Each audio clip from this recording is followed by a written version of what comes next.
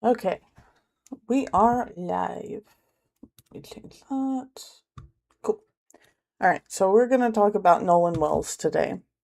Um, and we are going to also watch his parents speak at his funeral, which was yesterday. And then we're going to watch Nancy Grace talk about Nolan Wells.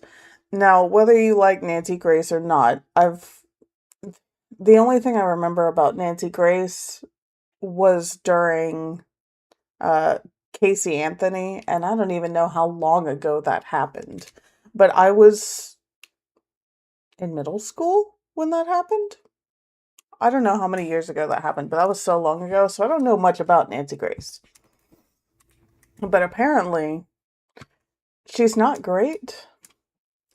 But I will take Nancy Grace talking about Nolan Wells and him getting justice over whatever the fuck morals she lacks.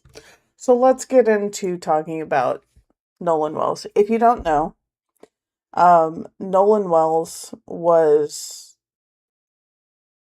I'm just gonna say it, he was murdered. Sorry, if you don't believe that, I believe that he was murdered. It's my opinion. Doesn't have to be yours. Um, he went with his friends to an island um, to party, hang out, and stuff like that. Um, and everybody left except for him. He did not leave with his friends, and his family is saying that is completely unlike Nolan. If his friends were leaving, he was leaving too. So, yeah, I don't think that Nolan would say, bro, I'm staying with this girl on the island. Y'all go back. Go ahead and go back. I've never known Nolan to stay back, watch friends leave. He's always a guy where if he rode with you, he's going to come back with you. Um, and of course, I'm going to believe what the family says because they know Nolan better than anybody else. Um, there's this is from CNN. So I don't know how much like this section right here. The reason why I'm not covering it is because of the way it's worded. It makes it sound like, they don't know. It's just speculation, right? So why would I talk about this if they don't know if it's Nolan or not? I want to know, you know, facts, right? Um Another thing that and this is where all of their stories fall apart. All of his friends' stories fall apart because why would you take his phone? They took his phone and they had his phone with them.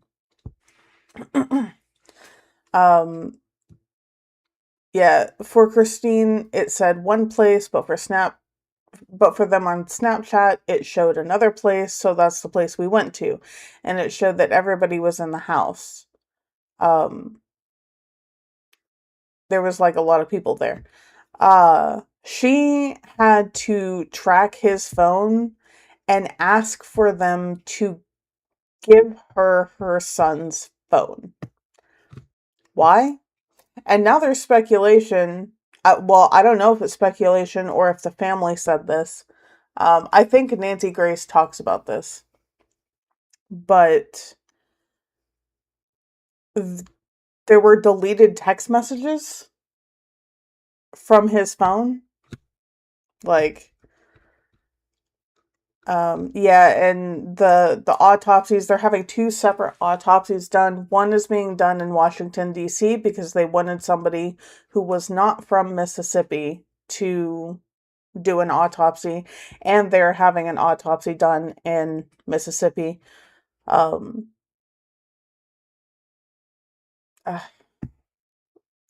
And I don't know,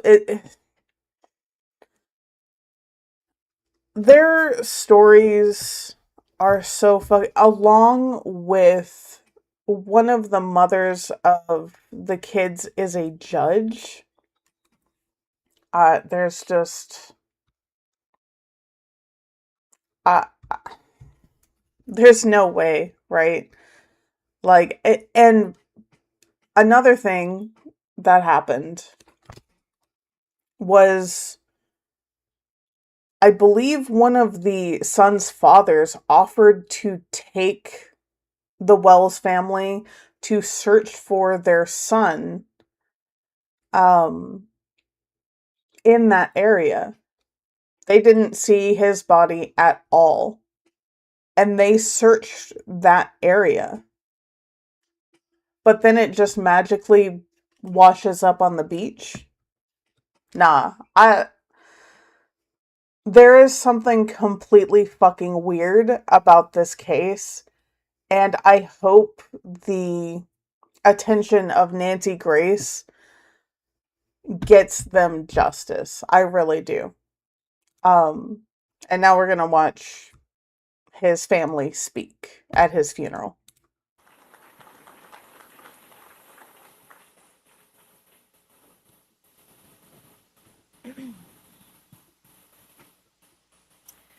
First, I want to give all thanks and honor and glory to God for choosing Elmore and me to be Nolan's parents. We thank you, Lord, for the beautiful 18 years that you blessed us with him. Thank you for the joy he brought not only to our family, but also to his friends and everyone in the community whose lives he touched. Nolan had such a gentle, calming spirit about him. He had a way of making people feel seen, welcome, and valued. He could lift your confidence with just a few words and make you feel like you belonged. If you ever had the privilege of meeting our son Nolan or calling him a friend, then you experienced a glimpse of God's love through him. He was both protective and nurturing. He often told us that one day he wanted to have 3 daughters that he would name Sophia, Charlotte, and Olivia. He had a deep love for the Lord and an unwavering faith that was evident in the way he lived his life. As much as our hearts are broken, we find peace in knowing that our son is resting in the arms of the Lord. We will miss everything about him, from his quiet nature to the corny jokes, his gentle smile, the way he made everyone around him feel comfortable, loved, and at ease. Your absence has left an emptiness that can never truly be filled. A piece of our hearts will always be missing. Nolan, your father and I are incredibly proud of you. We've always been proud of you, of the young man you were, and we will always be proud of the legacy of love, kindness, and faith that you have left behind. In a world that can often feel dark, be like Nolan. Be the light that brightens the lives of those around you. Be the warmth for those who may be feeling the coldness of the world. Love deeply, protect fiercely, and welcome others with kindness. And remain faithful knowing that God is always with you. Lastly, I ask that each of you keep Nolan's memory alive. Hold him close in your hearts. Share his stories and never stop saying his name. As long as we continue to remember him, his light will continue to shine through us all. Nolan, we love you. We'll continue to fight for you. Yes. And until we meet again, and thank you all for coming. Thank you.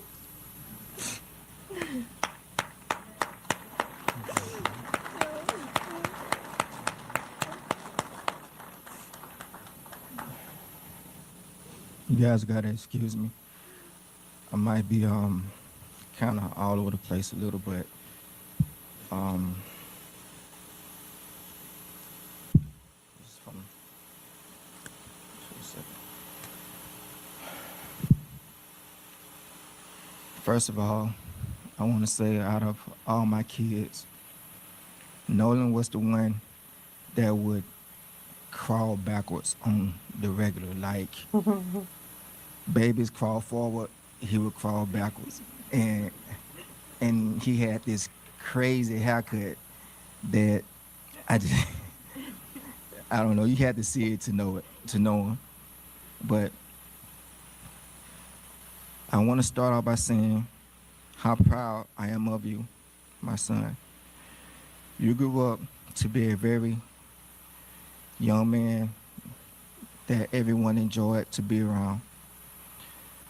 The constant lectures from me about having character, self-respect, self-discipline, and perseverance really hit home with you at an early age. These were the things that I had to live through to really be able to pass down to you and your siblings. I remember when you first asked to play basketball, and I admit I was kind of worried because you never picked up a basketball, you never shot one. We didn't have a actual basketball goal. The only thing we had was that Walmart special, the little plastic one that everybody breaks in the first few days. But on that first day of tryouts, you shocked me and your mom. And just to make a long story short, you, Jalen, and Javon won y'all first championship together.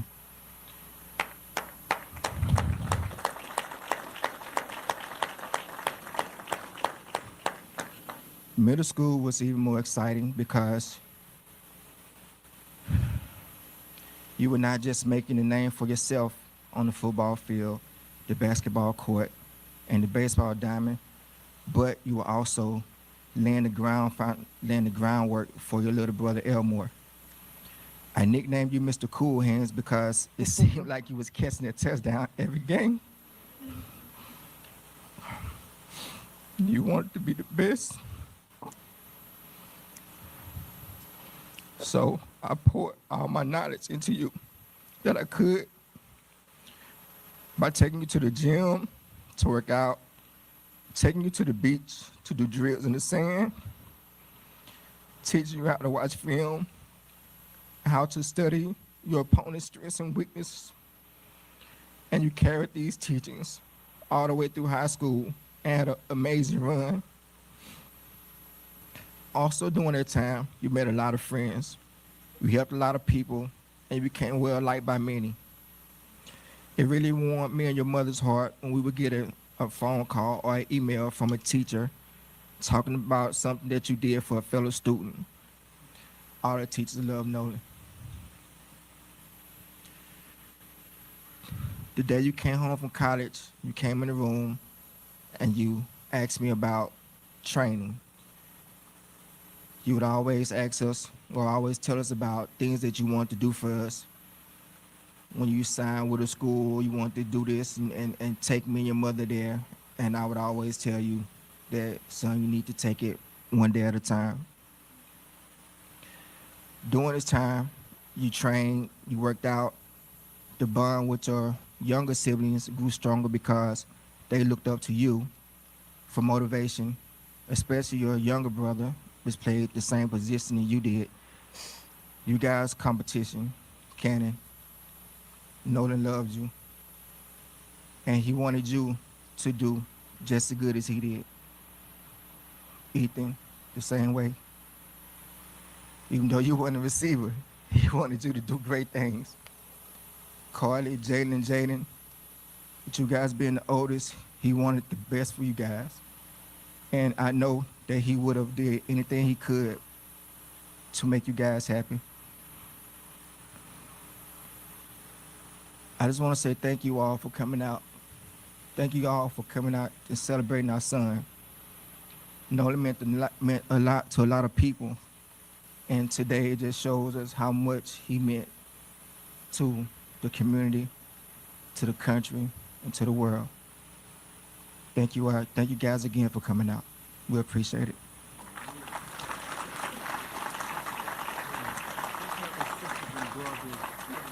Can we have all of his sisters and brothers to stand? Give the family your love.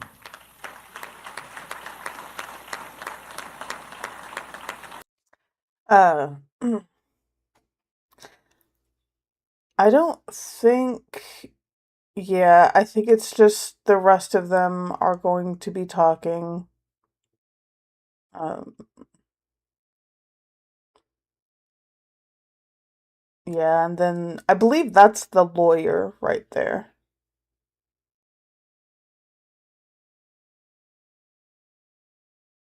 Um, I didn't expect to cry today. I knew it was going to be sad, but here we are. Okay. Fucking beautiful funeral. I have to say I love the way black people show up and show out for their fucking like community and their own families. Like it's just fantastic. And I fucking hope for swift justice and swift healing, even though losing a child, you'll never fully be healed for this family. I really do. And then we go on to Nancy Grace, who is Nancy Grace. Nolan Wells bombshell tonight. I also have to say, I fucking hate the way this woman talks. Like, I used to admire this woman whenever the whole Casey Anthony case was happening. Like, yeah, Nancy Grace. Now that I'm, like, way older, I'm like, dude, she's so fucking annoying. But, hey, if this is what gets Nolan Wells justice, I hope so. I hope it Dead happens. teen's messages deleted after his body washes ashore. Good evening. I'm Nancy Grace. This is Crime Stories. I want to thank you for being with us.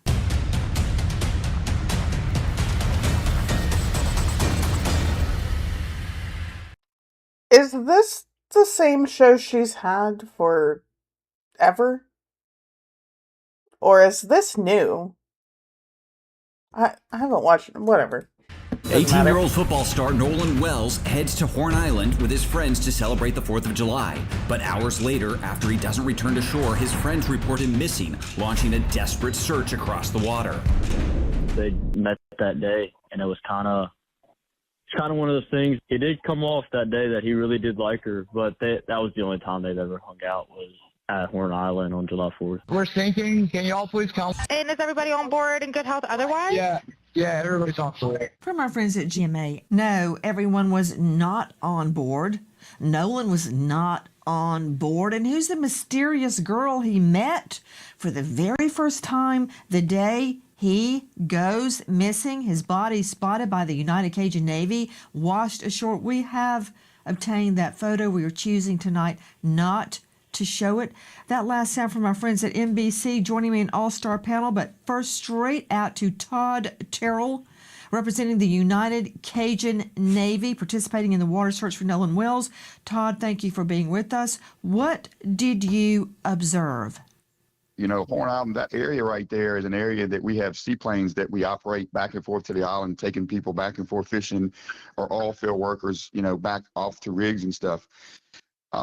That morning, the body was observed on the northwest portion of Horn Island, which is not unusual for someone to drown and be washed up in that area. There was a park ranger that was on the island that actually had spotted the body, and we were calling in down to law enforcement officials on the ground what we saw from the air. Todd Terrell joining us from the United Cajun Navy, called in to participate in the water search for this young star athlete, Nolan Wells. Tonight, mystery swirling around his death. How is it that a group of his friends go out on a boat? They go to a remote Horn Island. There is nobody there. It's uninhabited. There are no phones. There are no bathrooms. It's just a hangout place. How does he end up dead on the shore and everybody else makes it back? I want you to hear one more time what the group is saying about that day. They met that day, and it was kind of one of those things. It did come off that day that he really did like her, but that was the only time they'd ever hung out, was at Horn Island on July 4th. From our friends at GMA, who is she? Where is she? What, if anything, did she have to do, if there is a she, with Nolan's death? That's from our friends at GMA. Back to you, Todd Terrell. And I'm about to go to Caitlin Becker, a senior national correspondent, New York Post, on the story from the get-go. Todd, you stated to me that it's, quote, not unusual for bodies to wash ashore in that spot. What do you mean by that? Because if it was that common, wouldn't this be designated a dangerous area and there would be warning signs? What do you mean it's not unusual? I find that hard to believe. Well, many areas along the coast of the whole Gulf Coast area is a dangerous area. You know, I don't believe they could put up signs anywhere. I think it should be known that these are bad areas. The rip current is very bad in that northwestern portion. We call it the washing machine, actually. It's an area where the current just rolls round and round in there, kind of like a washing machine. And one of the interesting things was where Nolan was found was probably pretty close to where the incident occurred. So the body didn't go that far. Okay, what incident? Was there an incident? Are you suggesting Todd Terrell? Todd Terrell joining us tonight from the United Cajun Navy. Our friends, by the way, at the United Cajun Navy. They are called in on many, many missing persons case. Todd, you stated the incident. What incident? You mean he didn't drown? We're saying that whatever happened, we're calling an incident. Our job as United Cajun Navy is to bring people home, back to their families, first of all, alive, second of all, recover the body if possible. We knew in this case, the time frame that was involved, that we were looking for a recovery at this point. But when I said the incident, something happened to make Nolan not be with us anymore. It appears as though it was a drowning. You know, there was a lot of rumors about him being brought back to the land 10 miles away and you know, brought back out there and dumped off. I don't believe any of that is true. Whatever happened in that water, we're calling the incident. You know, the water goes from 2 to 3 foot to like 20 feet real quick. You know, there was some underage kids out there drinking. It's an island, you know, there's no IDs being checked or anything like that. So we said an incident, there's anything that could have happened. And not every person that drowns do you hear screaming and hooping and hollering. But at this point, our job was to bring Nolan home, and we did that. What was observed? Guys, you're seeing right now from our friends at the United Cajun Navy the video taken from their aerial craft. On the beach, you see a grouping of individuals. Now, from another source, we have obtained photos of Nolan's body that we are not showing. It's just not right. But I can tell you, when you see that grouping of people on the beach, they look like little ant figures from this high up above, but that is where Nolan's body is. They're standing around it. As I recalled, Todd Terrell, Nolan was face down, still fully clothed on the beach. Is that correct? Yes, that is correct. He was face down, which would have meant that he drowned. Now, when we say he was found fully clothed on the beach, it was in the same vicinity of where he possibly drowned, you know, right there. So it was not uncommon for the body to have washed up right there. That being said, that area full of rip currents really strong right there, goes from 2 to 3 foot to 20 feet pretty much within a couple steps.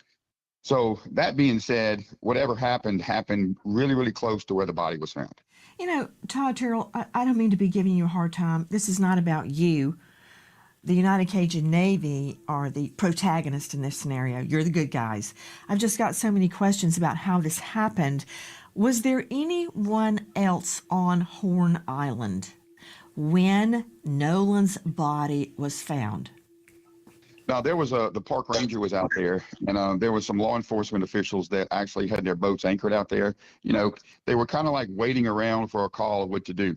What people don't realize is when you're looking for a body on the water, especially in the Gulf where you have waves going and you have white caps, it's a little bit harder to see. When you're in a boat, you can only kind of see the vicinity around you. So when we put these seaplanes up in the air, we can get a much more visual of the much more bigger area. And these seaplanes can go low and slow. So what we do is we stay in contact with the officials on the ground and tell them what we see. And if they see something too, they can relay it up to us and we can go investigate it. So in this case, there were several law enforcement boats that were just kind of hanging out in the area on the island. And there was numerous other boats in the area, you know, circling and looking. But the body was found by a park ranger as it washed up on the beach. You know, I'm very curious, Todd. Guys, joining us, Todd Terrell with United Cajun Navy. When I said, was anyone else on the island when Nolan's body was found? Your answer was completely 100% accurate, but let me rephrase and refine my question. You're saying the park ranger found him. That leads me to believe there were no friends. There was no newly met girlfriend. So am I left to believe that he goes out swimming all on his own and the friend girl leaves, the mates from school leave, everybody just leaves him out in the water and he dies and then just conveniently washes ashore? Somebody just left him out in the water? Does that make sense to you, Todd Terrell? Well, you know, being a person that goes to this island and several other areas that you can only get to by boat. We have some restaurants and bars in Louisiana that you can only get to by boat, which means you have to hitch a ride with somebody on a boat or that has a boat to get there, which a lot of things could go wrong in that scenario. But as far as what we believe, I believe that Nolan went out there with a group of friends. They were friendly, obviously so, because he was even out there. I mean, you got to understand, to go to an island, you have to have a boat, which means you have to have friends, which you have to have people that kind of like you to even bring you out there. So when Nolan got out there, the group of guys he was with, you know, they decided to come in a little That's bit earlier. not They were true having at some engine all, trouble but on their boat, which okay. is not uncommon. Happens a lot. Nolan, for whatever reason, decided to stay on the island, which is not uncommon. He could have, you know, had this girl he was talking to. He could have just, for whatever reason, decided to stay. Not uncommon. That doesn't give us any reason to think foul play or anything was involved there. The issue is when he stayed on the island, he had to hitch a ride back in with somebody. And there's where the issue becomes, who did he hitch a ride back in exactly? How were these people connected to him? How did they know him? And it's not uncommon for you not to know somebody at all and just say, hey, I need a ride back in. And they say, yeah, come on, get in the boat with us. So if I say, hey, Nancy, come on, get in the boat with us, that means at that point we're responsible for you. But Todd, here's my issue. Again, I agree with what you said, but the critical moment is somebody had to leave him there alone for the rest of the scenario that you're describing to unfold. He had to be alone. And Todd, and I'm going to bring in the rest of the panel, I want you to hear this.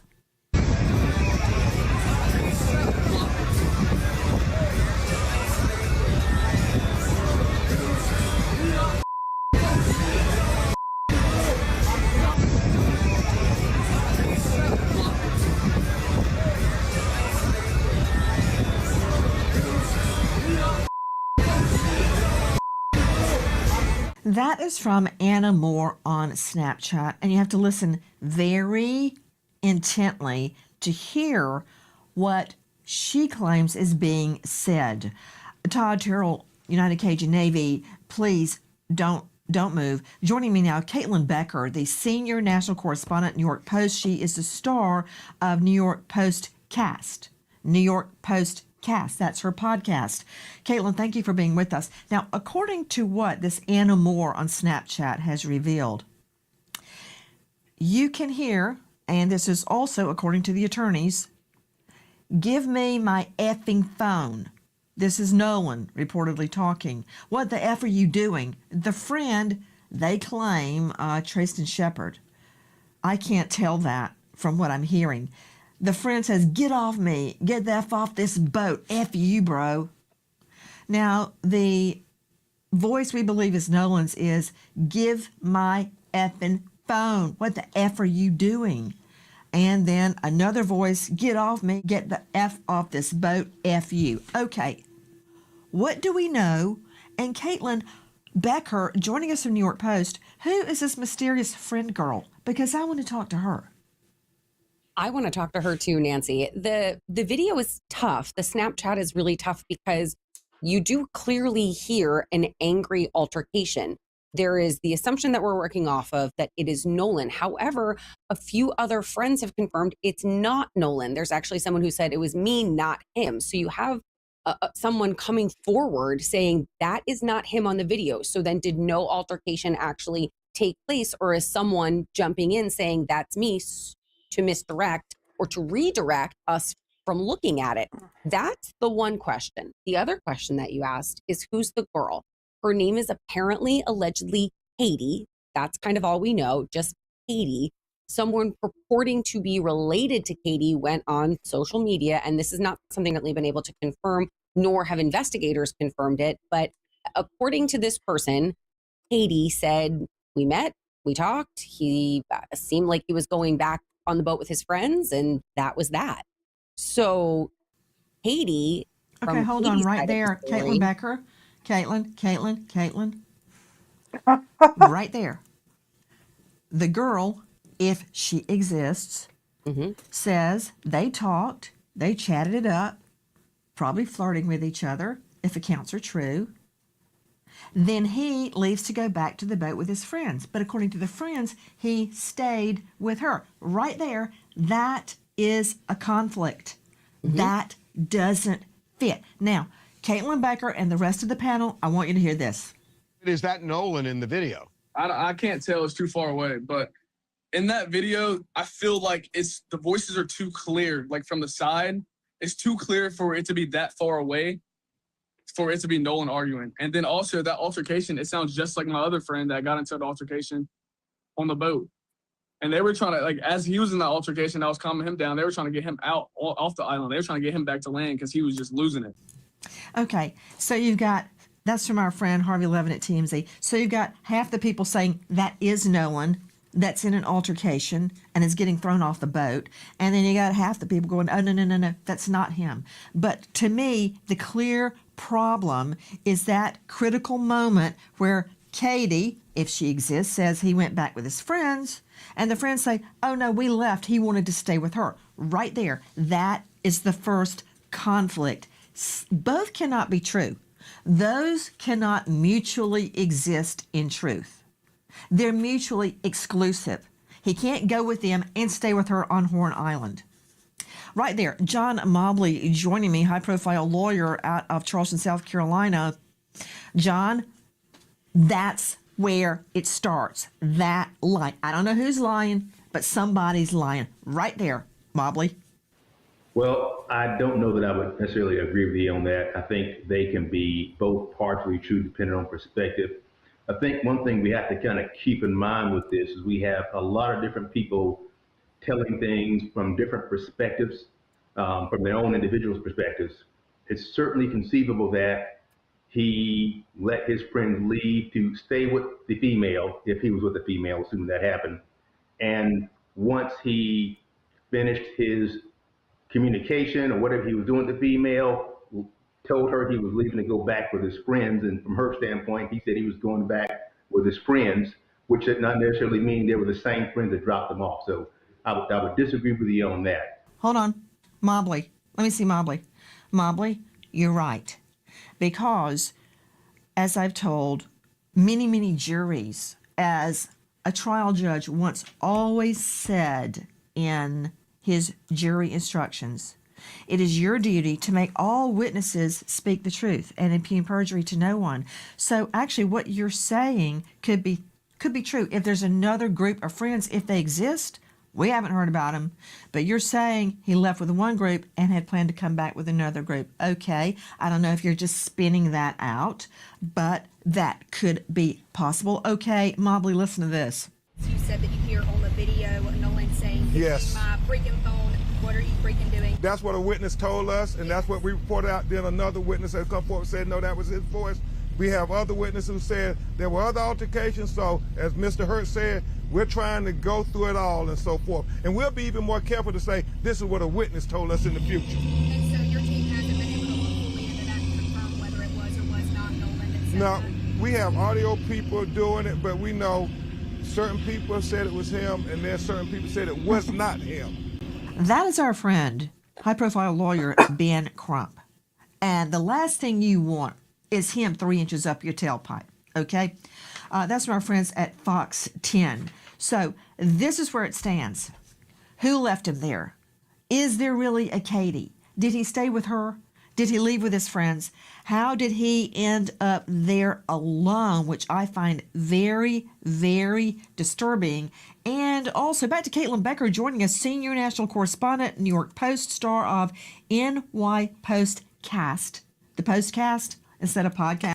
I don't know what it is about Nancy Grace, but there's something about the way she carries herself and sets up her show.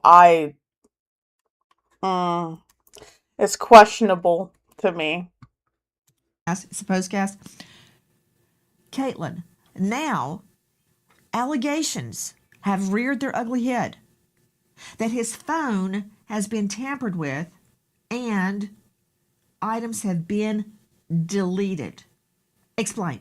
They had his phone. And when his mother was looking for his phone when he was missing, there were two different ways to identify it, either a Snapchat location or a Life 360 location. They showed different locations, which is very possible because one updates automatically, the other only updates when you open the app. But when she finally tracked it down, she says there was nothing on it from that day. And this is a teenager. This is a teenager who is constantly on their phones. Yes, when you're on a boat like this and you're out there, you leave it on the boat because you can't really get it wet and you don't want to have it come to the beach with you because you have to actually go in the water to get there. But to have the phone from these friends who didn't willingly turn it over, didn't give it to investigators, didn't give it to his mom, just had it, and for her to open it up and say, I see nothing from that day, no Snapchats, no photos, it looked like things were missing, like there was a gap in the timeline of the life cycle of his phone. Okay, I've got another problem regarding his phone. Well, number one, to Dr. Janie Lacey, joining us, licensed psychotherapist, CEO of Life Counseling Solutions, author of, well, many books, but How to Heal from a Toxic Relationship, and she's the star of Let's Talk About It with Janie Lacey. Okay, Dr. Janie, who leaves their phone behind? Now look, I just got off a boat with my twins. We went fishing all over the panhandle. We have what you call dry bags. We don't leave our boat, we don't leave our phone anywhere. Because what if we need it?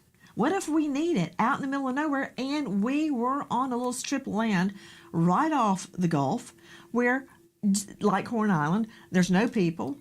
We were there fishing alone, believe it or not, and we had our cell phones. Now, I'm an adult, a teen. What teen leaves their cell phone?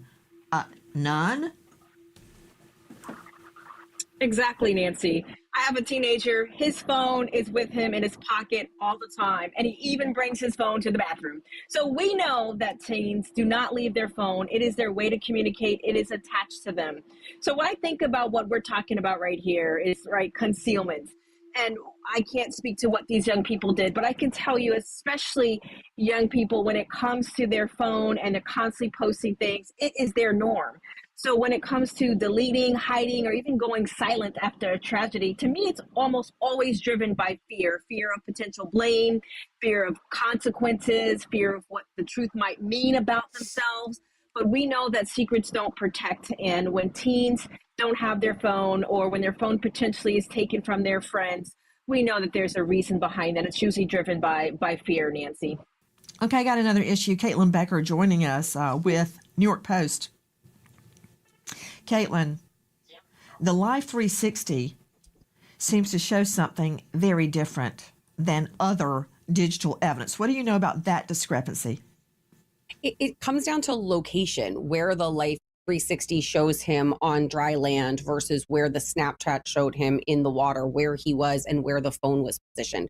So that is something that I think forensic investigators have to look into, digital forensic investigators, because it's difficult to determine from looking at it from our perspective, where was the phone actually? Was it out on the water at the last time it was used? Was it on dry land at the last time it was used? And when his mom went to go pick it up, who was the last person to have used it? That's something that sticks out to me, because I have to imagine it was password protected. And why would someone else have his password? But it seems as though his mom did, or that they did, so they were able to get into the phone. So the timeline of his disappearance is a big question mark, because you're getting two different locations from two different apps. Hi guys, Nancy Grace here. If you are a homeowner, you've probably thought, should I call American Finance?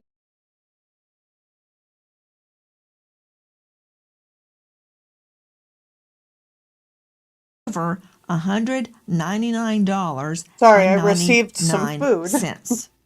And I also don't want to listen to her stupid fucking ad, so I skipped They it. open up their Snapchat because a lot of the kids do have their locations where they're tracking one another. So one of the boys says, well, it's showing that, I can't exactly remember what his location was showing, but my Life 360 location was showing something completely different. It was actually showing that his phone was like he was on land. And so we ended up, she received the phone from that parent. So the Snapchat location looks completely different than the Life 360 location. So when I pulled up Life 360, it was different. It was showing everywhere the phone had been. Like it had, I was like, well, it's showing that he's back on land. Like I'm not, he's like, but no, he didn't come back with us. I've tracked my son 100 times when he's fishing, and it shows he's in the water. When he's off the water, it shows he's on land. The mom is right. You were just hearing Christine Wansley, that is Nolan's mother, from our friends at National Action Network and GMA. Okay, I got a big problem with the Life 360 and the phone data all not jiving. I could see it, John Mobley, being a few blocks off, but not the discrepancy his mother is describing. I'm not buying that. And another thing, while we're talking about discrepancies, John Mobley, do you have children?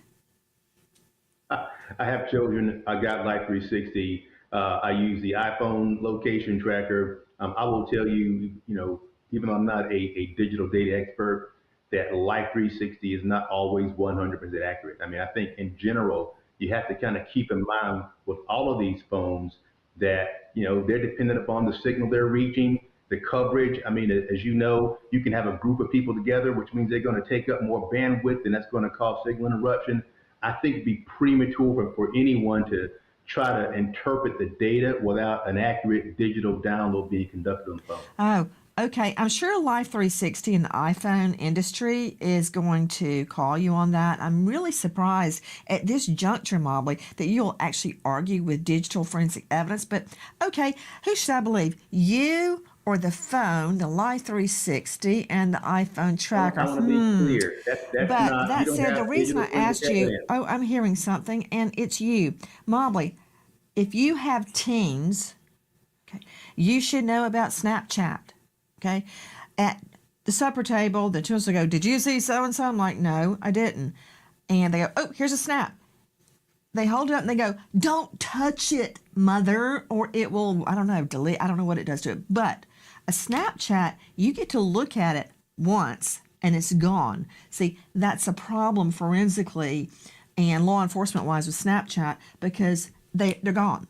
Unlike a text, or you send a photo or an email, or you send a video as Alex Murdoch. I mean, Snapchat does keep those photos. That even though they delete themselves off of like the app there is still a record of those. Nailed his coffin. Those stay. Snapchats disappear into the ether. So if the Snapchats aren't there, I can understand that.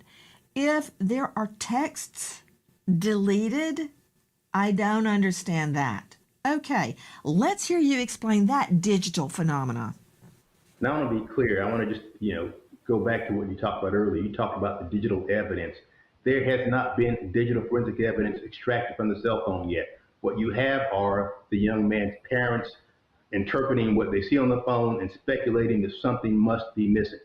That's what you have. But both, you need to have a forensic digital data extraction, and correct. That can determine if text messages were sent, whether they're deleted, if photos are deleted, all that needs to be done. I mean, there's no doubt about that whatsoever. But just individuals kind of looking at the phone, trying to interpret these things, that's not digital evidence. That would not be admissible in court. And actually, it would not be reliable. We also agreed that we will have a mutual inspection of the cell phone with our experts and their experts. Attorney Eric Hertz is helping lead the investigation team with former law enforcement experts who are going to help us with the cell phone download. So everybody will be able to see at the same time what the cell phone has. Guys, that is our friend Ben Crump standing with the family. That's also from our friends at WLOX. Todd Terrell is with us, repping the United Cajun Navy, who was called in to participate in the water search for Nolan Wells. Todd, I'm curious about a theory that you threw out. It's not your theory, but it is a theory that has been discussed about his body being moved. Well, as far as the body being moved, several things there. Like I said before, our mission is to bring a body home or bring a person back to their family and their loved ones. This is on federal land. So who has jurisdiction, first of all? It seems as though there's federal jurisdiction out there. The fact that they say the body was moved, we've offered our services. We have some of the best dogs available. Mr. Darius case in Baton Rouge where the kid was dumped in the landfill, we were the ones instrumental in helping bring that to light, where they're searching for him right now because of our dogs, what they found at the gentleman's house that's in jail for murder. We offered our dogs to bring to the boat. There's only one thing that will clean blood off of a boat. I'm not going to mention it because it'll give people ideas. But I doubt if somebody would have done something, they would have used this chemical to remove the blood. So we've offered our services to bring the dogs around the boat of everyone that was potentially involved in this. So the federal land thing is a big deal. So the body being dumped, I would say that let us bring the dog to the boat. Let us bring it. They said the boat was clean that night or the day before. There's only one thing that's going to clean it. If there's blood in that boat, we'll find it. The other thing is, getting back to the phone, if these guys had this phone, they stole his phone, why didn't they throw it away? Why didn't they just throw it in the water? And if there is anything on it, if it was deleted, forensics, they should be able to find it. My thing is, if you came with these guys and they didn't bring you home, that is not uncommon. So I think there's where the focus needs to be. A, on let's get this notion that there was a body dumped.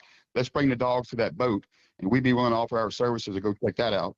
And B, these guys in the boat that he came with, it's okay that they left him on the island or they didn't bring him in. But yeah, as far as the body being dumped, our services are offered and they've been offered to go bring the dogs around that boat. Hi guys, Nancy Grace here. Please join us on Crime Stories and stream it first. And his parents and friends outright reject that. They said that is not of Nolan's character or disposition. And had he done so, would he have ever not wanted his cell phone?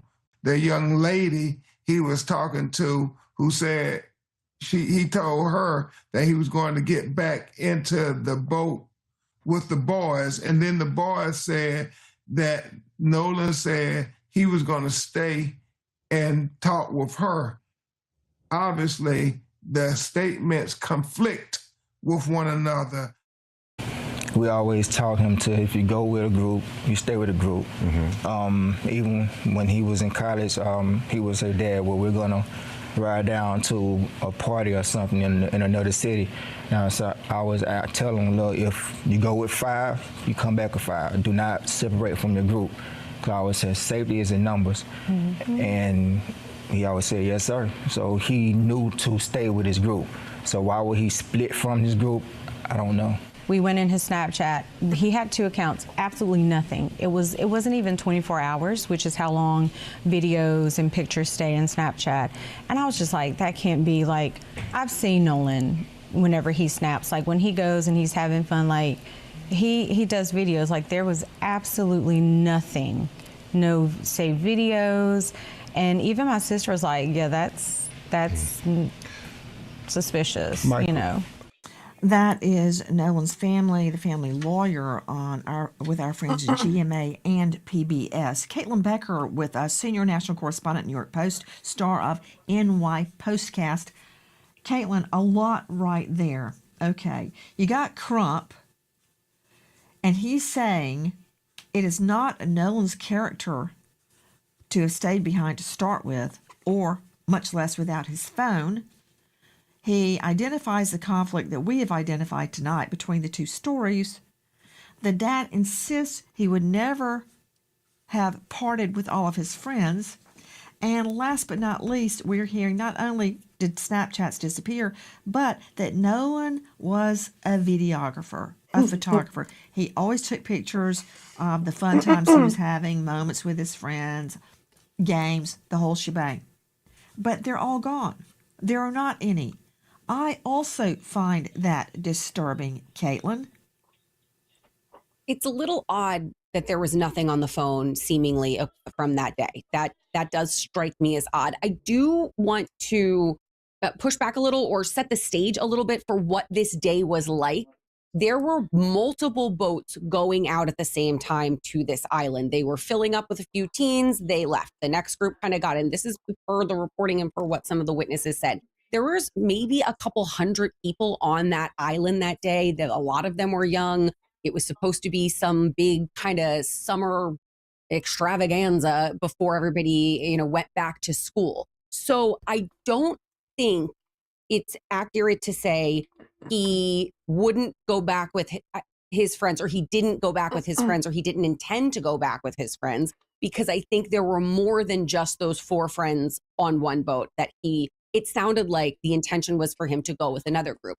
Where I get stuck is the point that Ben Crump made. Why would he let his phone go back with his friends? Sure, you want to stay and go back with another group. I get that. You heard, the person who was part of the search saying that's not uncommon. It does sound uncommon for anyone, a teenager, an adult, anyone to say, okay, go ahead and take my phone back with you. I'll stay without a means of communication for however long. That's what gets me.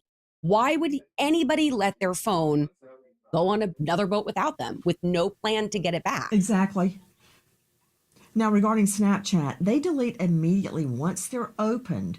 They can go about 30 days unopened, but you can manually set Snapchat to a 24-hour delete. And I'm wondering if that's what his mother is talking about. And on another front, listen. We had his body flown from Mississippi to Washington, D.C. because his family wanted to make sure that they had a doctor who had no ties to Mississippi law enforcement to do an independent examination of their son's body.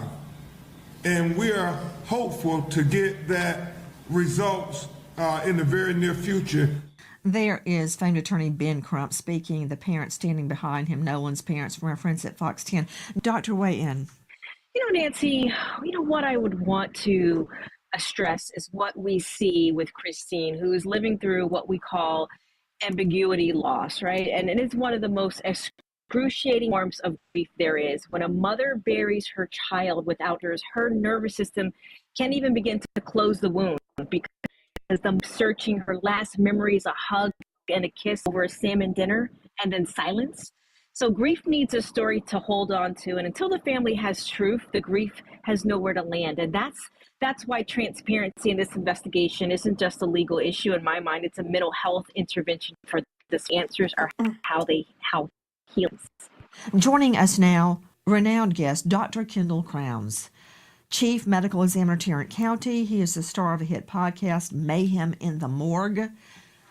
He is the esteemed lecturer at the Burnett School of Medicine at TCU and has performed well over 10,000 autopsies. Dr. Kendall Crowns, thank you for being with us. Okay, I don't have a ruling from the medical examiner. It should be apparent if drowning was the COD, cause of death. That should be very apparent by simply autopsying the lungs. Also, you'd know immediately if there were signs of trauma. I've seen the photos of his body on the beach, but as Todd Terrell from United Cajun Navy stated, the body was face down, so I couldn't see the face, the neck, the arms, the hands for defensive wounds. I couldn't see if there were bruises to the torso. I couldn't see if the skull was fractured. None of that. I couldn't see if teeth were missing. But it seems to me if those exhibited, we would know there had been blunt force trauma, stabbing, shooting, manual or ligature asphyxiation. We would know that. But yet, we know nothing. So, to me, that would rule out drowning or trauma. Are they waiting on toxicology? Is that what they're waiting on? And why would the body have been sent for an independent autopsy? I'm not saying there's anything wrong with that. But what's going on, Dr. Kendall Crowns? Mississippi. Okay, to start with, he was in the water for several days. I'm sure the water in that area is warm, so his body is going to be decomposing. He'll have skin slippage. He's going to have bloating from the decompositional gases and then purge fluid coming out of his mouth and other orifices. So then you also probably have post-mortem animal scavenging or marine aquatic life scavenging that can create marks on the body as well. So at autopsy, your question, wouldn't you be able to see the evidence of injury? Yes, you should still be able to see injuries, bruises, stab wounds, gunshot wounds, all that, even in decomposition, can still be seen, can still be determined. He doesn't sound like he's been consumed by aquatic life to the point that he's skeletonized in the front of his body. So my assumption is you would still be able to see injuries. Now, they have not given a definitive cause and manner of death yet, because to me, that means there's no obvious signs of injuries or no obvious cause of death. Because drowning, yes, the lungs can swell and be heavy with fluid, but this can also happen with drug overdoses. So differentiating a drowning from a drug overdose is difficult. No. So you No. N-O. Yes. Well, I don't know how it many would exhibit, autopsies of manifest drownings in you've the done, same. but Yeah. I've done a Yeah, lot. exactly. So Absolutely continue zero, on, but I please. don't need to have my MD or be the lecturer. I fucking love this guy. Look, Nancy Grace used to be a lawyer. She is not a medical examiner. I don't know what she's doing right now. At Burnett School of Medicine to know that if the lungs are full, and it could be drowning or fluid caused by an overdose, can't you get the fluid and test it? So testing of the fluid from the lungs there's nothing to test for. What you're going to look for is the pulmonary edema or fluid in the lungs. You're going to try and differentiate a drug overdose from drowning with a toxicologic study, which is what they're doing, and that can take up to 6 to 8 weeks. Drowning is a diagnosis of exclusion because it can mimic so many other things, including a drug overdose. You want to rule those things out before you determine cause and manner of death.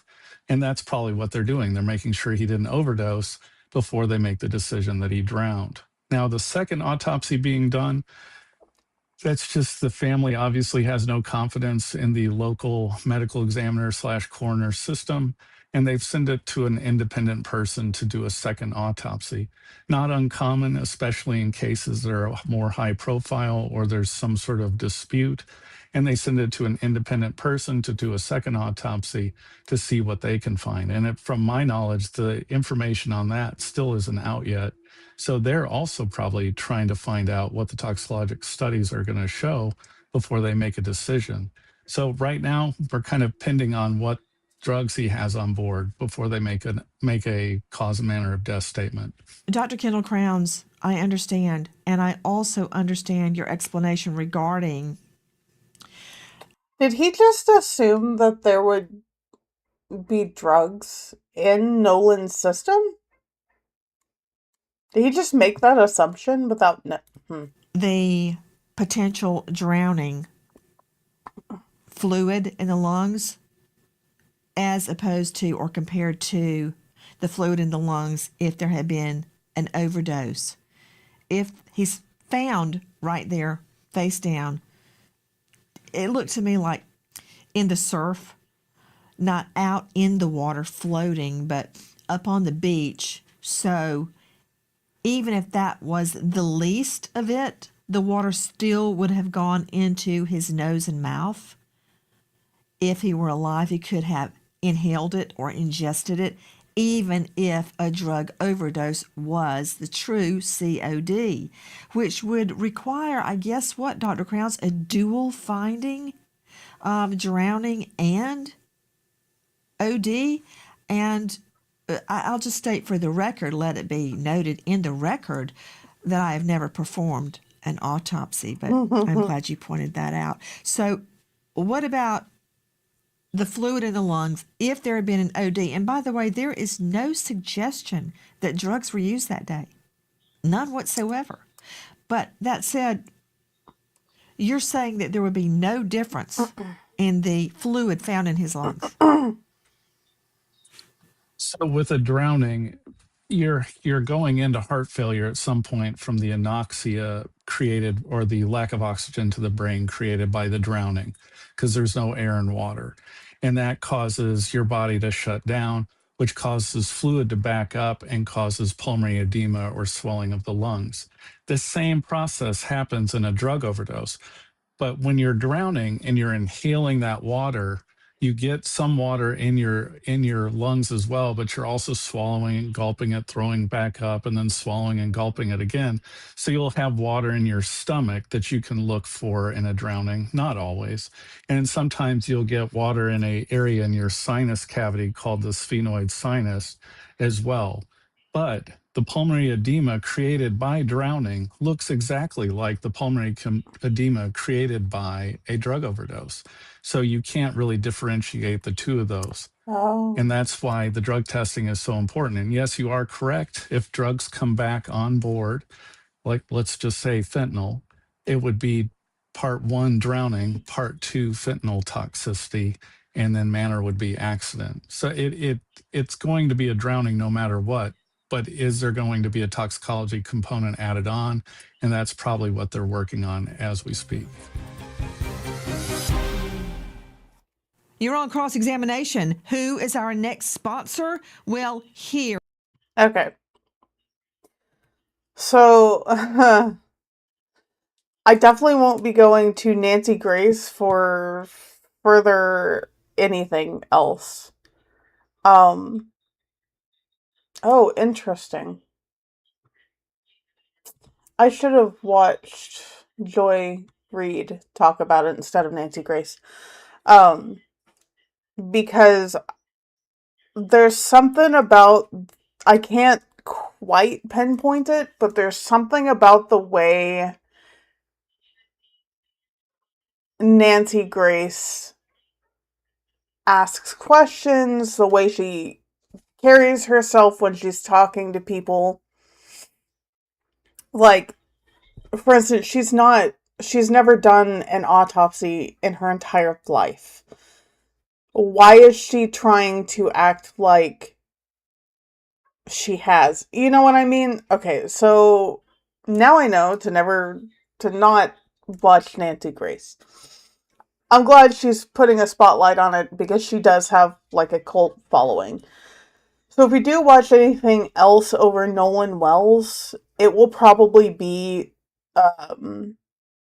the Joy Reid show, which I didn't know that she even had. Hold on, we're not gonna watch this video, but I am going to go ahead and subscribe to her because I didn't know that she had a show, and I'm glad she does. Okay, so that is Nolan Wells. If you don't, if you didn't know, now you do. Now we're gonna, what the fuck? Nope, not that. We're gonna go into this, and holy fuck do I not know where to start.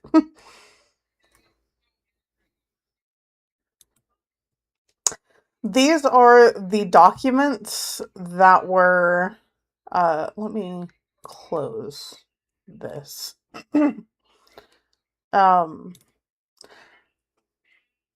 don't know if we're gonna get to Jay Clayton's,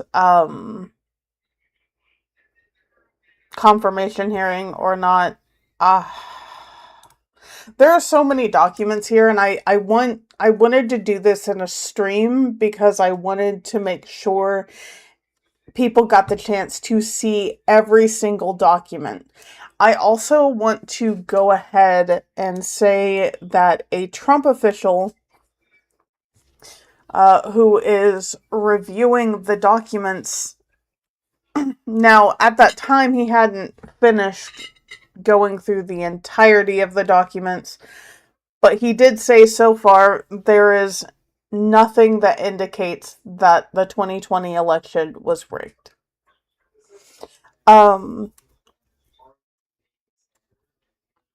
Also, they're going into Venezuela's elections and talking about how their elections are rigged. I'm gonna be real honest. I don't give a fuck about Venezuela's elections. I'm saying that right now. I don't live in Venezuela. I live in the US. Why would I care about Venezuela's elections? Like, do I agree with it? Of course not. No elections should be rigged. But I don't live here. Why are we talking about Venezuela? Like, and also Trump made it a point at the top of, I think it's every single document, to say that it was released by counsel to the president or released by Donald Trump.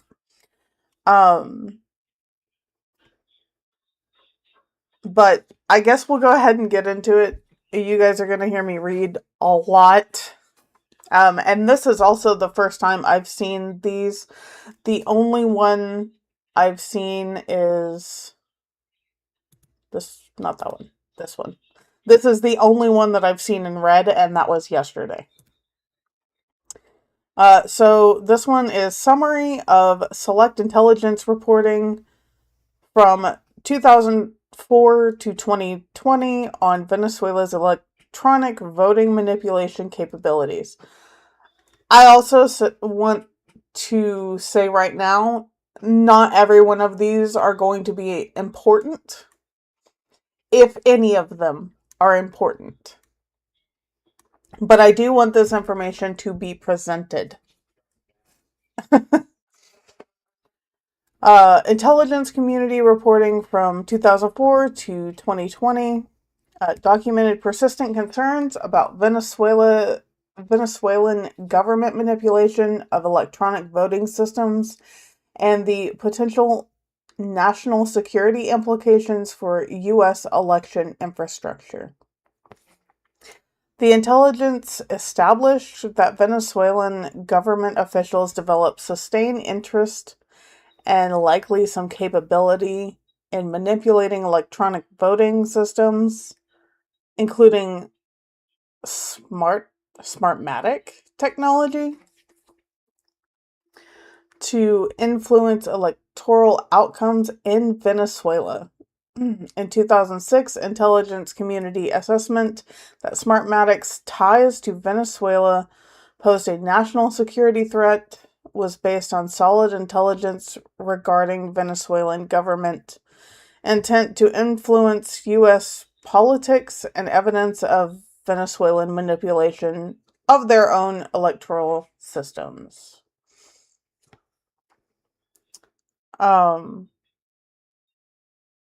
This assessment led to U.S. government action forcing Smartmatic to divest in U.S. operations in 2007. Reporting indicated that electronic voting systems contained vulnerabilities that could theoretically be exploited by sophisticated actors with insider access.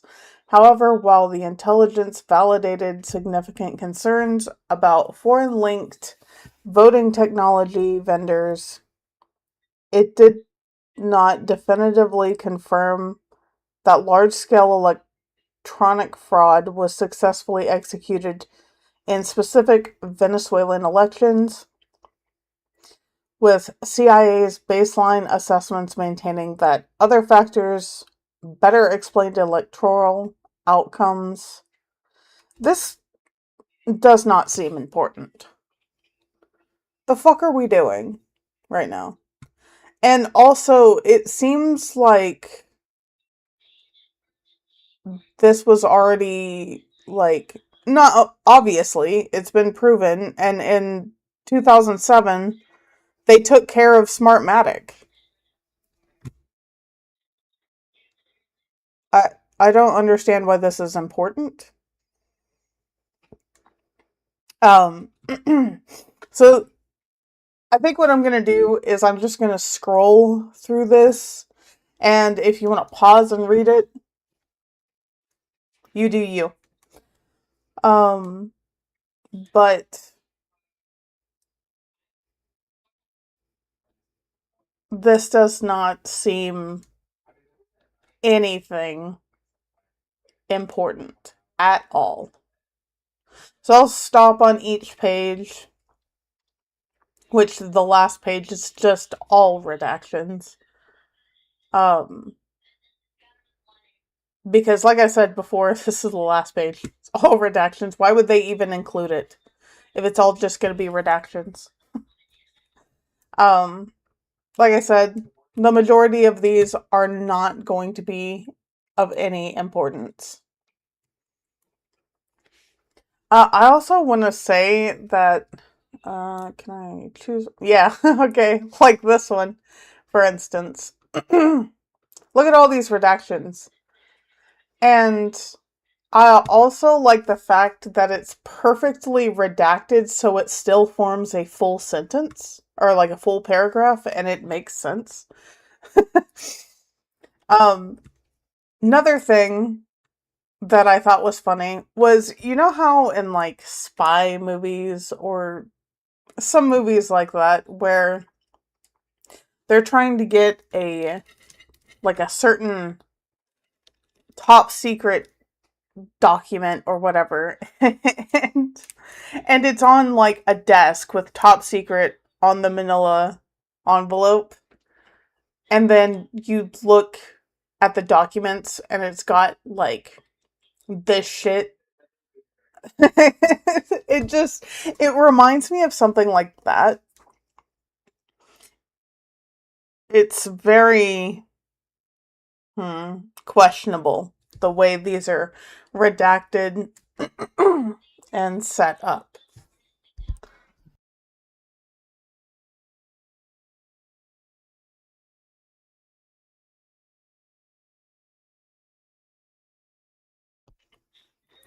And these are also probably going to be a little... I don't even know if these can be out of order.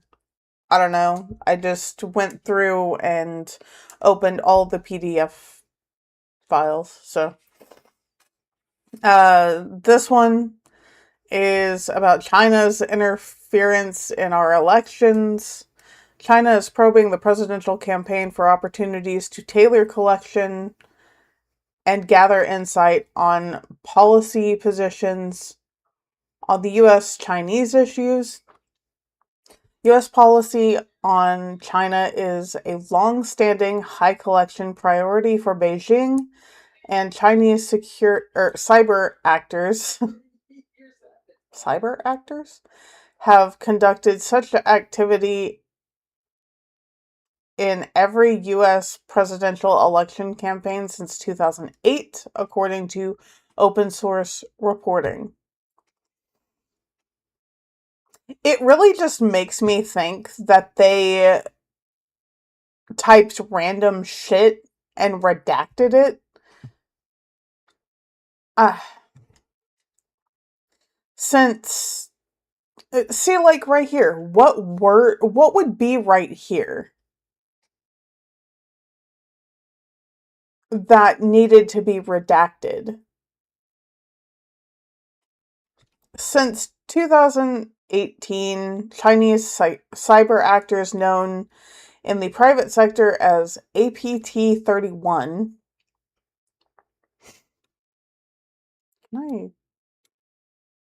I want to open that in a tab because I've never heard of that. Have targeted the personal email accounts of senior U.S. leadership, including officials in the executive office of the president and high-ranking officials in multiple executive branch organizations, Congress, and the federal judiciary.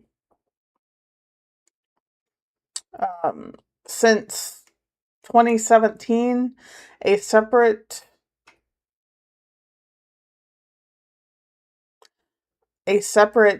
whatever has worked with the redacted to enable more stealthy operations by identifying the email addresses of high-level U.S. officials, then requesting that redacted obtain or crack the passwords for targeted accounts. So, if he was releasing proof that our elections are rigged, why are these redacted? Shouldn't the people know who is doing this? Like, what is the point of redacting? Okay. As the 2020 election approaches, the IC has detected Chinese state-sponsored cyber actors targeting the former vice president's presidential campaign, probably to gather intelligence that targeting a U.S. presidential wait, I think I skipped a line. I'm sorry. That could enable future operations. The first instance in this election cycle that we have seen them directly targeting a U.S. presidential campaign. So, they just speculate right here. Why are they putting their own speculations in something that's supposed to be a fact? Probably to gather intelligence. They either were or they were not. Which is it?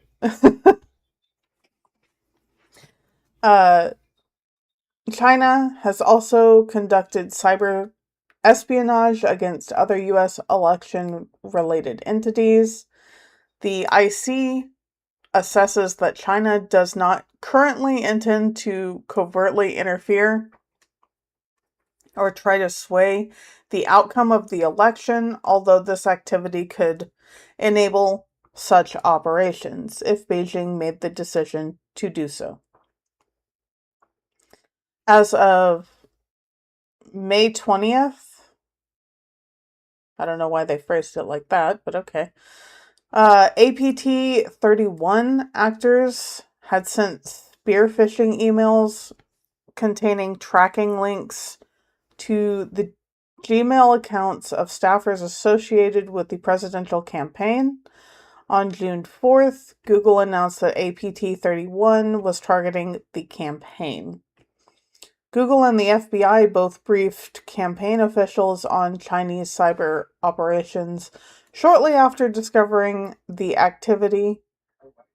Google officials have publicly stated that the spear phishing attempts were unsuccessful. During the past year, Chinese cybersecurity...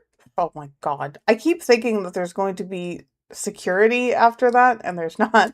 Chinese cyber actors have collected U.S. election-related information from U.S. voter databases, okay, and a polling data company, political and nonprofit organizations, fundraisers, and advisory organizations for political campaigns.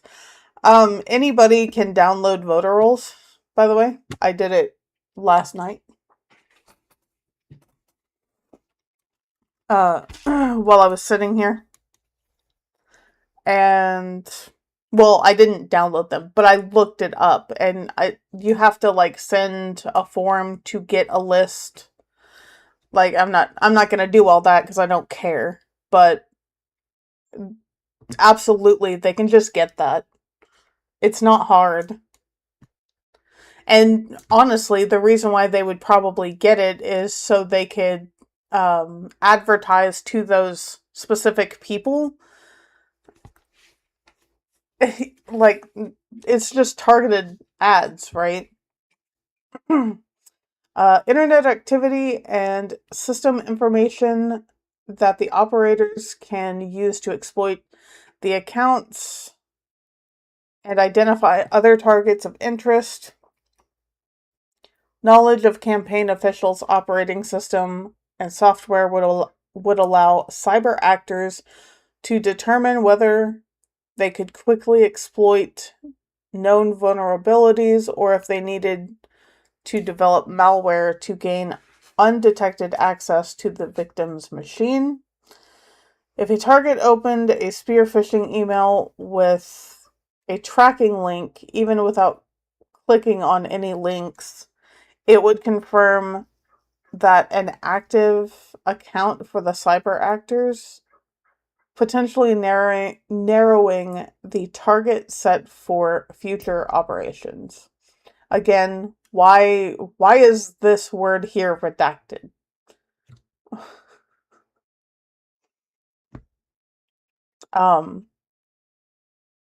And then that's the end of that one. It really does just seem like they went through and redacted random things. Election report.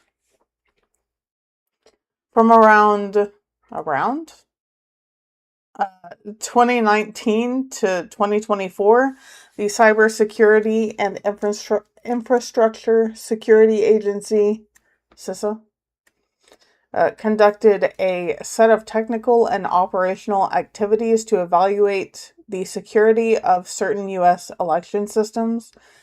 These activities are carried out upon the request of the system owners and operators, including direct examination of election-related software, penetration testing of state, local, tribal, and territorial networks, and incident response operations for intrusions into election systems. Through these activities, CISA developed a strong understanding of the vulnerabilities that, at the time of testing, affected select election-related software, products, and network environments evaluated by CISA. In every software, product, or election-related network in which CISA identified a vulnerability, CISA notified the owner or operator of the vulnerable product or network and encouraged them to mitigate the vulnerability.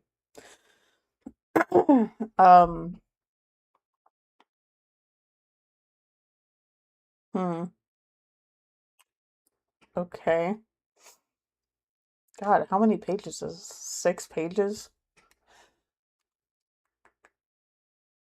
Let's see. They also have a oh, I think it was a photograph. I don't know if I opened it. I just opened all these. I didn't look at them. um of the fact that I think it was a computer, like I don't know if it like counts the ballot or what it does. But they were talking about how somebody had downloaded Doom on it. And I don't know if they were trying to say that that's like it was a problem, like it was a vulnerability.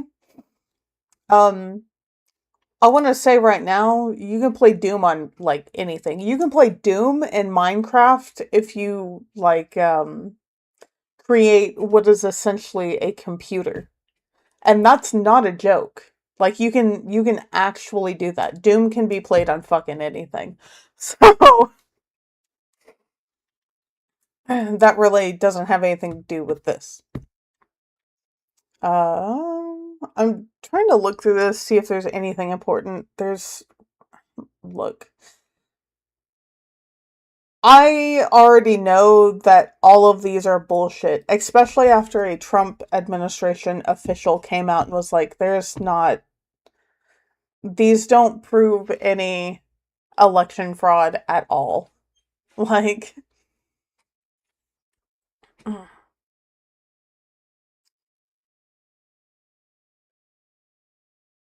this is just talking about CISA's findings. Like right here, CISA's findings highlight that U.S. election systems are subject to the same security concerns as most other software systems. Of course they are. Oh my god. That's not even important. Why the fuck did I even read the first paragraph? Yeah, Cece. He he made the point to say declassified by President Trump. Oh shit. That's funny. Take a minute to read through this report. It cites some of the same intel and logic used in 2020 to say that these same units were not engaged in election influence, but were instead only issue focused, to now argue that China is influencing, is capitalized, like is influencing the election.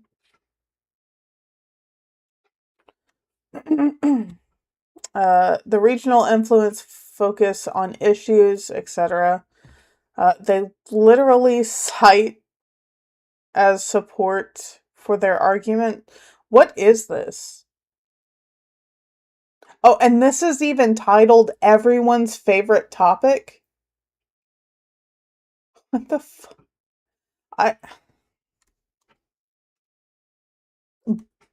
They really do just think we're fucking stupid, don't we?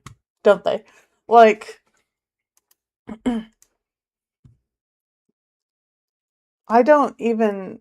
There's that page. I'm not reading the rest of that bullshit. Like, I'm more insulted that it's titled everyone's favorite subject. It's even, or everyone's favorite topic. It's even titled that. Uh, the PDF file is fucking. Oh man. Oh man. These look like emails between people?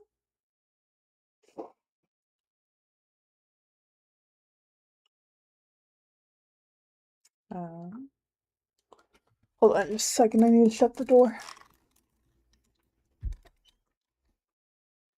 What the fuck?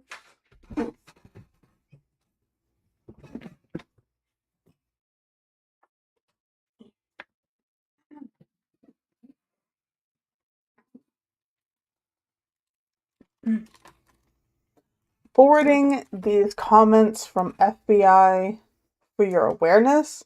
They had previously told me that Director Wray signed off on the ICA text, and that the only changes since then have been downgrades of redacted reporting and the DNI's minor initial edits. Most of this we've been over numerous times already, so it's not clear to me if they're backtracking or just commenting for the record. A couple thoughts on the updated ICA draft, all of which enter on the minority view of some of which you have previously heard from the FBI team. Generally speaking, while we are fine with the inclusion of the minority view text box, what the fuck is this even about? This just seems like some random... This is, again, not even important. Oh my god. And then Trump is out here on Truth Social. He shared, I think it was this page and a couple other pages. Foreign threats to 2020 U.S. federal elections.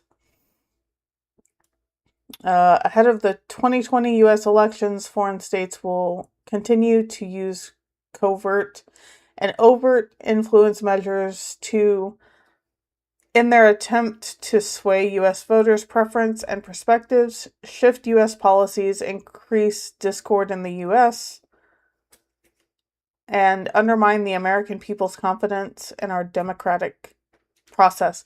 I feel like we didn't have... Like, we had perfect confidence in our elections until 2020.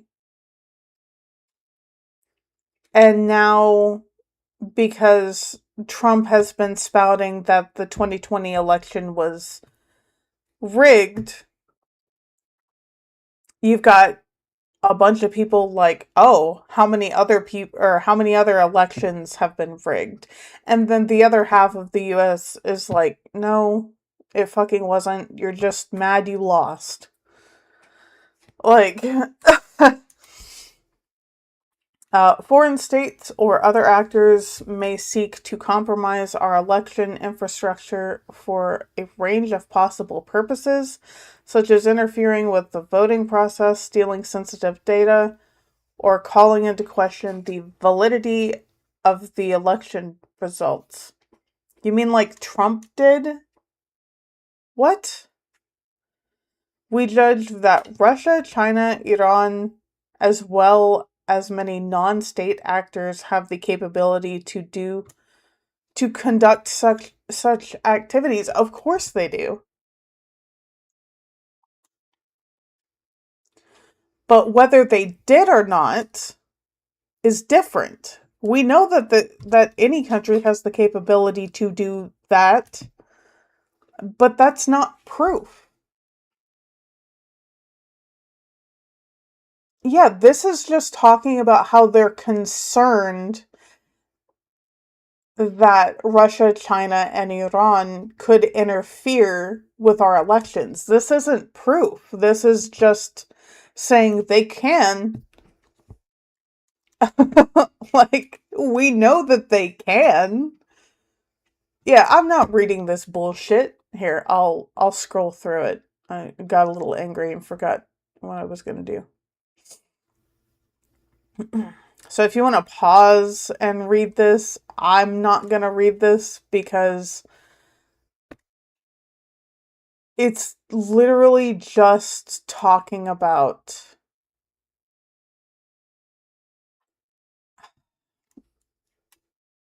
That's crazy. Look at all these redactions. And it really makes me wonder what these redactions are. Like, are they just nothing, or are they proof that this administration is lying about the 2020 elections being fucking rigged? Like,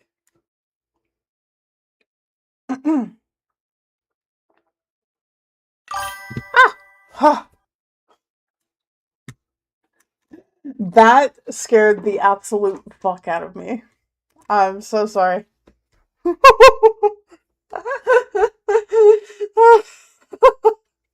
I was not expecting that to happen. That really needs to stop being a thing. Every time I get an unexpected message on Twitch, it goes ba-ding, and it's like really loud in my headphones, and it scares the shit out of me every time. It's so funny.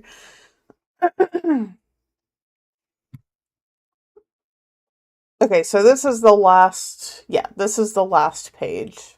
I'll look at this last page just because there's this chart.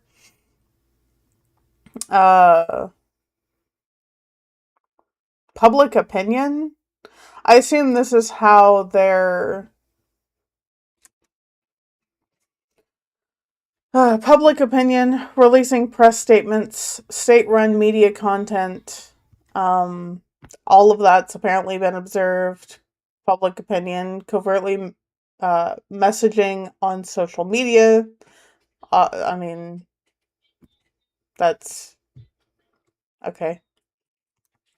National leaders and policy, covertly influencing executive branch or congressional leaders' thinking or policies. All of those have been observed. State or local leaders' policy, covertly influencing state or local government leaders' thinking or policies. That has been observed, but not in Iran. Leaking intelligence acquired information.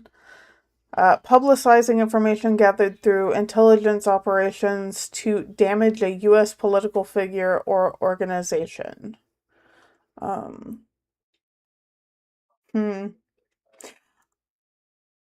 I also have to say that why are we only complaining about these three when Israel has so much sway in our elections?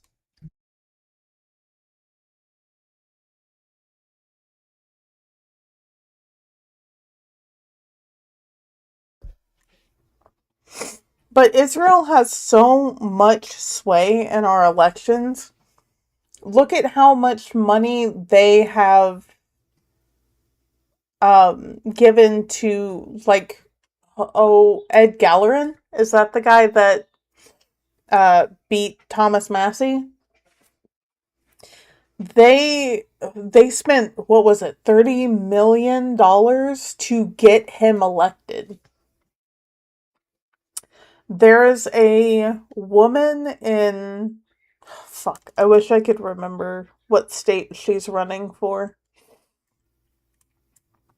But I think they've spent even more on her than that. So why are we talking about these three when we know for a fact that Israel is in our elections?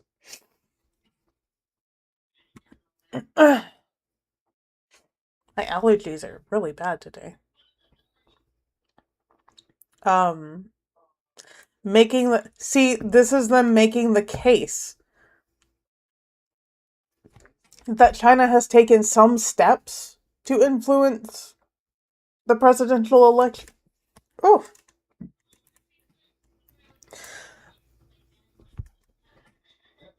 No. Like, even the way things are worded.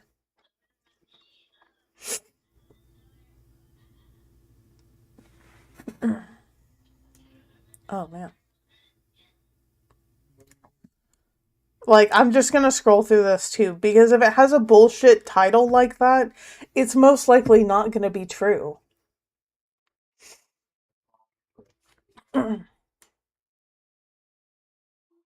So again, if you want to read these, go right ahead. I'm not going to waste my time with things that say absolutely nothing.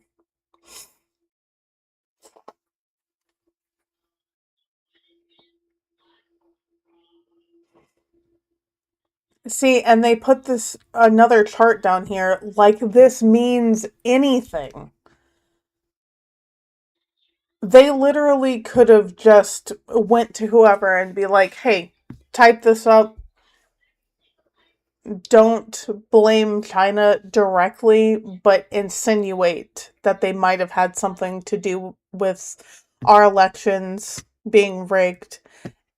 And then put this fancy chart because people love charts for some fucking reason.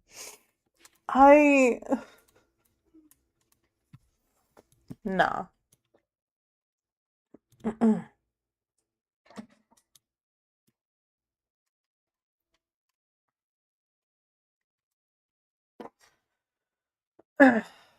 Yeah, and this is just talking about the vulnerabilities again.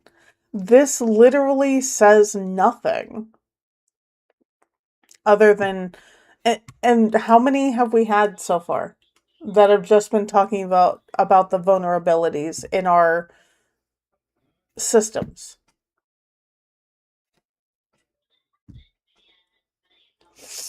Are those vulnerabilities important? Of course they are. But it doesn't this isn't proof of interference of any kind. Oh yeah, here's that picture I was talking about. Poll book hacking example. A poll book was modified at the 2019 DEF CON voting machine hacking village to run the popular video game Doom, according to press reporting. I would like to know what press, but okay. Like I said earlier, Doom can literally be run on anything, so that doesn't... who cares? That doesn't mean anything. Playing Doom on... what is this? A poll book? Does not... or a voting machine? Whatever. Does not mean anything at all.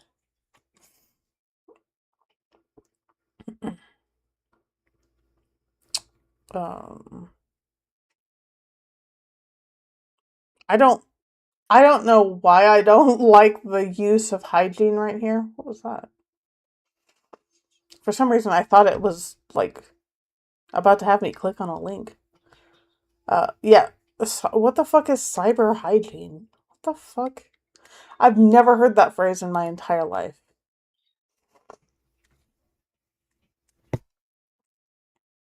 What is this?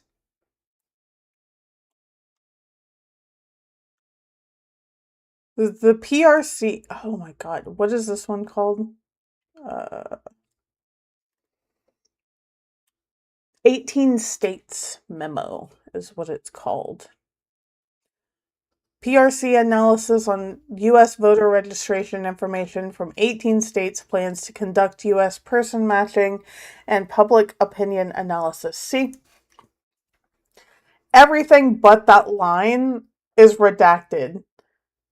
And all of this is redacted. Again, what would go here that would even make sense? This is still just a perfect sentence. Like,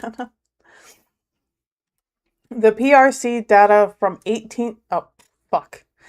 The PRC analysis on U.S. voter registration data from 18 states. It obtained the voter registration records from the midterm elections. Types of information on U.S. registered voters contained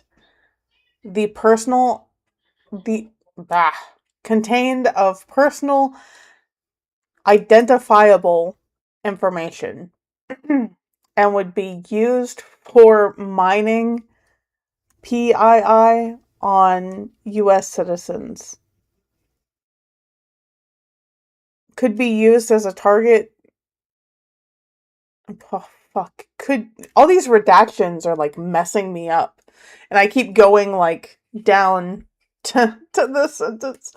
Could be used as a resource to analyze, discover the identities of important U.S. targets. The information would be used to conduct U.S. general election analysis, furthermore, continue state voter registration data. See, if you just take away all the redactions, that's just one whole paragraph.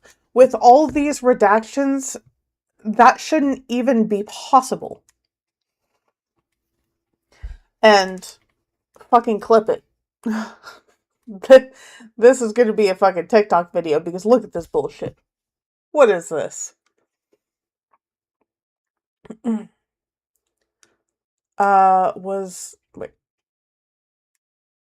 Oh, yeah. This, from midterm elections right here and up to the PRC, everything between that is on this line again down here.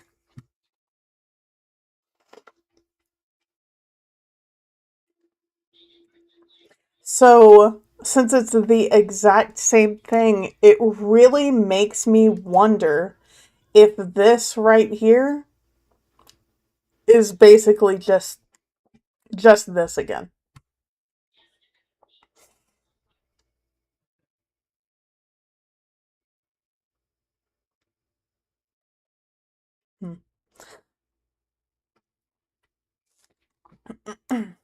Like, look at this. Look at these redactions. This is and it still makes a sentence. Additionally, voter registration data served as source for opinion analysis on the US general election. They are obviously just trying to fool you by doing these redactions and making a sentence that they want to make. This is the wildest shit I've ever seen. The rest of the voter registration information, PII on U.S. citizens' occupation and education background was a priority. There is no context for this because it's all redacted. And then there's the last page. Why even include it if it's all... Oh my god. I'm so fucking mad right now. Because these are just a waste of time. And the reason why they're like this is because they did not intend for people to actually go and look at it. You think MAGA is out here fucking looking at all these files? No. They go by what the president says and they trust it. What is this? Voter records compromised is what this one's titled. A PRC was in possession of a document as of whatever. I assume that... See, the only thing that would make sense there was like a specific month, right? 2019 that contained a list of entities that the data yielded. While a comparatively small portion of the list's entries featured entities in redacted, the U.S. most of the oh my god, this is so annoying to fucking read. And this is what they intended, right? The reason why this is so fucking annoying to read. That's absolutely crazy. Look, what? Look at the... I know I keep saying that. But if you're going to release proof of election interference, how is this proof? How? You're literally forming a sentence with redactions and essentially guiding somebody what you want them to read. And then the rest is redacted. Oh my god.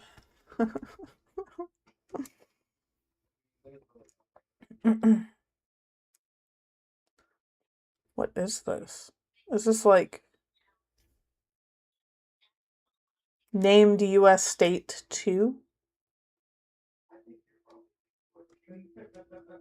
I wonder. And these are like, these look like they've been copied by a copy machine and then uploaded. See, why is the number of this redacted? Like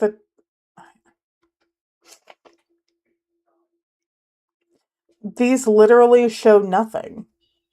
These are literally nothing. And there's 24 pages of this. I'm gonna laugh if the very last page is like, looks something like this, but it's all redacted. It wasn't even the last page, it was the very next one. Oh my god, dude. Oh, fuck. I feel like we constantly live in a... the title of it's redacted. Oh, fuck. Oh, clip this one too, because that's funny.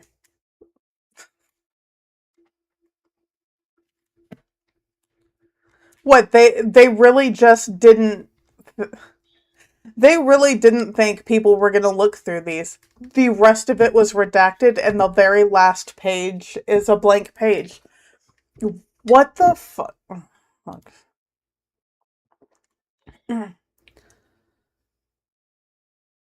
Oh, this is the same one that I read through.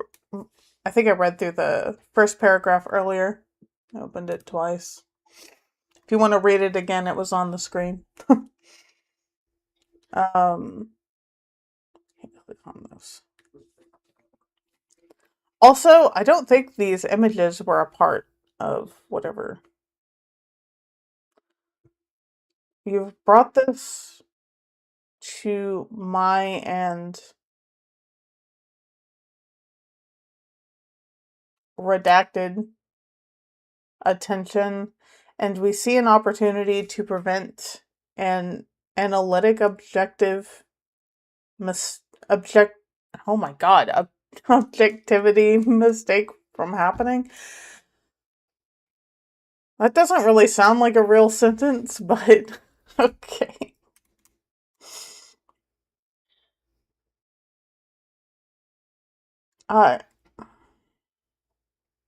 And there's 8 of these.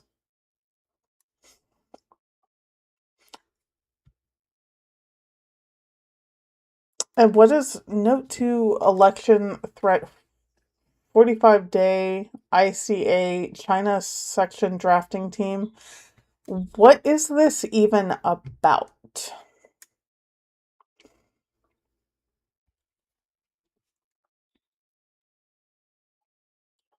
Like, again, just absolute bullshit. Look at this shit.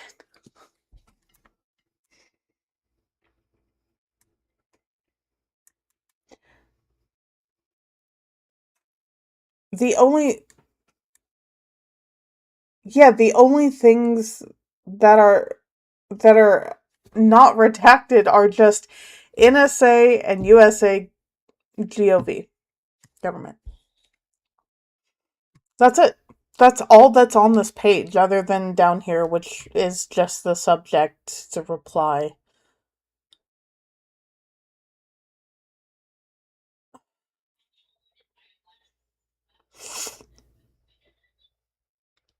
Also, who writes, thinks, I assume person and person, when you're sending an email that involves two people, you can, I think it's called, I don't know, I don't send emails, but I think it's called CCing them. You can just add them both to the email. All you gotta do is say thanks and it gets sent separately to both of them. Oh, what the fuck?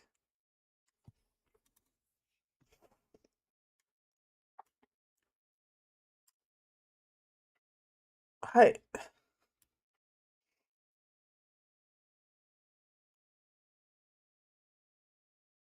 We've deliberately messaged our one pending PDB to avoid any direct links to the election. The massive report we have been waiting on has been chopped up into 13 reports that likely will not get out until late next week. Many/all of them will be cross-posted into redacted or downgraded to redacted so that they can be more readily incorporated into the 45-day piece if needed. That said nothing. This is... And these are all just... What is the point of this last page? The fuck?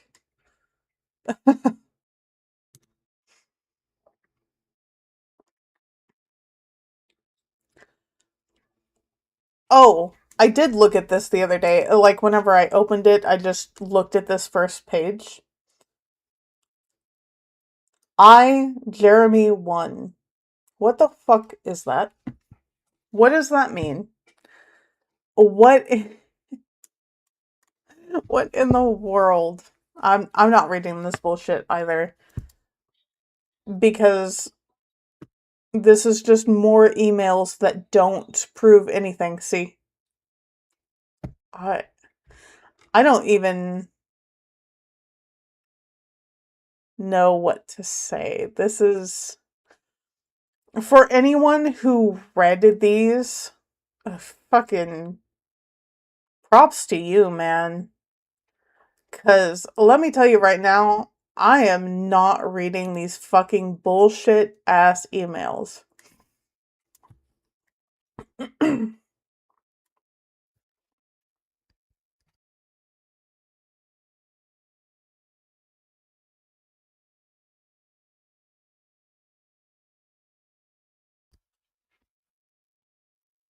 And there were a lot of these too. That first one, the first zip file I downloaded had so many files in it. And come to find out, they're just nothing.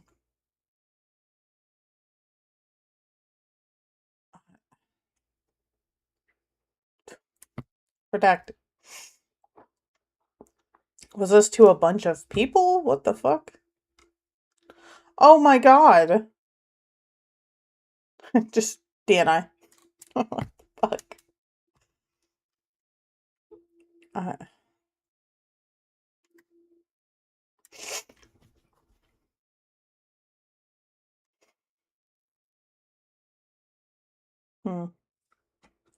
And then again, that last page. These are... And they're all just emails that say nothing, essentially. See? I know whenever they had redactions on, like, the Epstein files and whatnot, the redactions you could copy and paste and then just remove the highlighted part. And people were reading the essentially what was supposed to be the redactions. Anything that's basically all redactions, I obviously just skip. There's nothing to see on it. See, look at this bullshit. And why is this just randomly highlighted? And then this is crossed out?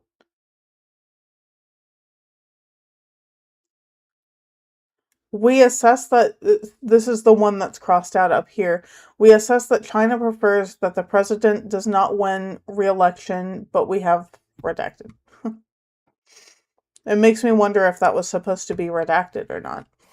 Beijing also continues to criticize U.S. policies, politicians, and perceived critics to shape a political and social environment in the U.S. that reflects China's positions and perspectives to defend against perceived attacks by the U.S. What?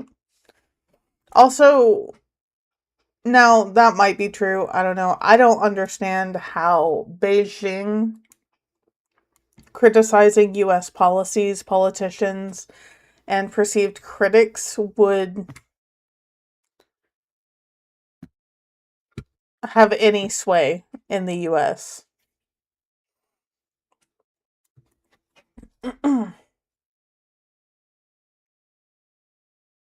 That these fucking redactions. What the fuck? I keep thinking that it's trying to have me click on something. I don't know why I keep thinking that. This is the same.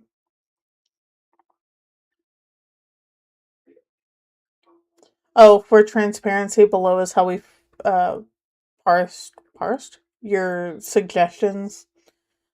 We assess that China prefers that the president does not win re-election, although as of blank, Beijing did not intend to try and affect the election. Chinese officials have to sway the outcome. Redacted. We're cutting this because it does not parallel with the rest of the graphic, which leads with China's candidate preferences rather than an assessment on potential Chinese actions.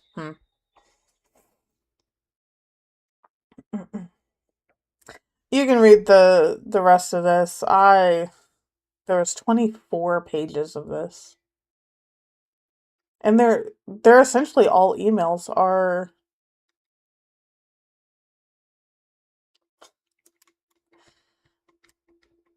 honestly. Oh, there's some more.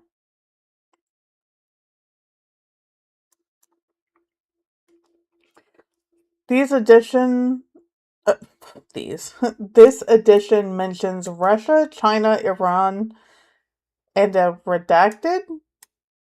Is this supposed to be another country?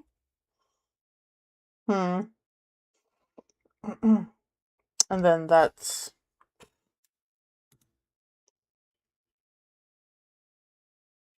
what is this?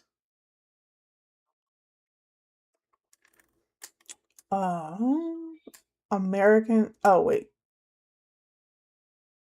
China acquisition, and exploitation of American voter data.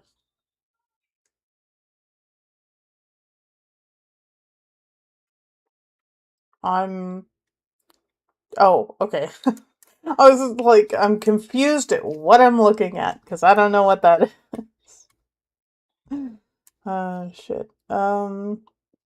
Chinese government production and export of fraudulent U.S. driver's licenses to Chinese sympathizers in the U.S.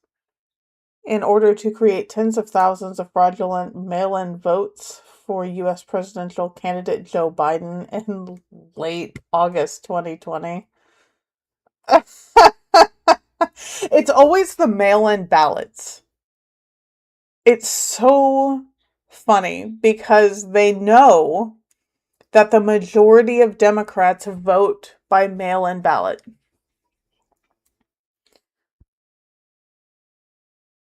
And also, if this is true, why is nobody being arrested?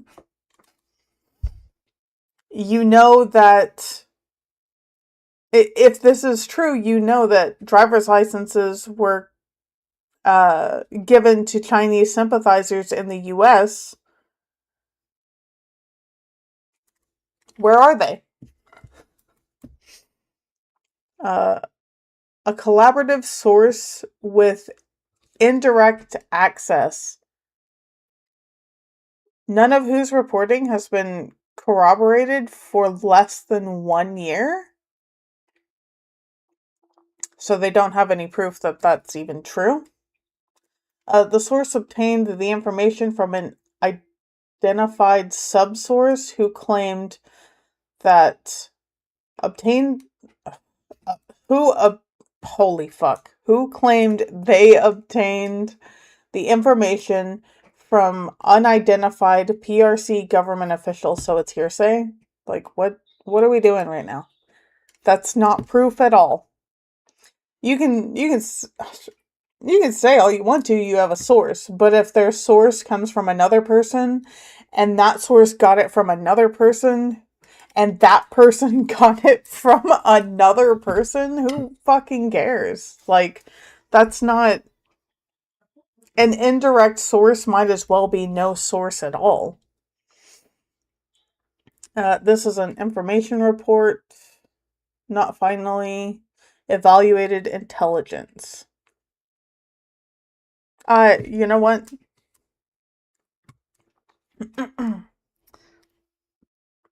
Usurper. I like the fact that they used usurper here. What a fucking word. Secretly. In late August 2020, the Chinese government had produced a large amount of fraudulent U.S. driver's licenses that were secretly exported to the U.S. The fraudulent driver's licenses would allow tens of thousands of Chinese students and immigrants sympathetic to the Chinese Communist Party to vote for Joe Biden. Despite not being eligible to vote in the U.S.,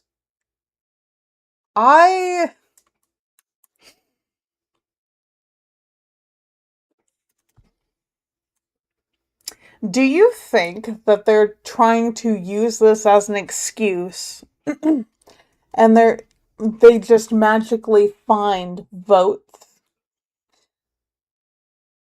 that prove this?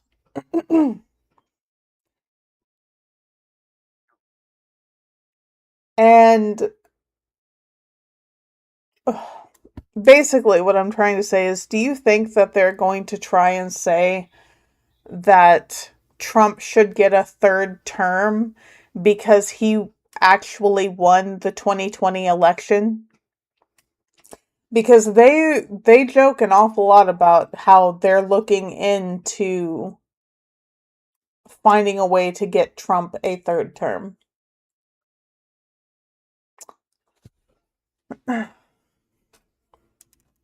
It wouldn't surprise me, honestly.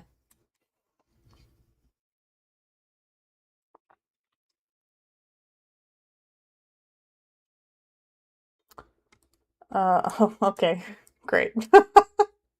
It always really just makes me laugh that Did I open these again? Oops. It always makes me laugh when the very last page is, just redacted. What is this? Okay. The following contains portions of sensitive reporting that was disseminated between 2018 and 2020 related to People's Republic of China. This is not a comprehensive synopsis or summary of all reporting disseminated during that time period.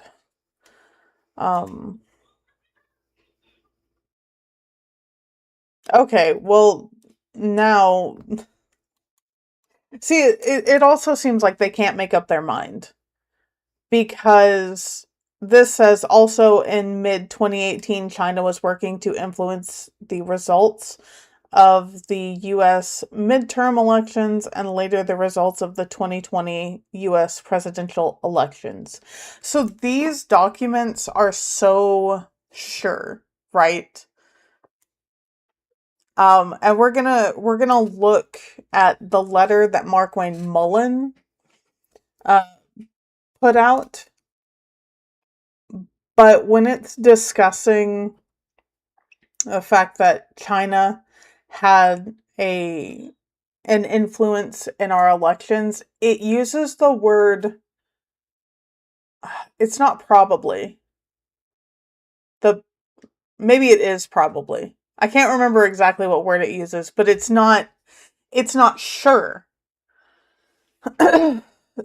Like, but right here they're so sure. They really need to make up their fucking mind.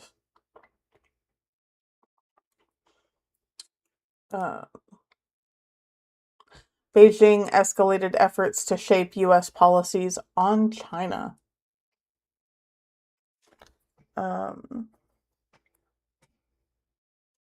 Warn a White House official that Beijing had derogatory information on him in an effort to compel him to take a restrained approach to China. You know, that's really funny considering Israel does the exact same thing to us.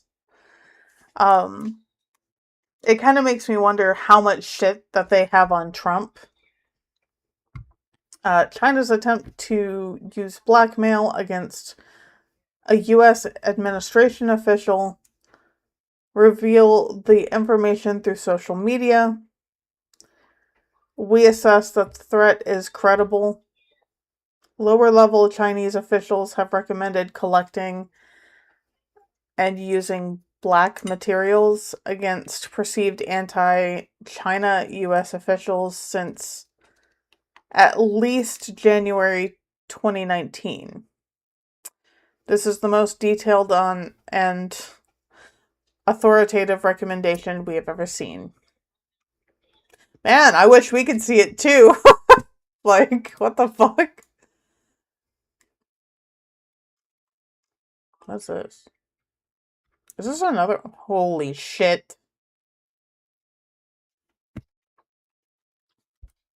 The entire thing. The entire fucking thing. And this is from earlier. See, we've already looked at these. We've already read those. And then the rest of it's just redacted? Are you kidding me? PRC analysis on U.S. voter registration data contained U.S. voter registration records from the midterm elections. The data contained PII.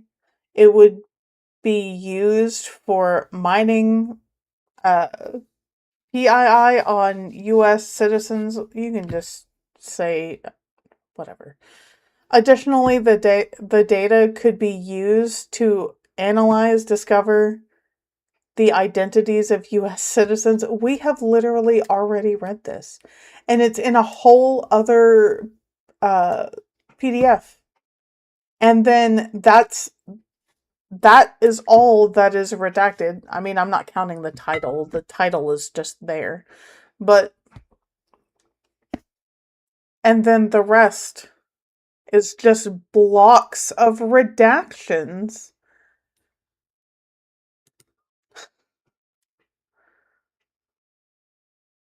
This is also, how much do you want to bet this is the exact same document? Nothing.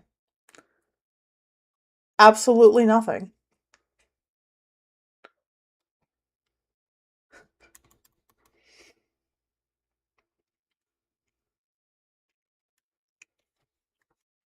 On July, again, why is the date? That doesn't make any sense to say on July, but then redact the day. What does the day matter? Redacted wanted to redacted the election system as the following year was the U.S. election.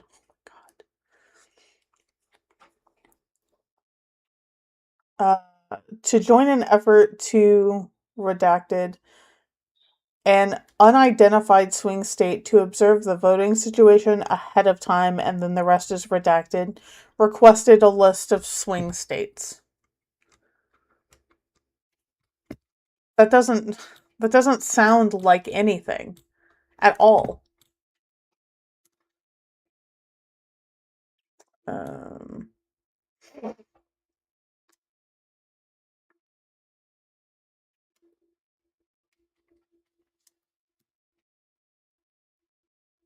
My cat is absolutely over here just snoring away. She honks when she sleeps. It's hilarious. Okay. I thought this was going to be the same document again. It's not. PRC increase. They seem to have forgotten a letter there. Increase redacted U.S. presidential elections, election-related intelligence, collected publicly available information from a U.S. redacted, learned from public sources that information published on redacted on the U.S. website 2020, U.S. presidential election infographics and products. The infographics and products, all of that is redacted. The products consisted of infographics and redacted maps, which would provide election officials, interested parties, and voters with information for mail-in voting, post-election, and election returns procedures, as these procedures differed according to state or administrative jurisdiction, area, or both. The products provided procedures to implement countermeasures for rumors and to safeguard the 2020 election. U.S. presidential election information products were mail-in voting processing map,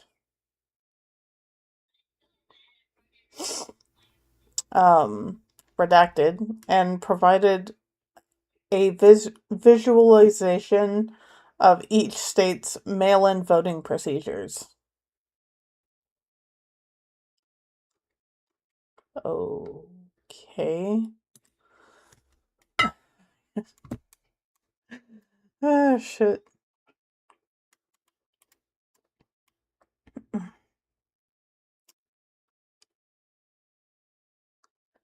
A PRC provided with requested U.S. voter data from several cities within 7 U.S. states on redacted 2023, sorry. And if they had any data on the U.S. states of Connecticut and Massachusetts on redacted 2023, responded that they would ask redacted.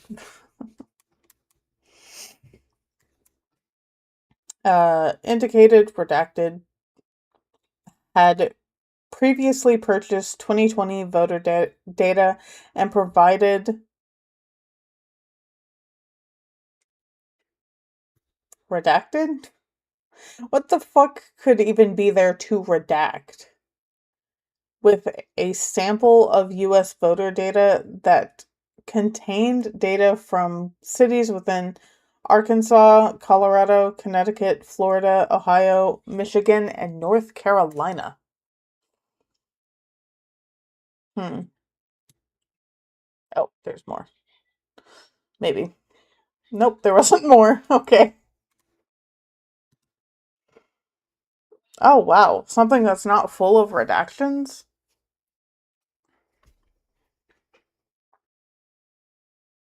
This is just saying what we've already read. Ahead of the 2020 presidential elections, China had extensive plans to utilize potential and cyber operations to sway public opinion against the Trump administration and international opinion against the U.S. government. So that's nothing. It's the only page on that one.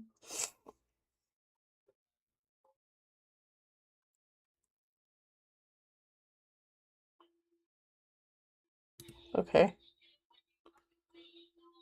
Okay, well... Oh, no, okay. Yeah, so this document is titled Summary Clean Declass Marked Part 3. The last two we just saw were Part 2 and Part 1. They are literally the exact same thing. What the fuck is this?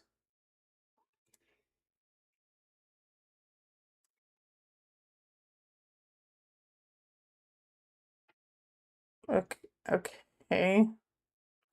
These are drafts of things. See, we read an email from this Nikki person earlier.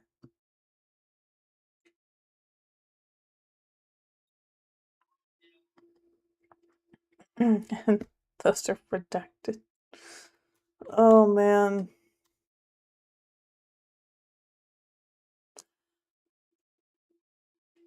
I see whenever I see that. Oh, this is a decision tree. Why?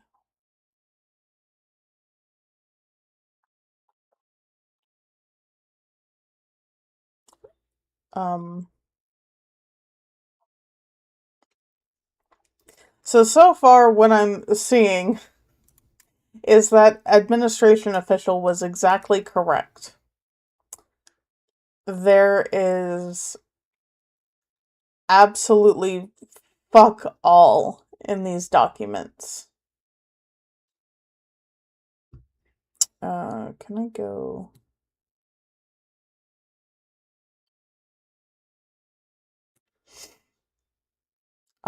I want to make sure that I scroll through these.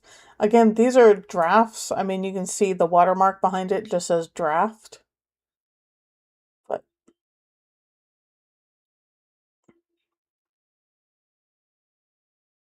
oh fuck.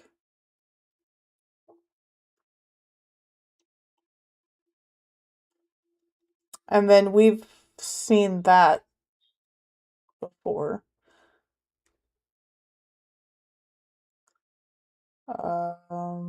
And maybe this? Maybe it's just set up the same. I'm not reading it. Honestly,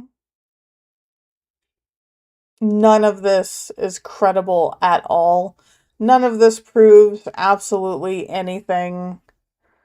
I mean, there was literally a decision tree up there. It's like somebody accidentally left their notes. Right?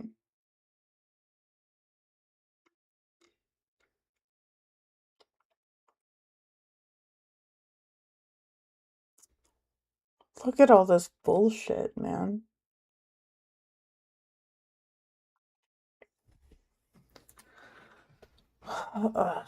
I honestly, I wish there was something interesting in these to read, but it seems to just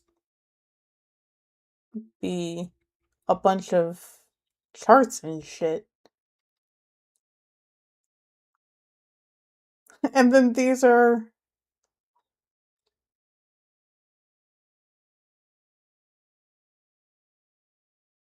What the fuck? These just seem to be messages between people.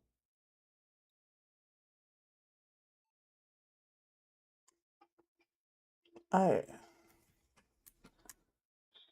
is that? Lead to Chicago flowchart?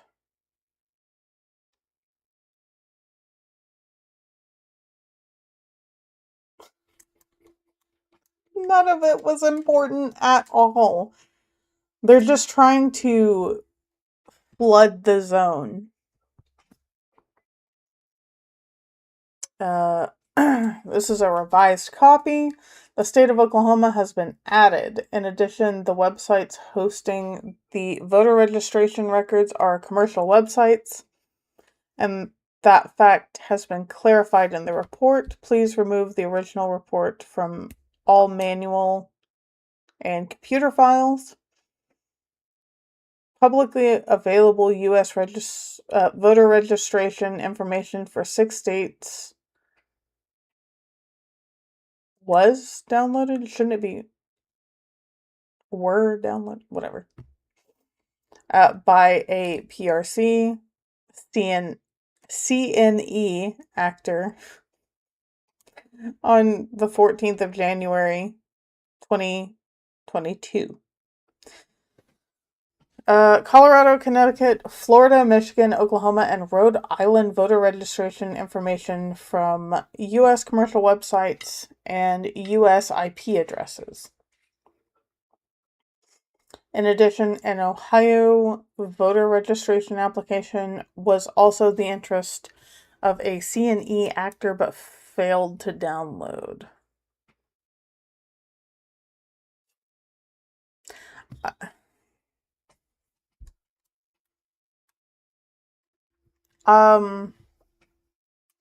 Again, you can just download voter registrations. Just saying. I looked into it last night while I was sitting here streaming. I've literally...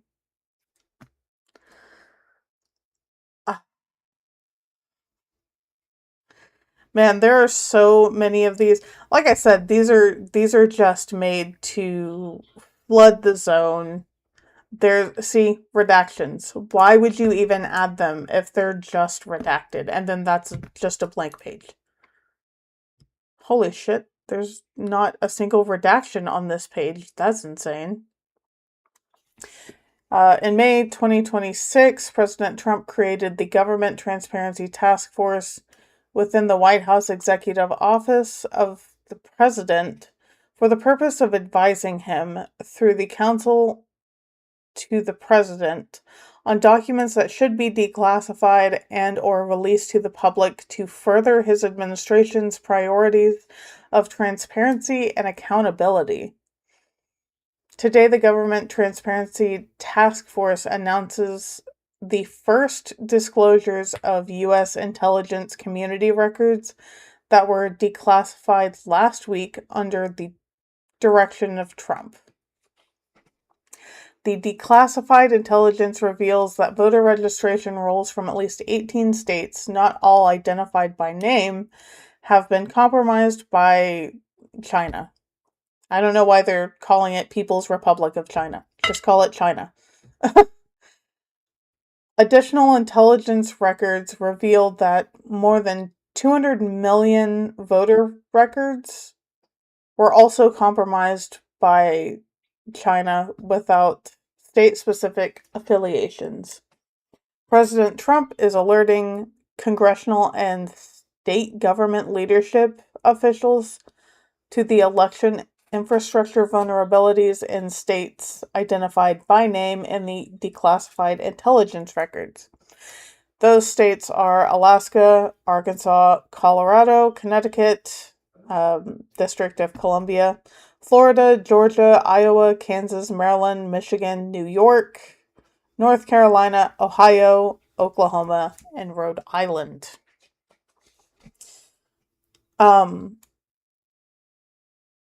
They talk a lot about vulnerabilities, in which none of that is actual proof that China is fully interfering in our elections.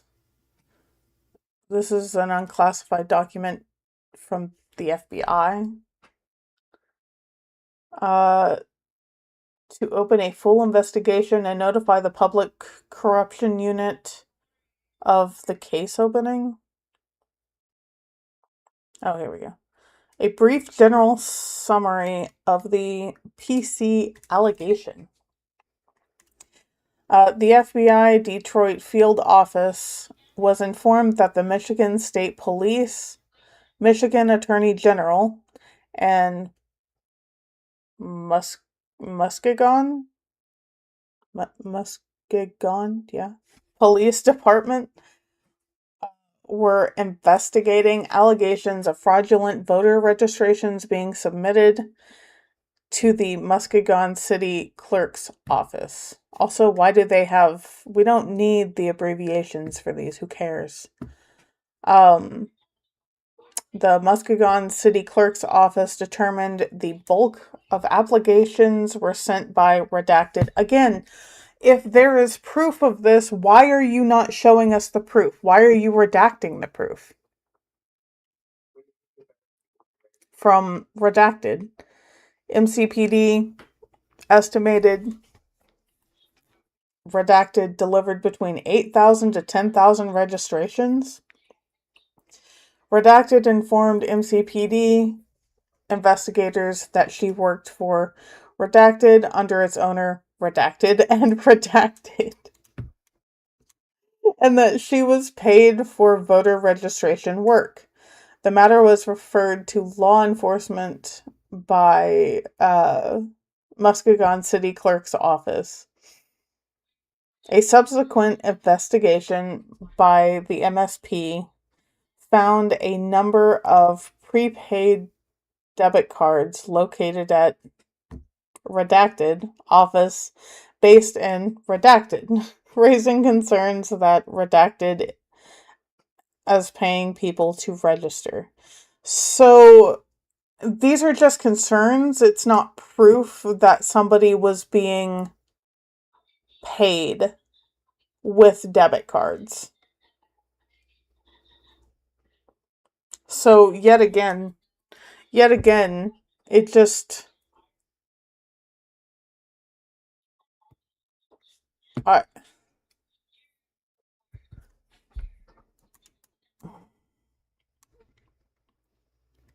it just doesn't make any sense. This doesn't... And I'm glad that this one's not as redacted. If you want to read these, you can. I'm not... These aren't important. And then I think these are emails. No, this looks to still be part of the investigation that they were doing. Blank worked for Redacted in 2020. He was tasked to find people who were not registered to vote and do whatever he could to get those people to sign up and vote. Redacted girlfriend...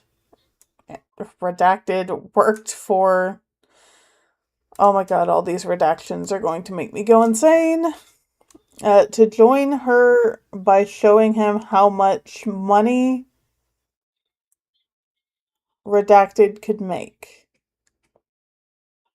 And whoever that is would make $700 to $800 a week. Redacted had an office near Redacted, wore a green shirt with... there was an older white guy, possibly named Redacted or Redacted, and a black lady named Redacted from Redacted. What the fuck is this? Who would task employees daily. Redacted initially drove a van to drop off workers. She dropped off Redacted several times. Like, I understand that they need to redact, the people involved name. Like, it's just, come on. Before she moved onto a different position. They were dropped off at different locations around Muskegon daily to find people to register to vote. Some people would register on more than one occasion. At the end of each shift, all applications were turned over to the supervisor. Redacted was never asked to, nor did he ever fraudulently fill out any applications. Redacted was paid hourly, not by the number of applications. Redacted knew some people got more money for more signatures. Some people had their friends sign duplicate applications. If you were good at your job, you might get a promotion to driver or supervisor. There was not a quota for each shift. Okay. Some people thought Redacted worked for Joe Biden. Why is that important? If they were not getting people to register to vote, Redacted and others were tasked to go door to door to hang flyers saying to vote for Biden. That's strange. So were they... What? That sounds like something like a volunteer would do who worked for Biden's campaign. You know what I mean? Like if people work for somebody's campaign, like volunteered, that's something that they would do. Redacted quit. It was weird to find people who needed to register to vote, then put up flyers for people to vote for Biden. After a while, Redacted heard the Redacted building was raided by the police.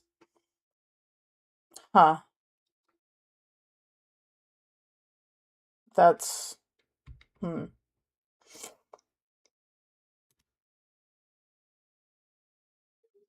What the fuck? Is this the same thing? Oh no, this is still... Are these different accounts by people? Or is this the same account? No. Okay, Redacted worked for Redacted for some time between September and October. She worked Monday through Friday, 8 to noon. At the time, she was taking care of an elderly person and was contracted by somebody. She was paid. She went to an eyewear store near Dollar General and provided her driver's license and was given a W-2 and other paperwork. She was paid by Visa card every 2 weeks. She didn't recall how much she was paid. It was based on hourly. She did not file taxes on the money she made working for the company. Then,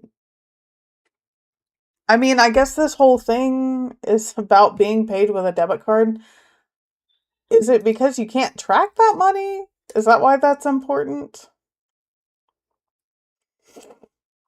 Grand Rapids Resident Agency closed. The captions redacted. Further investigation is warranted because Logical to date did not identify. Hold on.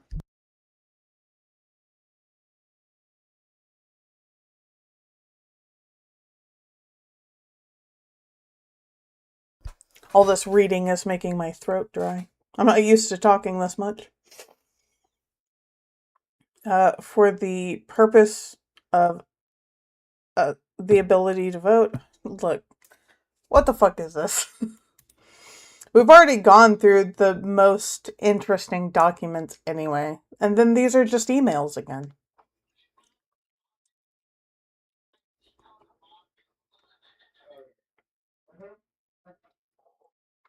I'll let you read that. Pause and read it if you want. I'm gonna go get water real quick.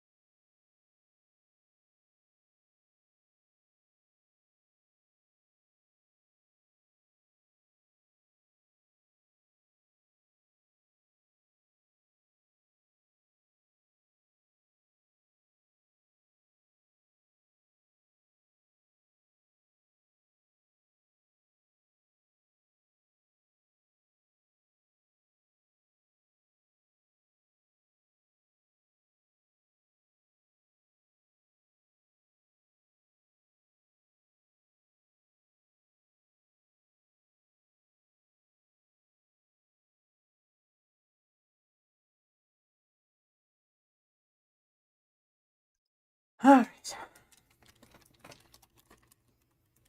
right. All of this honestly just seems like propaganda. I'm not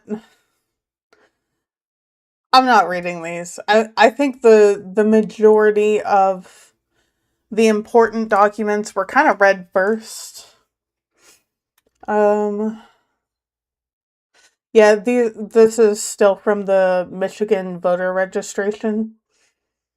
I didn't expect the list, but okay. And I just kind of want people to, since they most likely aren't going to go and find it themselves, they can look at this. Because, and if you were here earlier, you saw, like, just the blocks of redactions, and you can tell that they really tried to, that they're really trying to push a narrative. Because out of the redactions, you can make full sentences out of what they want you to see. It's the fact that that no one is really calling them out about this is crazy. And I'm sure there are, who fucking knows. I don't follow everybody on TikTok, but and there are also multiple documents that are just the exact same thing.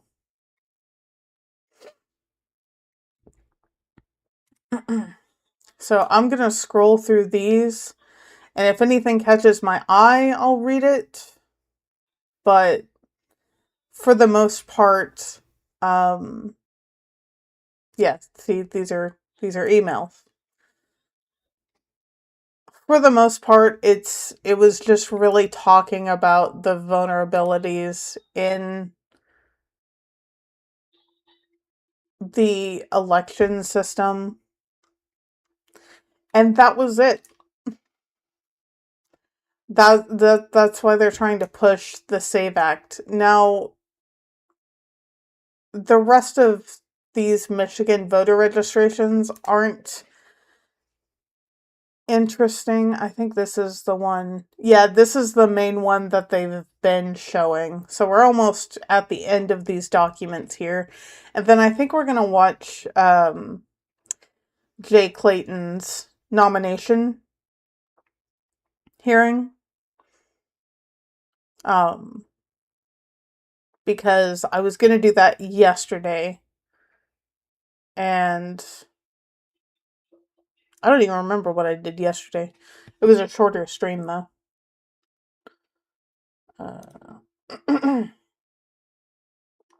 I'm glad that some of these are just one page, because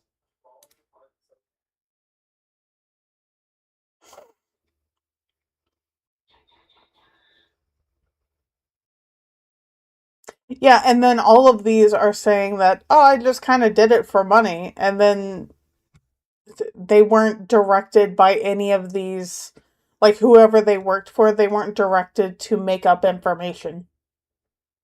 And it's just, these documents literally prove that Trump is lying about all of this bullshit. For whatever reason, he hates Biden so fucking much. I really just don't get the hatred. Like, you know, maybe you just don't like somebody, but this is a new kind of hatred that I've never seen before.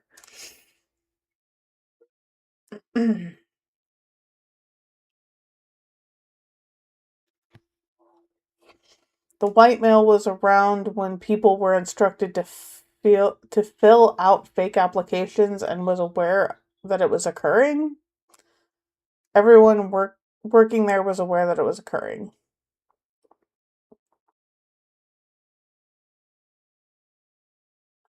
Hmm. That's others employed by the group were redacted. There were a couple black males that were friends of redacted.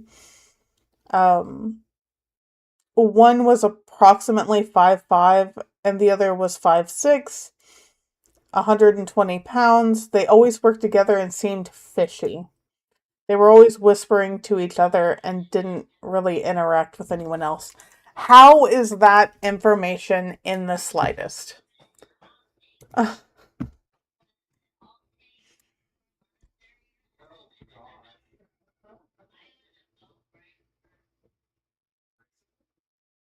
Hmm.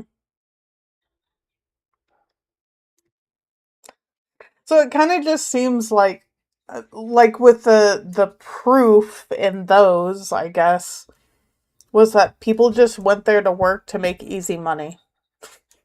That's that's really it. And then more bullshit emails.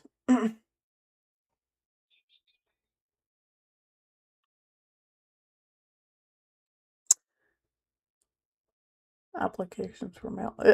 8 to 10,000 is a number that keeps popping up in these. And then a completely blank page with one redacted thing, which I assume is somebody's name, but still, like,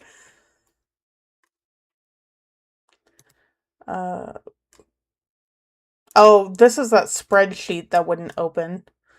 I couldn't get it to open yesterday. This right here. Over 250,000 non-citizens are illegally registered to vote in just the 4 states for which public data files have been reviewed. I would like to see actual proof of that. And Markwayne Mullin talked about this. That's what we did yesterday. We watched Markwayne Mullin's press conference and then Todd Homan's bullshit. But keep this in mind. This is one that's been floating around quite a bit.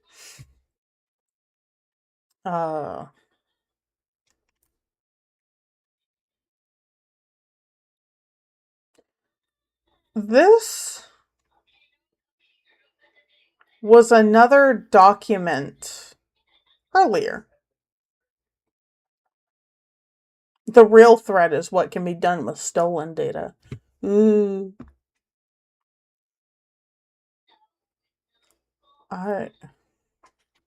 Again, this is just talking about what can be done with stolen information and shit like that.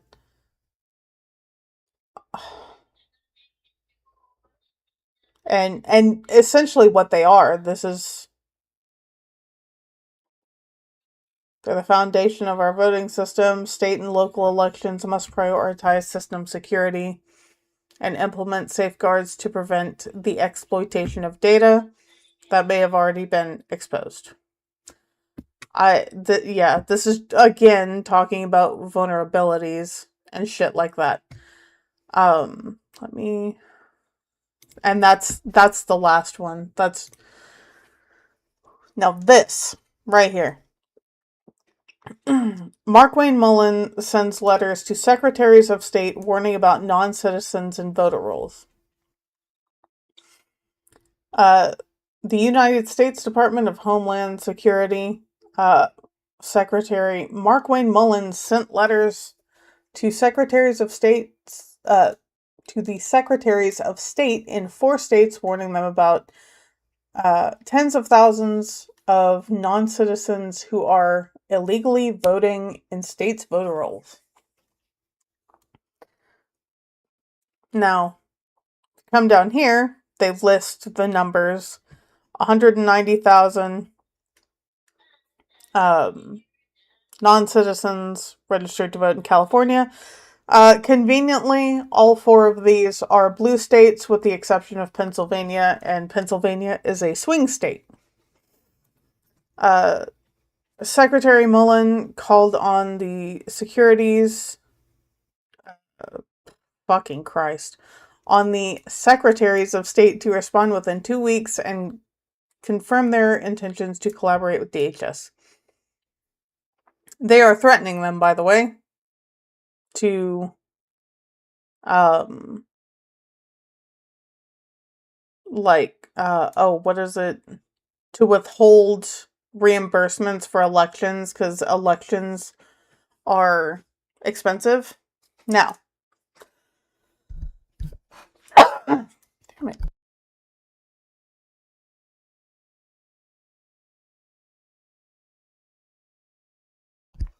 Now, if we go back up here, DHS has identified over 250,000 potential non-citizens illegally registered to vote. Potential is a key word because in Trump's address to the nation, in Markwayne Mullin's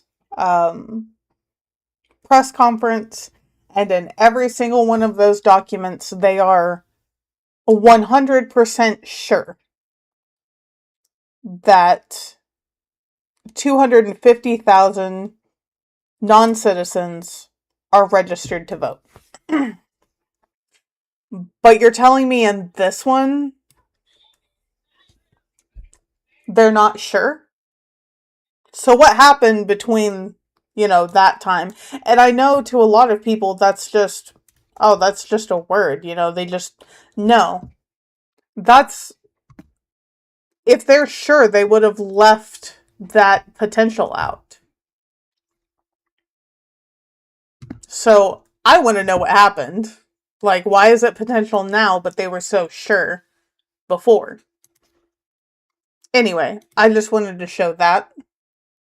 Now we're going to move on to Jay Clayton's hearing, and you won't have to hear me talk so much. Though Lindsey didn't serve on the Intelligence Committee, as a former chairman of the Senate Judiciary Committee, he was a part of our extended family, and he was obviously a champion for intelligence officers just as he was for our troops. He was a true partner on issues such as FISA, FBI, DOJ oversight. Lindsey ensured the intelligence community had the resources needed to confront our adversaries. Lindsey was a true patriot who led with courage, loyalty, and relentless optimism during his time both as an airman in the Air Force and in the United States Congress. In remembrance of Senator Lindsey Graham's lifetime of service, I invite the members of this committee to honor our colleague and friend by living up to the example he set and carrying forward his love for God and for country. We also welcome his sister and new senator, Darlene, who we all had the occasion to meet yesterday, and who I know will carry forward his legacy in a way that would make him immensely proud as he...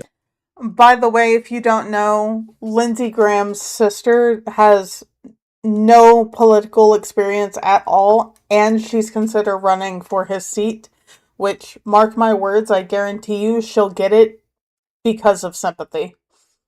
Always was proud of his young sister. Today's hearing is an opportunity to consider Mr. Clayton's qualifications. So I'd like to welcome him and his wife Gretchen to the Senate Intelligence Committee. Mr. Clayton, thank you for once again answering the call to public service. To your family and loved ones, including those watching from home, thank you for your support during this process. I want to state for the record that Mr. Clayton has provided answers to our standard 40-page committee questionnaire. He has answered in writing more than 200 advanced questions for the record as well. He has completed his FBI background investigation. He has met with most members of this committee, and he has provided more than 5 years of tax returns. This is no small feat, but was helped in large part by the fact that this was his third time through the process. I want to thank all of those persons and organizations who worked to move his nomination at very fast speeds. That includes our committee staff, the staff at the Office of the Director of National Intelligence, the FBI, the Office of Government Ethics, and the White House Counsel's Office. I'd also like to offer my prayers to outgoing Director of National Intelligence, Tulsi Gabbard's husband, Abraham, as he battles cancer, and thank Ms. Gabbard for her efforts to streamline the ODNI as she turns, understandably, to her husband's care. This committee is grateful for her decades of service to the country, both in uniform and as a civilian. And I also want to take a moment to thank Bill Pulte for his leadership to date as the acting Director of National Intelligence. The additional steps he's taken to right-size the office of the DNI will help Mr. Clayton be successful on day one of assuming this position. Mr. Pulte has been highly communicative and engaged with me and my staff during his tenure, for which I am grateful. Mr. Clayton, it's my understanding that you intend to finish Ms. Gabbard's work to return the ODNI to its original size, scope, and mission. I've long said that the right number of staff at the ODNI would number in the dozens, maybe a couple hundreds at the maximum, but certainly not the thousands of recent years. Congress intended the ODNI to be a lean and efficient organization to keep bureaucratic intelligence agencies at bay. But some 20 years later, the ODNI has unfortunately become yet another bloated agency that incentivizes bureaucratic make work as opposed to genuine intelligence work. Mr. Clayton, given your many years as a seasoned professional in both government and private practice, I'm eager to hear how your experiences will inform your plans to return the ODNI to those roots. I look forward to working with you to provide any legislative relief that you deem necessary, such as transferring centers or functions to other government agencies, because while many functions that are needful occur at the ODNI, they don't necessarily need to be occurring there.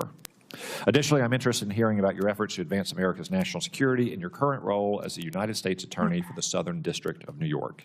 As U.S. Attorney, Mr. Clayton has gone after some of the worst national security threats, including foreign enemies who put innocent Americans at risk and have American blood on their hands. For example, he's overseen the indictment of Venezuelan dictator Nicolas Maduro, secured the guilty plea of Venezuelan General Hugo Carvajal, and overseen the prosecution of an Iran-backed terrorist connected to multiple attempted terror attacks in the United States. Though these are just a few high-profile cases, let me state for the record that Mr. Clayton has worked hand in glove with our intelligence agencies and counterterrorism personnel to lock up criminals who threaten our national security. I commend him and all those involved for this important work. I'm interested in hearing from the nominee how he plans to apply this experience as the leader of the intelligence community.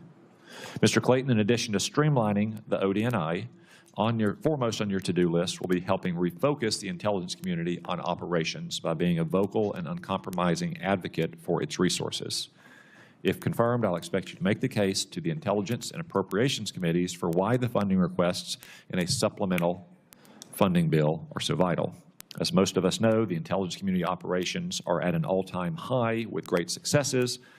While the Pentagon received money from the Working Families Tax Cut, the intelligence community did not.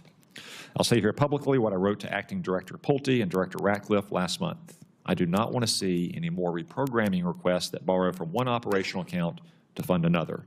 There are plenty of underperforming and under-executing programs across the intelligence community that can be a bill payer for needful operations until Congress can pass supplemental appropriations bills.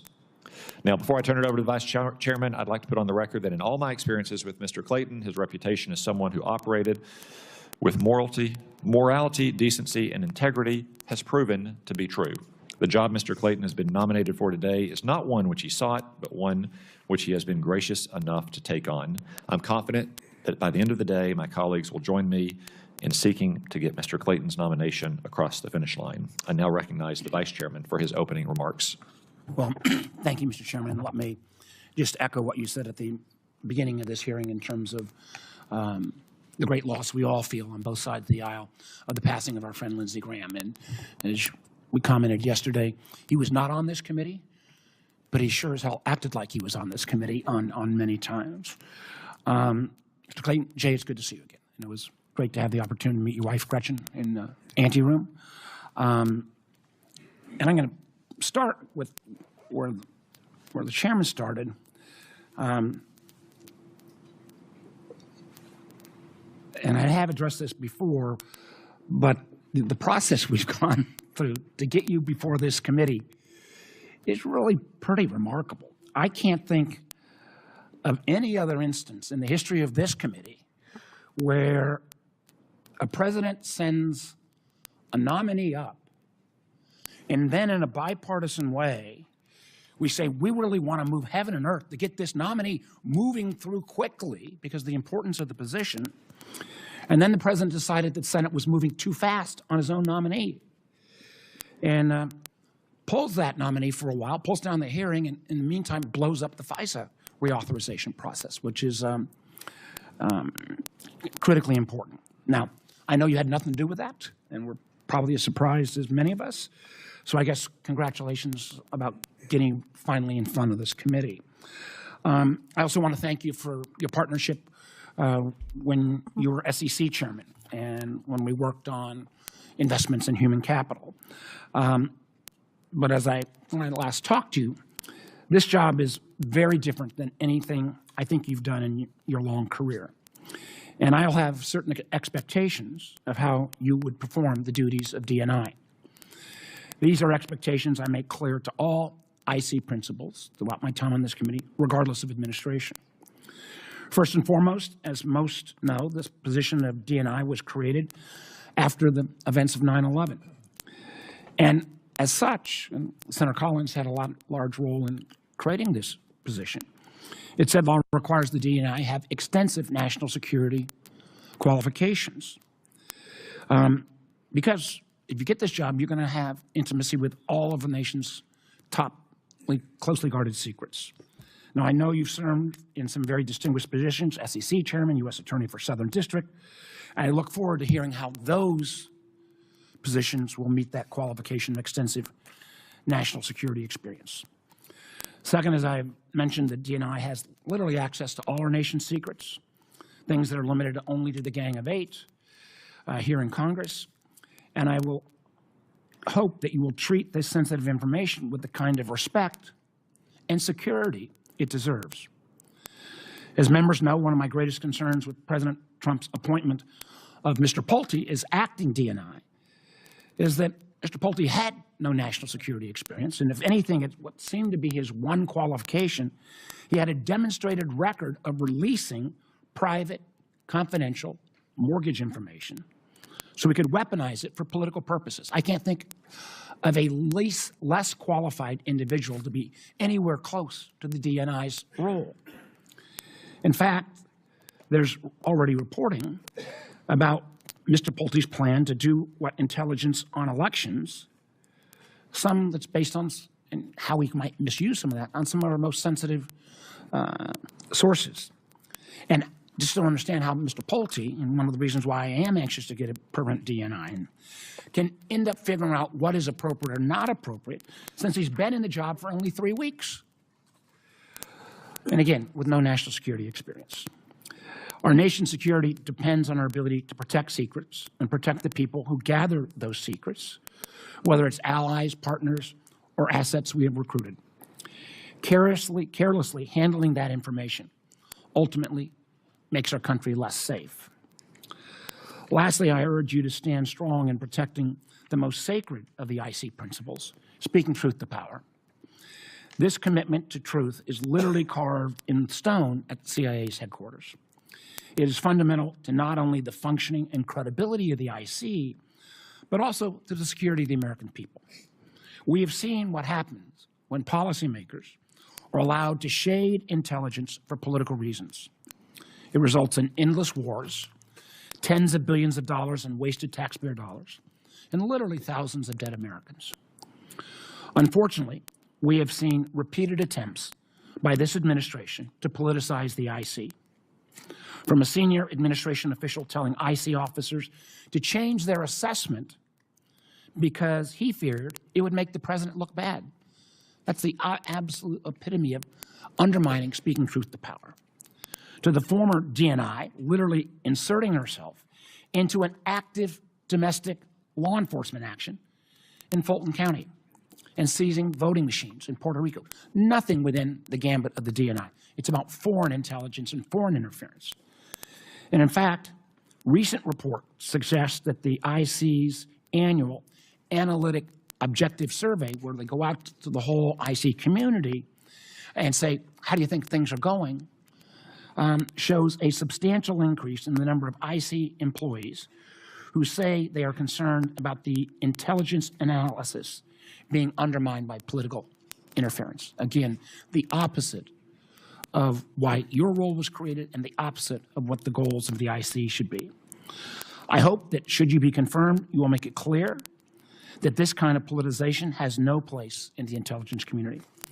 And I ask that you treat the thousands of IC career staff who will be under your charge with the kind of respect and dignity they deserve. They are brave men and women who've signed up to serve our country, and they never get the recognition that our men and women are in uniform get, but they do so much to protect our nation. And as I said at the outset, this is a very different job than any you've had in the past. In some ways, I believe it's more critical than being SEC chair or U.S. attorney, because in many ways, the IC is our first line of defense in terms of keeping our country safe. In order to make sure we keep our country safe, the IC must also maintain the trust and credibility with the American people, which means objective analysis, keeping itself free from politicization. I look forward to your answers. Congratulations again, and I yield back.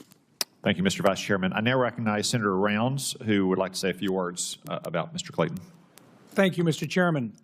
Today I have the privilege of introducing the Honorable Jay Clayton, President Trump's nominee, to serve as the next Director of National Intelligence.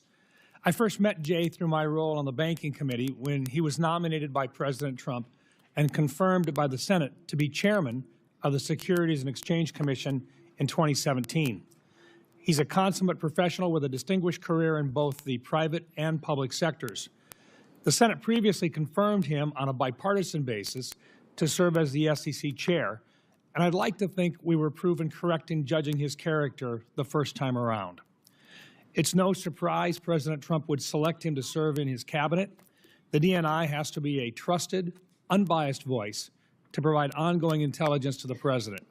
I believe Jay will do a great work in this role. Jay is an accomplished lawyer with decades of experience, and he currently holds one of the most high-profile and demanding posts in the Department of Justice as the U.S. Attorney for the Southern District of New York. He made the most of his time in New York by prosecuting some of America's worst enemies and threats to our national security. Mohammed al-Sadia, the Iranian-Iraqi national responsible for over a dozen terrorist attacks in Europe and 2 attempted attacks in America. Nicolas Maduro and other narco-terrorists. These efforts required extensive coordination with the intelligence community and larger national security enterprise, including the Department of Justice, the Department of the Treasury, the Department of Homeland Security, and the Federal Bureau of Investigation. If confirmed, Jay's experience at the helm in New York will serve him well as DNI. Mr. Clayton chaired the SEC through a period of significant uncertainty for financial markets during the depths of the COVID-19 epidemic in 2020. His success in leadership roles at the SEC and DOJ is strong evidence of his ability to be an effective coordinator as the Director of National Intelligence. Many of the most pressing national security threats we face today are cross-cutting issues that involve technology and economics and go beyond the IC's traditional focus on foreign military capabilities and foreign leadership intentions. Jay's time at the SEC and in the private sector has given him valuable experience with issues that the DNI faces on a daily basis: cyber threats from state and non-state actors, illicit finance, economic competition with China, and the rapid adoption of artificial intelligence by both our adversaries and our own intelligence community. He brings valuable insight into each of these areas that will serve him and our country well. Jay holds a TS, SCI clearance and has worked in highly classified, compartmented environments requiring discretion and security compliance. As a result, he knows firsthand the critical importance of Section 702 and FISA. His extensive experience working across agencies is a quality needed as DNI. He has a working relationship with CIA Director Ratcliffe that will make for a smooth transition into this leadership role. While Jay may not have served in the intelligence community, he has the right mix of practical experience working with the IC, including experience with the Justice Department and coordination with the Department of the Treasury. His professional background is important to the growing demands being placed upon the IC related to technology and economic competition. Further, his diverse experience in the private sector, the SEC, and as a U.S. attorney in a very active district give him the wealth of management, leadership, and organizational experience to succeed in coordinating at all the different equities or with all of the different equities that make up the intelligence community. In closing, I offer my strong endorsement for Mr. Clayton to serve as the next Director of National Intelligence. Thank you, Mr. Chairman. Thank you, Senator Round. Mr. Clayton, before we move to your opening statement, I need to ask you 5 standard questions the committee poses to each nominee who appears before us. A simple yes or no answer for the record will suffice. 1, do you agree to appear before the committee here or in other venues when invited? Yes. 2, if confirmed, do you agree to send officials from your office to appear before the committee and designated staff when invited? Yes.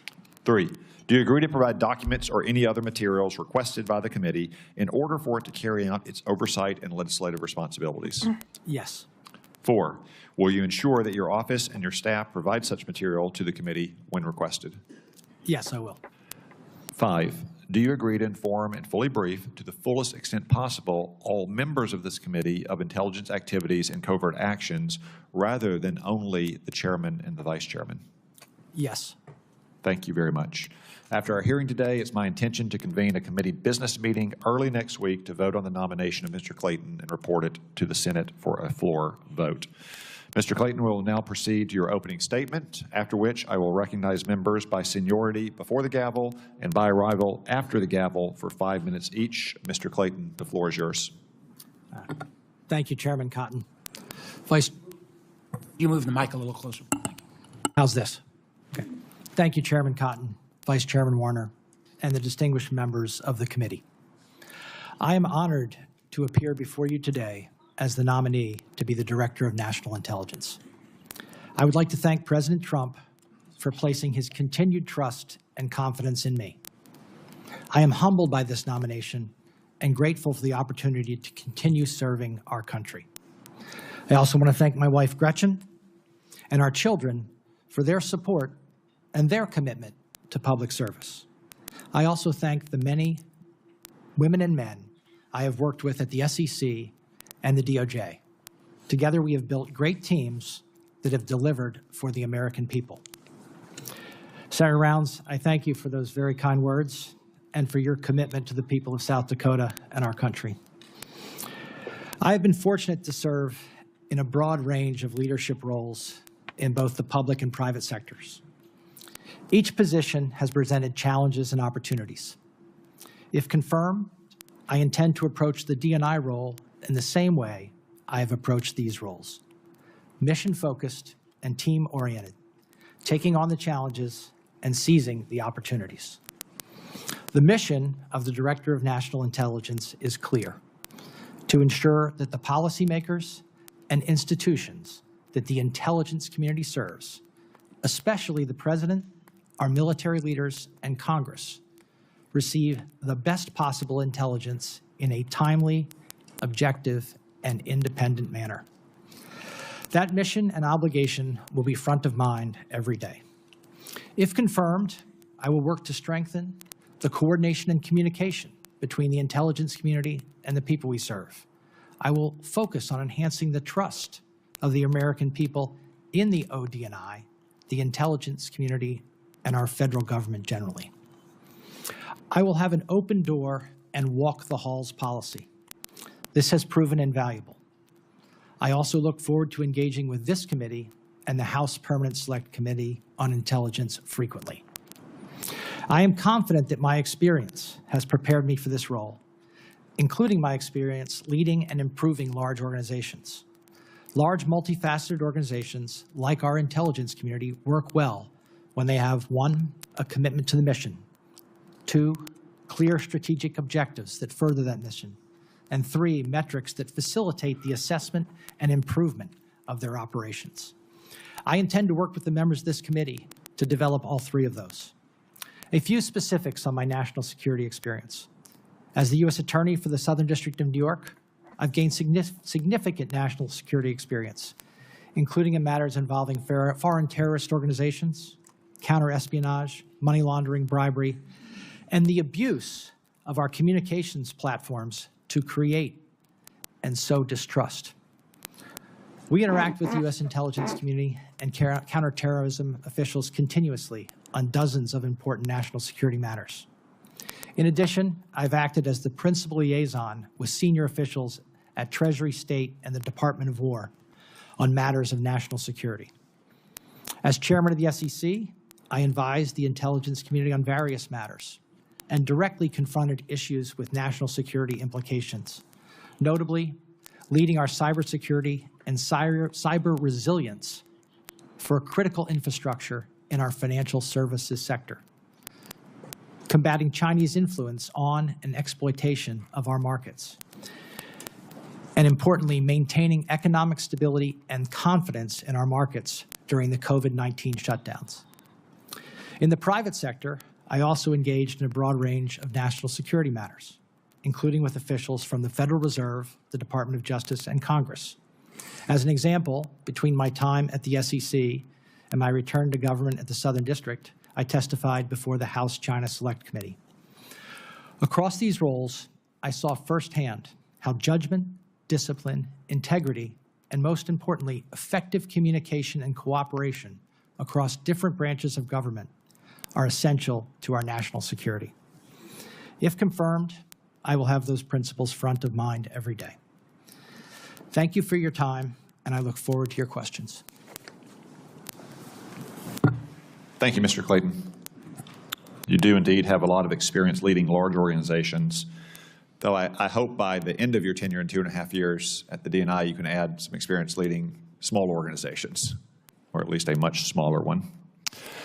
As I observed in my opening remarks, and you mentioned in yours, in your current position as the U.S. Attorney for the Southern District of New York, you've taken part in a number of national security-related investigations, including the prosecution of terrorists, narco-traffickers, and others who wish to do harm to the United States and our citizens. I think it's probably important for many viewers to know that the Southern District may be the #1 national security-related U.S. Attorney's Office in the country. Can you speak to your interaction specifically with the intelligence community as part of these investigations and how critical intelligence community collection was for informing the evidence you obtained to pursue convictions in these cases? Thank you. The short answer is extremely critical. And in the examples that you mentioned, the examples that Senator Rounds mentioned, whether it's Maduro and Carvajal, whether it's al-Sadi, the I'll just say multifaceted terrorist who we've recently captured, and our drug interdiction efforts, combating cartels and the flow of deadly drugs. The intelligence community is essential to our prosecutions in all of those cases. And if I may, it's the only game in town. The United States intelligence community combating those global threats is essential, not just for the U.S., but as was mentioned in Senator Rounds' remarks, keeping our European colleagues safe as well. Thank you. You also mentioned your time at the SEC. Now, in my neck of the woods, that's the country's best football conference. But here we're talking about the Securities and Exchange Commission. I think most observers would think, well, that's for the stock markets, and a Wall Street lawyer goes in and hopefully gets fees down and markets do well and combats fraud and maybe tackles new issues like cryptocurrency. But I think some viewers would be surprised at the amount of national security related matters you had to confront at the SEC as well. Could you just go into a little bit more detail on that front too? Sure. Starting at the top, national security and economic security are synonymous. National security and market function and market integrity are synonymous. Our financial infrastructure is essential to our security as a nation.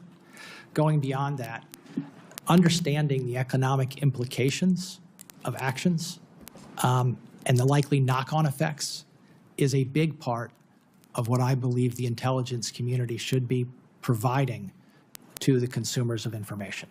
Understanding the economic consequences of actions is an essential part of intelligence, and it's something that I engaged in frequently at the SEC.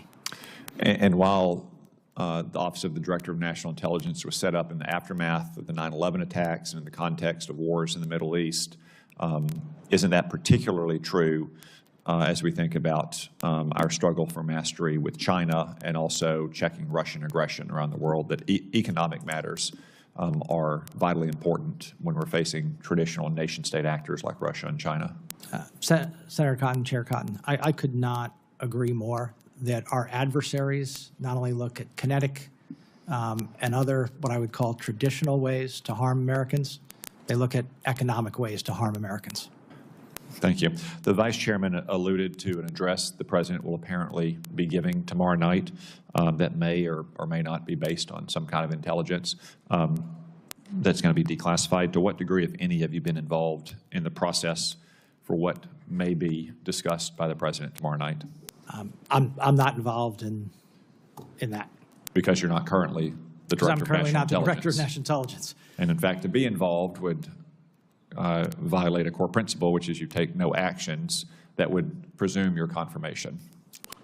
That I couldn't have said it better. Thank you for helping me establish that fact. The Vice Chairman. Thank you, Mr. Chairman. As I said repeatedly, if you're confirmed, you've got to make sure that you speak truth to power. And that means even if the truth is not the preferred narrative that somebody wants to hear. So let me just ask you, it should be a simple question. Do you deny that Joe Biden won the 2020 election? Senator, I'm not an election denier. Joe Biden was certified as the President of the United States. Election denial is something we cannot have. So I will take that as you do not deny that Joe Biden won the 2020 election. He did just say he wasn't. I'm not. I think, let me just be clear. We have substantial work to do, and I've made it in improving our electoral processes. It's part of national security, and I feel strongly about that. One of the things that, again, this will come around perhaps to what's happening tomorrow night as well, classified information is critical. If we violate classified information, that loses us allies. It makes us less strong. I fear that certain countries already are not sharing as much information with us because of some of the things that have happened. So let me ask you some straightforward questions. If confirmed, you commit to protecting all classified information in accordance with established rules and procedures? Yes. If confirmed, you commit to following established processes and procedures when it comes to declassifying information? Yes. And that will then lead to the next, because if you're going to follow official purposes, you cannot declassify information for political purposes. Will you promise that you will not do that? Senator, I promise that my declassification exercises will be consistent with the role, and I believe that there are a number of protections in place across the intelligence community to ensure that intelligence is not used for political purposes, and I intend to adhere to those.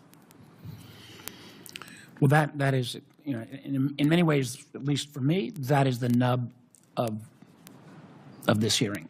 In preparing for this hearing, I have analyzed the procedures that are in place for declassification and other actions that you would take as the Director of National Intelligence. And I look forward to consulting with the people inside the intelligence community and at the ODNI to ensure that we adhere to those principles. It's critically important because, again, we may see some of this tomorrow night or not, but we go around those established procedures. We could burn sources and methods. We could lose allies. It is, the ramifications are so grave, and it has been treated in such a cavalier way that it's really extraordinarily upsetting to me. Along with classified information comes the analytic tool. One of the things that I pointed out in the recent IC annual survey, the number of IC analysts that are concerned that their work may be threatened by politicization, or if you don't reach the right conclusion, that completely undermines the basis of what the intelligence community is set up with. So, if confirmed, you commit that the ODNI's decisions and analysis will remain free from political pressure and conspiracy theories. Yeah, Senator, the role is to ensure that you, the President in particular, the members of the cabinet receive the best possible intelligence product available, and I do commit to do that. And I do commit to do that. Yeah, if you could bring the whole box. Sorry, I need a space for the papers. But I can't stress enough, if the IC workforce feels they're going to get political blowback or get fired, which we have seen, because they reach a conclusion that may not be what certain folks in the administration want to hear, that undermines the whole work of the whole community. If I could jump in on that, Please. and I want to say that my experience at the SEC, my experience at the DOJ, is that the people who have worked for me have great confidence that they can speak to me in a candid and free from any worry that what they say to me in their professional capacity is going to result in any kind of disagreement. I would say any kind of friction beyond the normal toing and froing that you have in any organization. And I will say, let me add a comment to what Senator Round said. In working with you at the SEC, I found that was how you operated, and particularly in taking on certain issues that might not have been politically popular. But this is such a different role, and I am so concerned that whoever ends up in this role is going to be under a set of pressures that may be unprecedented, and we're going to need somebody extraordinarily strong. I'll come to my last set of questions, and that is around election integrity. This job was set up to look at foreign interference in our elections. So it was more than stunning to me when the former Director Gabbard, showed up at a domestic, I believe, political interference activities in Fulton County. We're coming into election season. I want to make sure you are on the record. If confirmed, you will commit you will not interfere with or comment inappropriately on U.S. elections. Senator, you outlined the role correctly. The role is to deal with foreign interference in U.S. elections, which is something I'm gravely concerned about. But that's the role. And finally, we cannot have the DNI trying to put his or her hands on the scales in terms of tipping the outcome of any American election. Will you commit to not put those hands on the scales? The role of the intelligence community is to provide information, not to engage in policy or those things. So, yes. Thank you. I yield back. Thank you. I agree that the role is very different, but I think that's true of most government roles. And we never quite know how people perform in them, and some of us have been very satisfied with nominees we've confirmed in both parties, and some have been dissatisfied. But, look at our former chairman, Marco Rubio. Being a senator, I think we can all agree, is very different from being the Secretary of State or being the National Security Advisor, and he's pitching a near perfect game in those roles, if you ask me. But you can't reason by analogy. You've been a Wall Street lawyer for a long time. How long have you been a lawyer? 36 years, 33 years. And so you're governed by attorney-client privilege. That's not classified material, but it is require you as an ethical obligation. Have you ever had any issue in handling attorney-client material? No. And the material you're handling in Wall Street, I mean, you're talking about market-moving material, millions or billions of dollars. Billions and probably in aggregate trillions of dollars of information that you have to be very careful not to allow to slip. Or very sensitive personal information about clients as well. And no issues ever in the past dealing with those. None. Thank you. Senator Collins.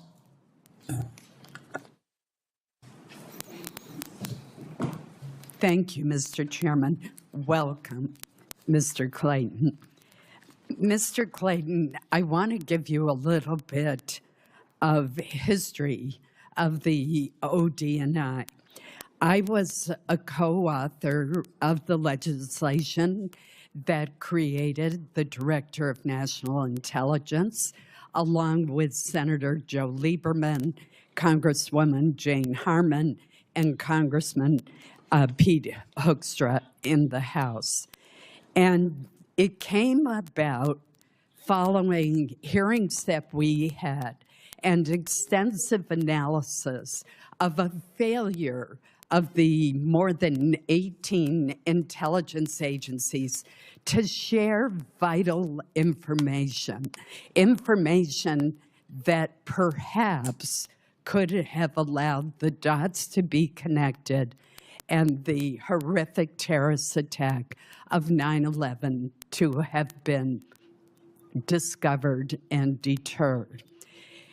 I'll never forget a conversation that I had with Secretary of State Colin Powell.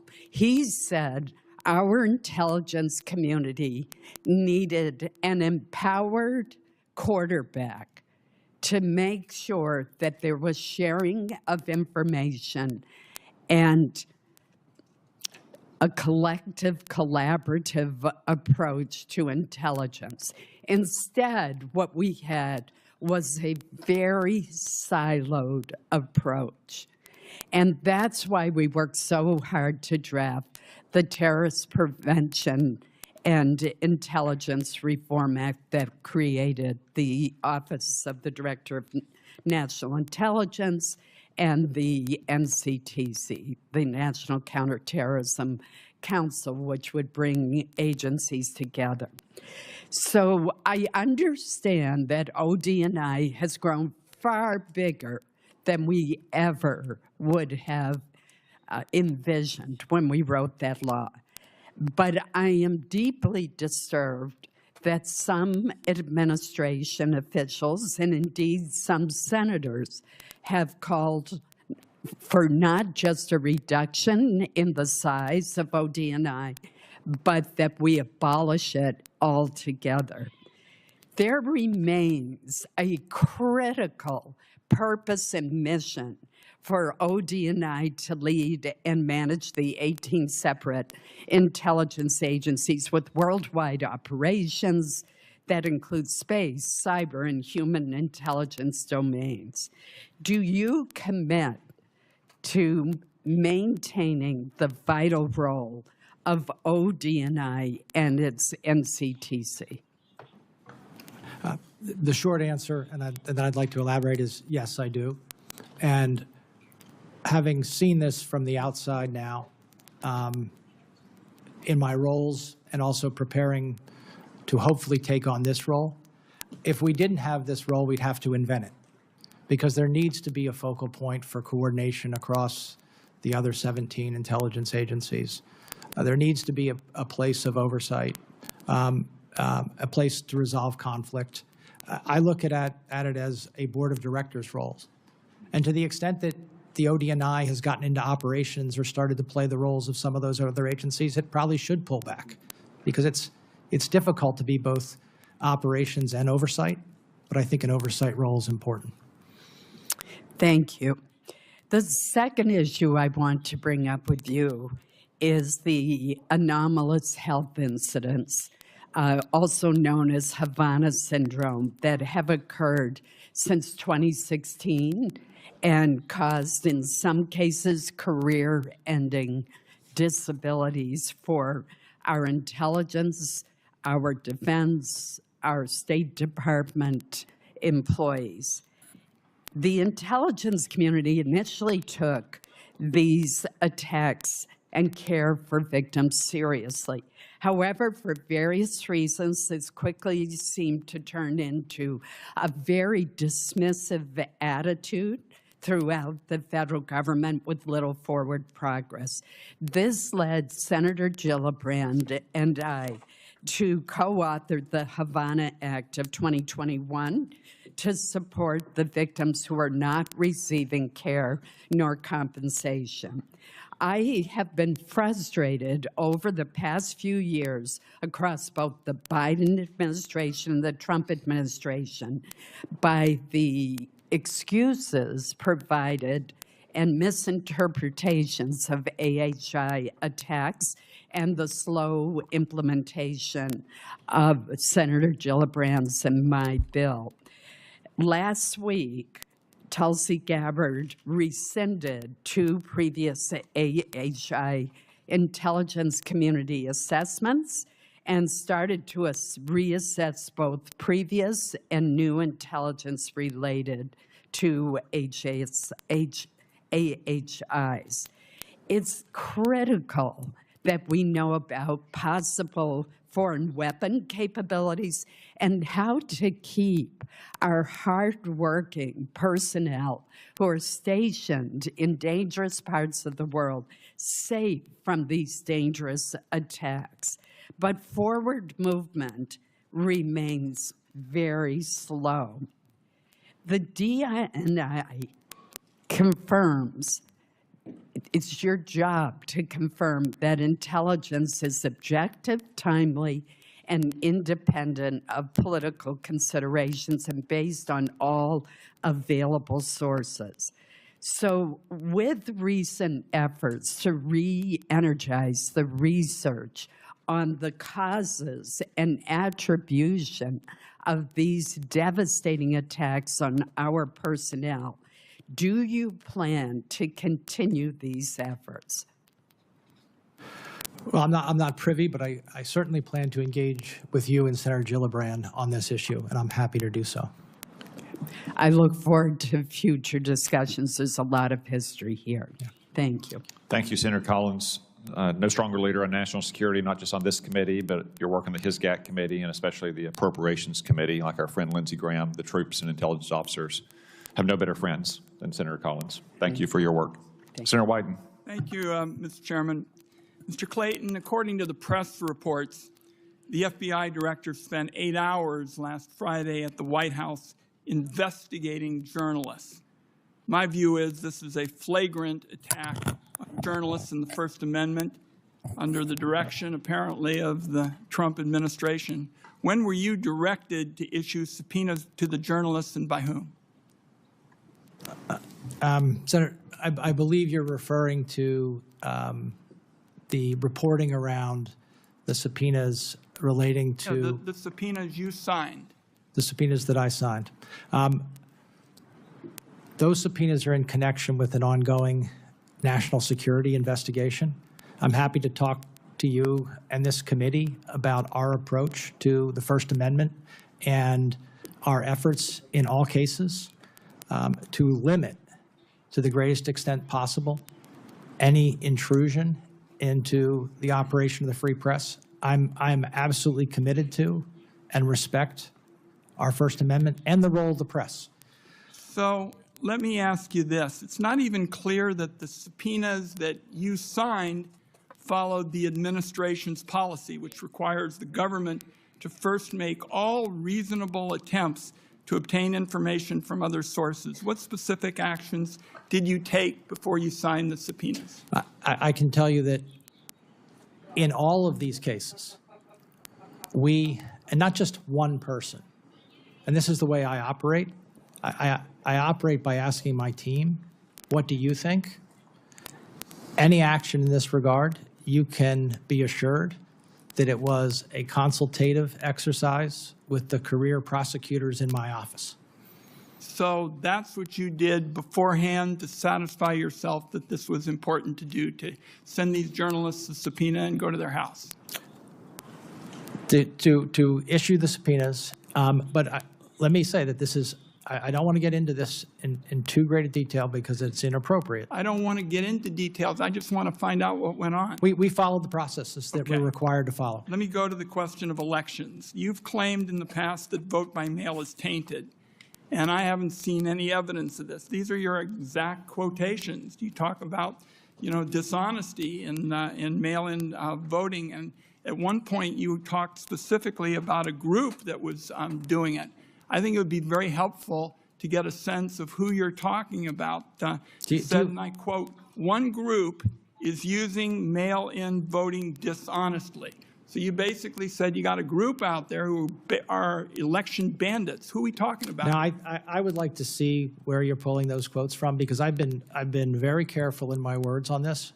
I've been very careful. Look, election integrity. I'd like to see the whole passage. Send you the material. Yeah, no, and I'm happy to answer. But let me tell you, please. That we should be. There are two parts to this. One is access, which is extremely important. Access to the ballot is something that I know this body, many people have worked hard for years and years. The other one is integrity.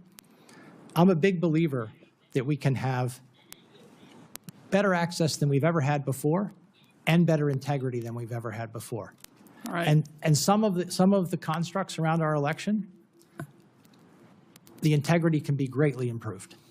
Well, I want to see it because I want to know the names of the people that you're calling dishonest, because I'm the nation's first senator elected by mail. The second senator was a Republican, and we don't believe that this is tainted by fraud. And I have time for one more question. You said that the country was well served by this agreement that Donald Trump is not going to get audited in terms of his taxes. You went through the whole process. Tell me if you continue to support that position, that you believe that the President of the United States should be the only person in the country who's exempt from audit. I certainly do not believe that the President of the United States should be the only person in the country who is exempt from audit. Do you think he should be exempt from audits? That's a yes or no question. In terms of that specific thing, that's now a matter of litigation, and I'm not going to comment on it here. Thank you, Mr. Chairman. Senator Moran.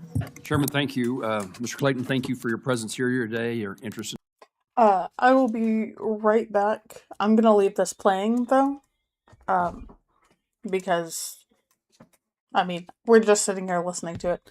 So, I'll be right back. In serving the country, I appreciate the conversation we had in the office. I appreciate the relationship and conversations we had over the time in your past public service.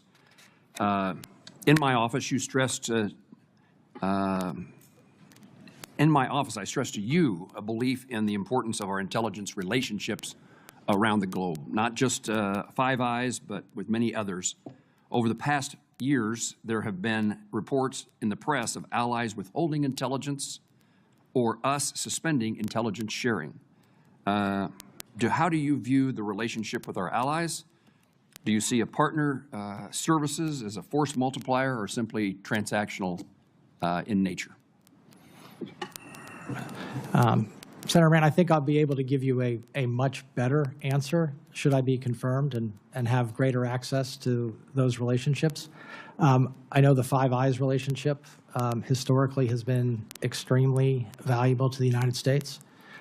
In terms of bilateral sharing, like anything, I think that's something that you have to assess constantly, whether it's working. But there's no reason not to explore whether you can have something that works. I assume you would say that it's desirable to have a relationship with many countries around the globe and determine whether there's a relationship that can work in which we're sharing intelligence information. I think that's really well said. In your answer to a written question asking if you commit to making sure that Ukraine has the intelligence it needs to apply pressure on Russia, you said, quote, to the extent directed by the president, arm Ukraine and other partners with intelligence that illuminates Russian plans and intentions. I appreciate that you work for the president, but I want to emphasize my belief that any such sharing is critical, and any suspension of intelligence sharing with Ukraine would require very serious justification. And so my question is, if confirmed, do you commit to sharing with this committee the rationale of any such suspension, and do so before the suspension becomes public? Give us a chance to have input in that consequential decision. I expect to have, I would say, frequent and substantive dialogue, including around priorities. The priorities are set to reflect the priorities of the administration and the priorities of the president, but I expect to continue to discuss any change in those priorities. And, again, I'm not privy to these things, but I don't have any expectation that that priority is changing. I chair an appropriations subcommittee that funds the FBI, and I have a strong interest in supporting its counterintelligence role. It's the lead counterintelligence agency in the U.S., but you note in your answers that the National Counterintelligence and Security Center within ODNI is the, quote, head of the U.S. government counterintelligence activities. How would you characterize the relative roles of the FBI and the Security Center in counterintelligence? And what are the practical effects of how that would work? Senator, my direct experience with counterintelligence, and obviously I can't go into the specifics, but it's fairly extensive at the moment, is directly with the FBI. Some engagement with the center, but it's mostly directly with the FBI and Homeland Security. And that past experience, that relationship lends you to what kind of conclusions in that regard? It's extremely important. The threat is real. The threat to the safety and security of the American people is real. And we need to be vigilant every day. And in fact, I think my colleagues would be happy if, in your role, I made a pitch for more resources. If they would. Let me ask about your private sector experience, and in preparation for the role that you may soon assume.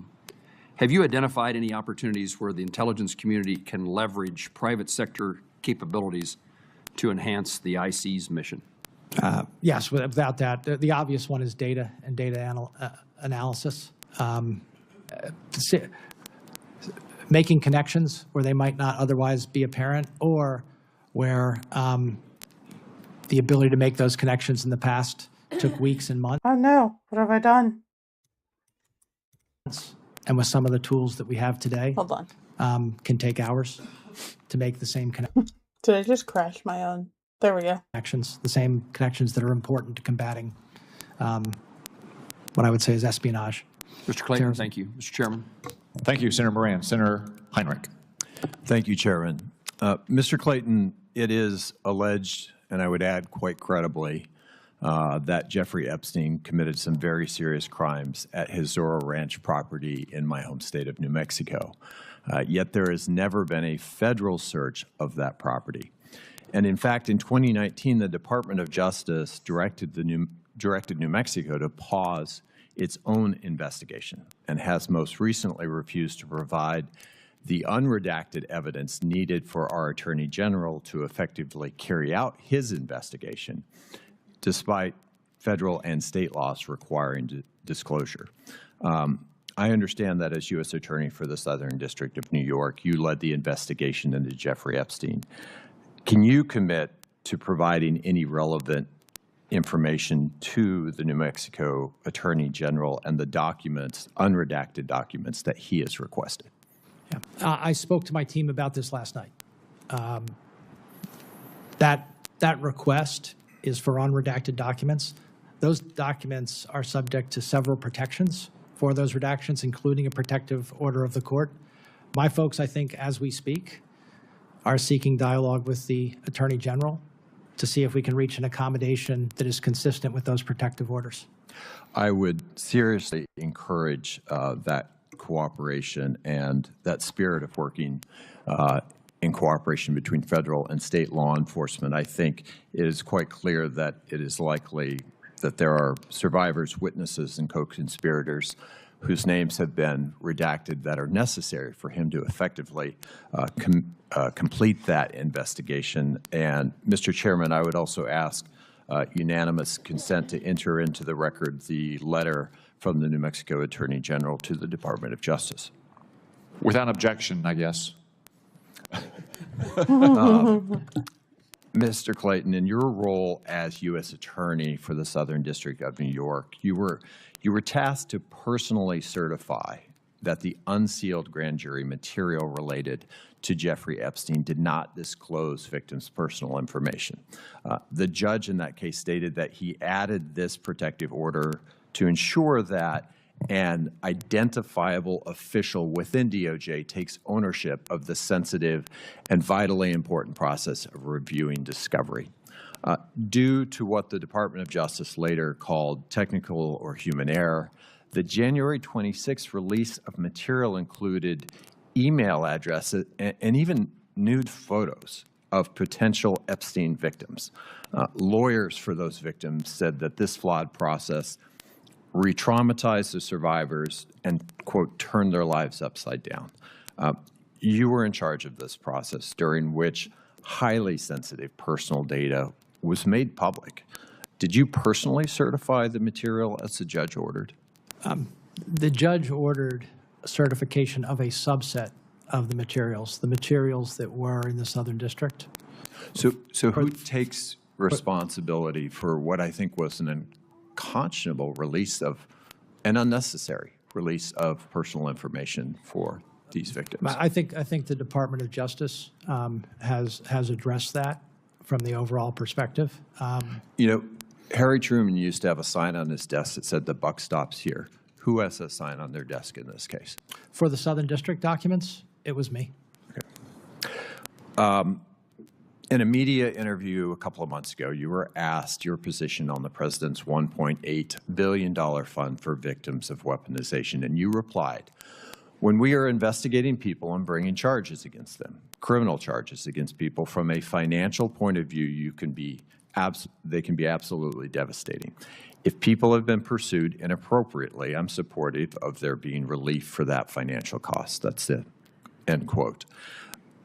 Do you believe that people convicted of violent crimes related to the January 6, 2021 attack on the U.S. Capitol and on U.S. Capitol Police were pursued inappropriately in any way?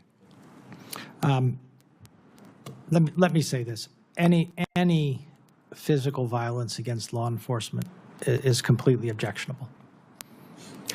Would it be appropriate for that fund to be used in cases where people were duly convicted of violent crimes in that case? Now, let me go back to my comment very quickly. I was not speaking of the fund. I was speaking generally.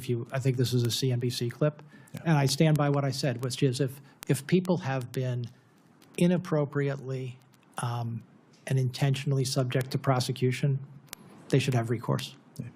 Thank you, Mr. Chairman. Mr. Chairman, I just want to let the witness know we've got the Fed chair upstairs, but I will be right back. I want to make sure that my colleagues know I'll be back directly.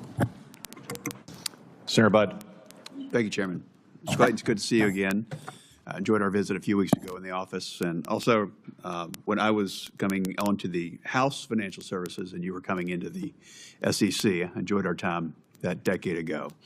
So as we talked about a couple of weeks ago, did the president ever ask you to disband or dismantle the ODNI or the intelligence community? No, Senator, the president has given me no instructions other than to do a good job. Great, thanks. A little while ago, you and Chairman Cotton were talking about economic security being national security, those two being synonymous. So we've got an intelligence community largely established in 1947, around the Cold War period. So what changes are necessary in the intelligence community to maintain economic security as well as national security? I don't want to say that the intelligence community is currently free from economic analysis and the provision of intelligence, but I do believe that the economic effects of various events should be more a part of intelligence assessments, because economic effect, markets move immediately. Markets react, and then people react to markets. I mean, most interestingly today for all of us is the price of oil. Understanding the dynamics around the current and the long-term price of energy and the price of oil, I think, is an essential part of any intelligence assessment. Thank you. You know, the men and women in the intelligence community, they do an extraordinary work. Most of the time, they don't get any recognition. But sometimes there's a few bad eggs. We have Edward Snowden, David Rush, the gold bar guy. So as DNI, you'll also be the executive agent for security, as I understand it. So what's your vision for this role to ensure the security clearance process and also to make sure we find and mitigate, head off these insider threats? I think there are two processes that fall. One is classification and overseeing classification. The other is overseeing security. It may not be, super interesting, but we need to focus on both of those. I think the consensus that I've heard from people who know more than I do are that both of those are in need of a refresh to be more effective. Thank you. I look forward to staying in touch on that and appreciate your work. Thank you. I think Senator Budd raises an important point. You know, we all love our troops. Troops go through the airport.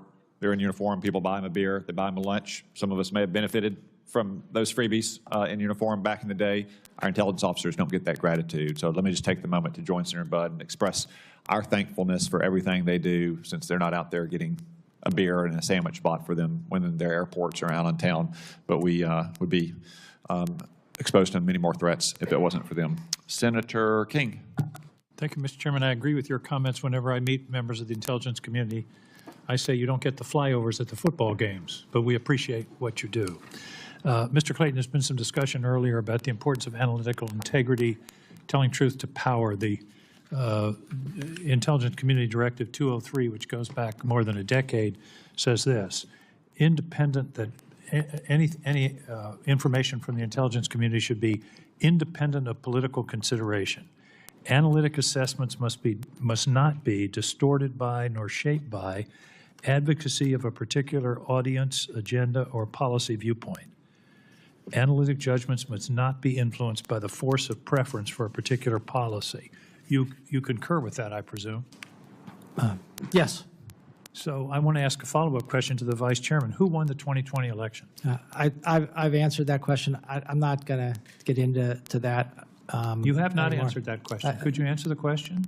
Who won the 2020 election? Pretty simple question. Yeah, I said I'm So it's A or it's two- my answer. No, I'm going to give you the same answer. The answer to the chairman was, he asked me if I was an election denier. I am not an election denier.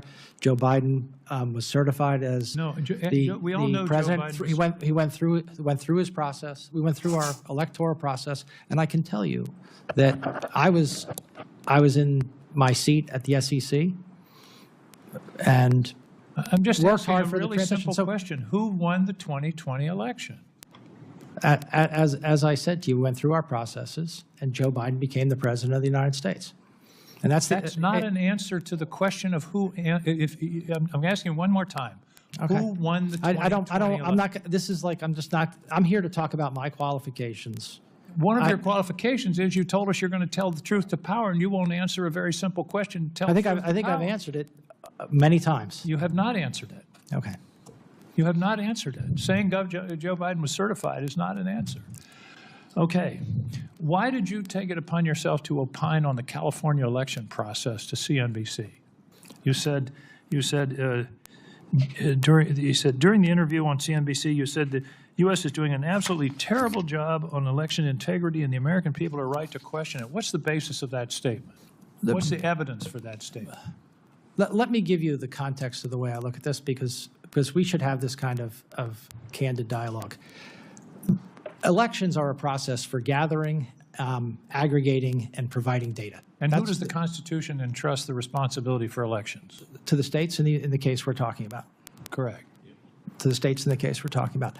But my experience at the SEC, my experience at the DOJ, my experience in the private sector is that the government processes for gathering, aggregating, and providing data need to be improved greatly. Are you talking about elections? Or are you I'm talking about inflation data. No, I'm talking about all government processes, including the one is. I want some evidence, and there isn't time here in a minute and 49 seconds, but you have a lot of time between now and when we move on your nomination.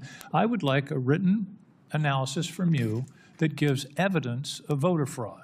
I don't. Fraud in To be this clear, country, Mr. Clayton, to be clear, Senator, is the assertion that there's voter fraud. I am not. I did not make that assertion.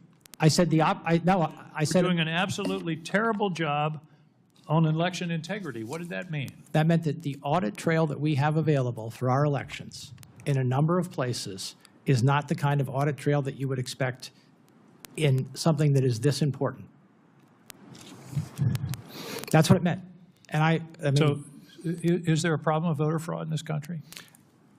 I don't think we can say definitively whether there is or is not until we have better processes. We've had hundreds of analyses. We've had the Heritage Foundation study that found 1,650 cases out of 2 billion votes counted. I would love for the American people to have incredible confidence in the integrity of our elections. I would too, and I would appreciate I'd like it to if work- this administration would cease undermining that confidence. I would like to work with this committee from my perspective. Well, for on the ensuring record, I that. wish you would share any evidence you have that undermines that asserts that there was any problem of voter fraud significant enough to change the results of an election in this country. Following up, why was your hearing postponed? What were you told? You were going to meet with us in a few hours, and suddenly it was pulled down. Why did that happen? I was requested and respected the request not to attend. Were you given any reason? I'm not going to get into the private conversations. And you testified earlier, just to follow up briefly, you've had no involvement whatsoever with this proposed speech tomorrow night by the president. None, you haven't been consulted, discussed any involvement. Is that correct? That is correct. Thank you. Thank you, Mr. Chairman. Senator Bennett. Thank you, Mr. Chairman. I want to also thank you for your comments about Lindsey Graham at the beginning of today's hearing. And we had a good discussion yesterday, Mr. Clayton, about Ukraine. I'm not going to repeat that here, but I know that his view of the situation and the view of the bipartisan support for Ukraine and the work that our intelligence community has done to support him is a really important project for all of us going forward. I wanted to ask you, Mr. Clayton, about the subpoenas of the New York Times reporters. And the reporting that I read is that the Secret Service had raised concerns about the security of President Trump's fill-in for Air Force One, and that there was a meeting at the White House with the FBI Director Kash Patel and other DOJ officials to talk about that matter, to talk about the reporting that had come from the AP. And I think earlier in an answer to Senator Wyden, you said that you had consulted with the career attorneys at the Southern District of New York.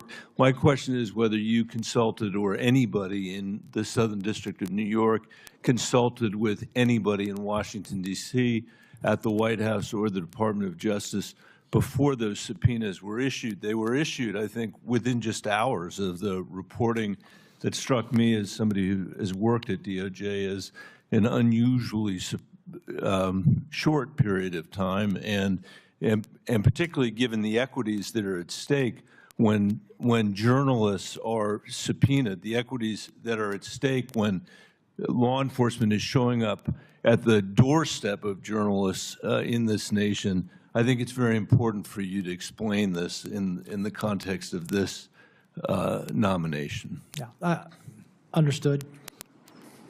I can't get into the specifics of an investigation, an ongoing matter.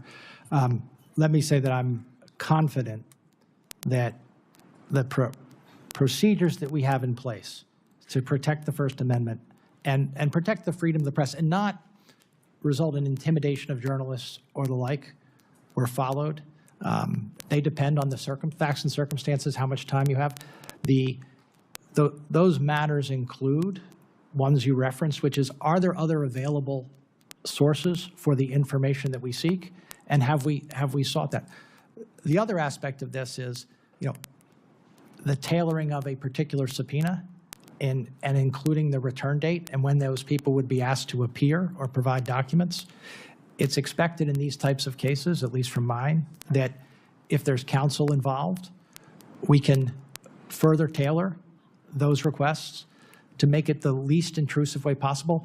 But let me just finish, if you don't mind. Yeah. It is vitally important that if national security interests are at stake, that there's not what I would say is a huge blind spot where someone can use the ability to provide information to journalists to get it out there, including our adversaries, without any potential for discovering how that happened. Well, I think this committee is well aware of the intelligence equities that are at stake. We have that's why all of us do this work and provide this oversight. But I think all of us would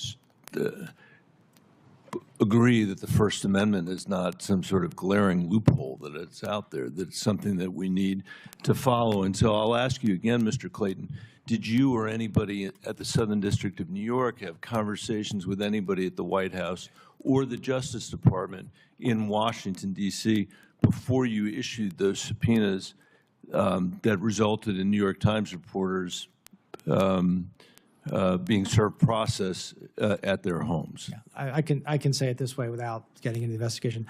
The protocols require consultation with the Department of Justice in Washington, and we followed the protocols. And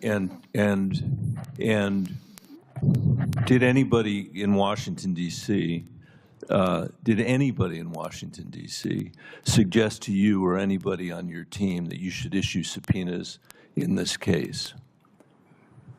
Following the AP reporting, reporting of the president coming back on an airplane that was unsuitable for the protection and the defense of the President of the United States. Yeah, I'm not going to get into the details. What I can tell you is that we followed those procedures, and those procedures, for the reasons that I believe firmly and you believe, protecting the freedom of the press, being the least intrusive possible, require consultation. And I would say, Mr. Chairman, I know my time is up, but the reason this is relevant to, I think, a lot of us, or certainly to me, is that this question of being able to speak truth to power, in the context of Intel, I think is very similar to the question about whether or not we're able to push back in a moment like this. Yeah, and I want to assure this committee that in these types of circumstances, that concept of least intrusive possible is front of mind for me. Thank you, Chairman. Thank you, Mr. Thank you, Senator Rounds. Thank you, Mr. Chairman. Look, first of all, I do think you're the right guy for the job. And as I said in my earlier recommendation of you to the entire committee, but I want to give you an opportunity to talk a little bit about some of the new technologies that are being involved that we're going to have to address. And I don't think we've really talked a lot about what artificial intelligence is going to do, and the integration of artificial intelligence, not just by our intelligence agencies, but also by our adversaries. And the focus that we're going to have on the amount of data that we collect and how we're going to have to organize that. I know that you're brand new into this discussion and that you're going to be learning it at a high rate of speed, but can you talk a little bit about your concepts about how we take this huge amount of data that we've got and organize it, integrate it in such a fashion that it's available to be able to make an analysis and to give the best advice to the leaders of this country? We talk about how you see the integration of AI into this process. Thank you. Let me start by talking about it in an area where I know, which is a huge data area, which is the way our markets operate and the resiliency of our markets, and what I would say is their vulnerability to attack. And AI is a game changer, and we should just all recognize that. I think I commend the Treasury Secretary for leading the way in this, and the Federal Reserve in calling the banks in to talk about what that means. I expect it's the same, or at least it resonates in the intelligence community, that AI is not only an opportunity but a threat. When something's both an opportunity and a threat, you better get your arms around it. Yeah, look, the reason why I asked the question that way is I think that AI is it not only is a game changer, but it's going to be seen by the American public, first of all, as a threat, because they're going to see on social media, they're going to see the misinformation that comes out, deep fakes and so forth. But the other side of it, which is the quality of life that Americans are going to be able to receive because of improvements in our productivity and so forth, is going to far outweigh what the negative benefit or the negative implications are. But along with that comes the ability for our country to be able to gather huge amounts of data, a lot of which is going to be of concern to the American people because it's going to be information on them. And they're going to be concerned that government is collecting information on them. While at the same time, government, the IC community in particular, has to be able to collect information, not so much on American people, but on the threats worldwide. And I think this is going to cause people to say, okay, are you collecting data on us, or are you collecting data on the rest of the world, and how do you separate that? A lot of that has to do with a lot of the discussion regarding 702 and FISA and so forth. And artificial intelligence is just simply going to magnify that. Can we talk about how we approach that? Because we need the artificial intelligence. We need to be better than our adversaries, collect more data, collect it faster, analyze it better, but we still have to have those protections. And the confidence of the American people that we're doing the right things with only the data that we're supposed to be collecting, I think will allow us to continue to move and to protect them. Can we talk about how we do that and how you see that, please? Well, I think the first thing is exactly what you said, Senator Rounds, recognizing that an issue that we're dealing with, I think pretty well, but can always get better, is collect the data we need to provide a good intelligence product without violating people's Fourth Amendment rights, but also in a way that we can control and monitor that. I expect it's just what you said, that AI is going to greatly amplify that collection ability, which amplifies the need for oversight and controls to protect our citizens. I think we should just recognize that that's the case. Yeah, thank you. Look, Mr. Chairman, I just think that this is something that I think our committee is going to be directly involved with, and I think on both sides of the aisle, the implementation of this tool as we speed up the delivery of the decision-making capabilities for our leaders has got to be one that the American people will continue to have confidence in, and I think that's part of the key reasons for having a discussion like this, is to let people know that we recognize that threat is out there and that we're aware of it, and that as we collect the data that we have to, we're going to be very careful about the coordination so that their rights are protected in this collection process. Thank you, Mr. Chairman. Thank you, Senator Rounds. Senator Gillibrand. Thank you, Mr. Chairman, and thank you, Mr. Clayton, for your service to our country. I want to just continue with the line of questioning that Senator Bennett had about the New York Times subpoenas. You said you don't want to get into it. I understand that. But the reason why we're asking these questions is because the subpoenas were issued so closely after a very long meeting at the White House. There seemed to be an unnecessary urgency behind it, and I'd like you to maybe comment on why there was this urgency. But more than that, they were served at the reporters' homes, and that is fairly unusual. That is not the least, what term of art did you use, the least intrusive. Intrusive means. Serving at their homes. Normally, a subpoena would be issued at their place of business, a corporate office, but again, delivering it to a private home seems quite aggressive. So can you address the urgency and the home service? But what I said before is I'm not going to get into the specifics of and the circumstances of the matters being investigated.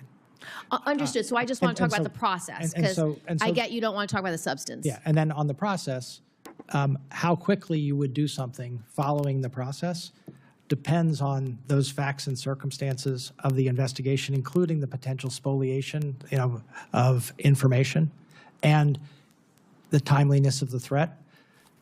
I think I'm going to leave it at that. But this was a judgment, and it should always be a judgment that's made collectively. That's the way I look at these things. Well, I would just urge that this doesn't sound like the proper independent legal process that we would normally expect for issuance of a subpoena. The characteristics surrounding it seem rushed, aggressive, with an unnecessary urgency. And I would just caution you in your role. You are going to have many times when you may be influenced to engage in an investigation because the White House is unhappy with a report. The thing about this particular issue is that the plane was reported on months and months ago, about the concerns that because it was built by Qatar, that it wouldn't have the same security aspects that one would need to protect a president. And so this just doesn't ring true that your process was a thoughtful, deliberative, and normal oversight process. And that is why this committee is deeply concerned. Do you understand that? I understand your concerns. Okay. I understand your concerns. But I want to tell you, I am comfortable with where we are, Mhm. and I'm comfortable with how we are proceeding from here. Okay, well, we expect judicious, thoughtful, legal processes from this committee. The second thing that this committee is concerned about are this issue of election security. Senator King tried to get you to say, did he win or not win the election? President Trump has an issue with whether he wins or doesn't win elections, and it's affected your office, and I need you to understand how it's affected your office. After the 2016 election, there was allegations that there was foreign interference by Russia, and President Trump was very concerned that somehow his election was not on the up and up. And so what he did in response when he became president was he eliminated every aspect of your office's oversight of the election process from cyber threats. You had personnel that were very knowledgeable about cyber threats, especially foreign influence. There were personnel at CISA, there were personnel at the FBI, and they were all fired. And then President Trump now wants to make sure that the 2020 election, that nobody says Biden won the election. So you can understand why this committee is concerned that you won't say Biden won the election, because it just reeks of this insecurity by the Trump administration about election security. So when you say election security is important to you, I want to make sure that you understand the ODNI has a responsibility towards cybersecurity, towards election security, that's not about voter fraud, but about the influence of foreign countries on our election security. Do you understand that? Absolutely, and it is a significant concern of mine. One of the things that I did not get an opportunity to talk about before, cybersecurity has been part of my private sector and public sector practice for well over a decade, going on close to 2 decades, actually. So will you add that back to ODNI, because it was taken out by Gabbard? When I was talking, yes, when I was talking about processes Mhm. and integrity of our election, cybersecurity is front of mind.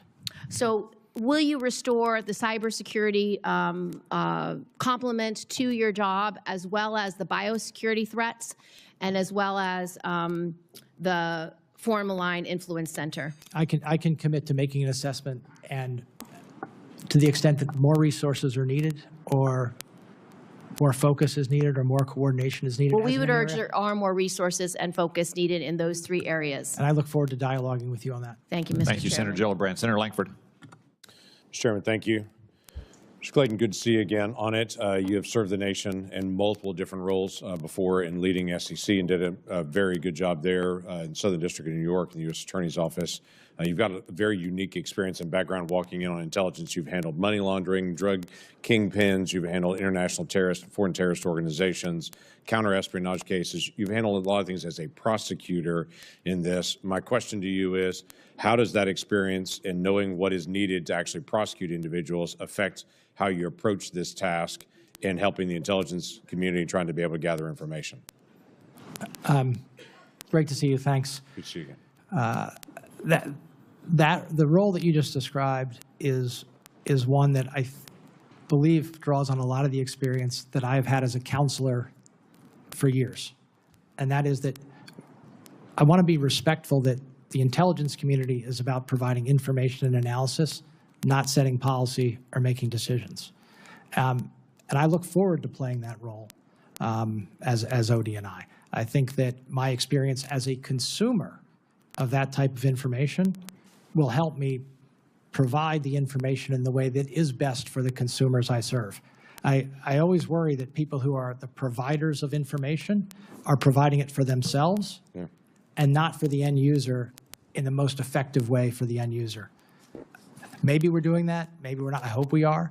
But I also want to say, as Senator Cotton noted and others have noted, the women and men of the intelligence community are incredible. I look forward to working with them, learning from them, and figuring out how to provide that best possible intelligence product. Okay, that would be very helpful, and it's helpful to all the policymakers to have the best, clearest non-safe, if I can say it that way, documents to just get the information out so people can make the decisions based on the information that we actually have. That would be helpful. And as a consumer of that, I would assume that makes a difference for you. ODNI started out as a very small entity after the 9/11 attacks, as you know well. It has grown to a multi-thousand person organization. There have been a lot of questions around this dais to try to figure out, is it the right size? We have a lot of people that are detailed from a lot of our intelligence agencies to the Director of National Intelligence Office now, and we're trying to be able to figure out if that's the right places to continue to be able to pull people out of their agencies and pull them over there, or some of them be able to need to return back to their agencies. Obviously, you're not there at this point, but you've led a lot of large organizations. Tell me process-wise how you walk in to be able to look at, are we right-sized, right tasked? Do we have people here that need to actually be there? How do you make those decisions? Thank you. I tried to outline it in my opening remarks. Right. What is our mission? The safety and security of the American people. How do we deal with that every day? We provide decision makers with the best possible intelligence product. What is the structure over the intelligence community with the role that we have, which is supposed to be oversight and integration, not operations? What is the structure that best serves that? That's how I intend to look at it. And specifically, where do people return? Where do they stay? The analogy that is in my mind is a board of directors that oversees a number of subsidiaries. In most cases, that board of directors is fairly lean and relies on reporting from the subsidiaries with some efforts to synthesize, some committees, that is what is in my mind. Not one thing you don't want to do as a member of a board of directors, whether you're in oversight or empowerment or both, is get into the day-to-day of management. You lose perspective. You have handled terrorism cases coming straight out of Iran and threats that have come to us. For 47 years, the United States and American citizens all around the world have faced terrorism threats from Iran and the growth of the proxy terror organizations.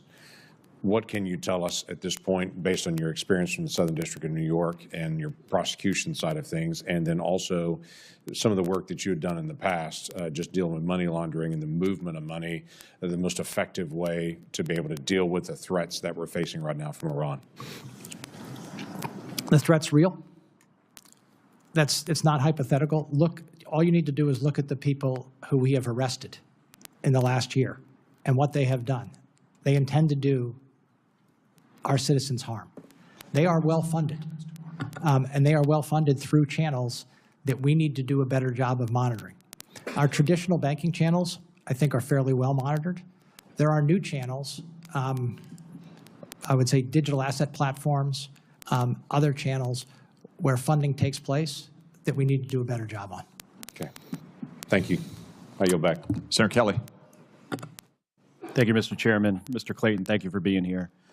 I've got a couple very basic questions, and then I want to get a little bit of your opinion on the threats we face if we have time. So can you tell me why Joe Biden was certified as the winner of the 2020 election? I'm going back to my constitutional law here, but I don't want to continue to have a debate about this, but I believe he had the most electoral votes. So he won the election? He followed our process, had the most electoral votes, was declared the winner. And who has the most electoral votes? Is it the person that wins or the person that loses? I think that's your characterization. I'm not going to continue. The reason why we struggle with this, and I think it's especially... I'm glad Mark Kelly poses it this way, because I've never understood why they just hammer away at this question like they're gonna answer it any other way. But I understand now why they do it. And John Ossoff right here is gonna do the same thing. Heads up.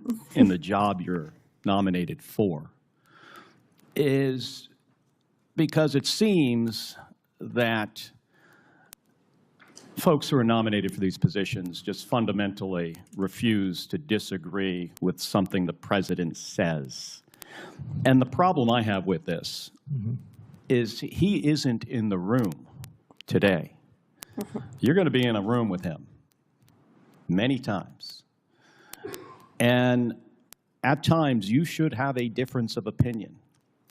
And if you can't disagree with him when he's not in the room, are you going to be able to disagree with him when you're sitting across from him in the Oval Office or the Situation Room? That's what I struggle with, because this job is different. This job, it's not about softening the edges when the truth is unpleasant. It's about delivering information and making sure the president understands that information. And by the way, people risk their lives to get this information. And if it's not transmitted to the president, if he doesn't understand it, I mean, there's going to be disagreements. We expect that. But I really struggle with this, especially in your position, because you can't disagree with him on this, because he doesn't like the fact that he lost in 2020. Look, As you said, Joe Biden was certified because he got the most electoral votes. That means he won. But you still refuse to say that. And I was sitting at the SEC when this occurred, and I can tell you that maybe people worked harder, but I don't think anybody I know worked harder to make an effective transition to my successor at the SEC. And in terms of your question, I have every confidence that I will deliver on my job candidly, independently, and with my best judgment. But just not in this room. Okay, let me move on. So I want to just hear from you. What do you think our top threats are that we face as a nation today? Let's just talk about the top three. From where I sit today, terrorism from many sources. I believe that we have done a good job of reducing the threat, but drug trafficking and the deaths from fentanyl into the United States were an incredible threat. The combination, I'm not going to speak about any specific, I'm illuminating that, I'm not going to speak about any specific country, but the combination in certain countries of cartels, military, and business is very dangerous. Lastly, I would say our traditional adversaries, Senator Kelly, that we've talked about. Terrorism, drugs, cartels, and traditional, I assume you mean Russia, China. Russia, China. Okay. And Iran. And with regards to Russia and China, I have about 40 seconds left. You know, what specifically would you do as DNI to help our country deal with those threats? Since we only have 30 seconds, just talk to me about Russia and Ukraine. Russia, Ukraine, China, one thing that I elaborated before that I think I can be extremely helpful on is the economic strategies that are involved in our engagement with them across conflict and cooperation. Now, we still cooperate extensively with China on the world stage economically. Do you think the economic issue with Russia outweighs the national security risk to our allies? I think that they are very closely tied. How do a number of these threat actors fund themselves? It's energy, other things. That's extreme. I think you and I talked about this. Some of our, I would say, most formidable threat actors are the ones who are the most well-funded. All right, thank you. Thank you, Mr. Chairman. Senator Young. Thank you, Chairman. Good to see you, Mr. Clayton. I am grateful for your longstanding service to our country. Thanks to your family for all it's done and all it's prepared to do after you're confirmed. I want to build on some of our conversations that we had in the office, which I found productive, and turn to issues of technology and economic security, which you know are important to me. As chairman of the SEC and more recently as a U.S. attorney, you had a lot of experience in advancing American economic and technology security, especially from manipulative practices of our strategic competitors and adversaries? Maybe you could just speak to that. Senator Young, it troubles me, and it very much troubled me that foreign actors, sometimes state-sponsored actors, abused our securities markets, abused them in some traditional ways and non-traditional ways, including what we refer to as pump and dump schemes, basically luring, unsuspecting American citizens into investing in securities that were not worth what they were, projected to be, taking that money, prices drop, running away, being offshore.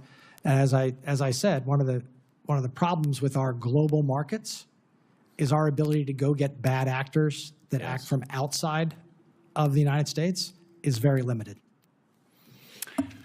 And I proposed some measures to help the SEC crack down on this.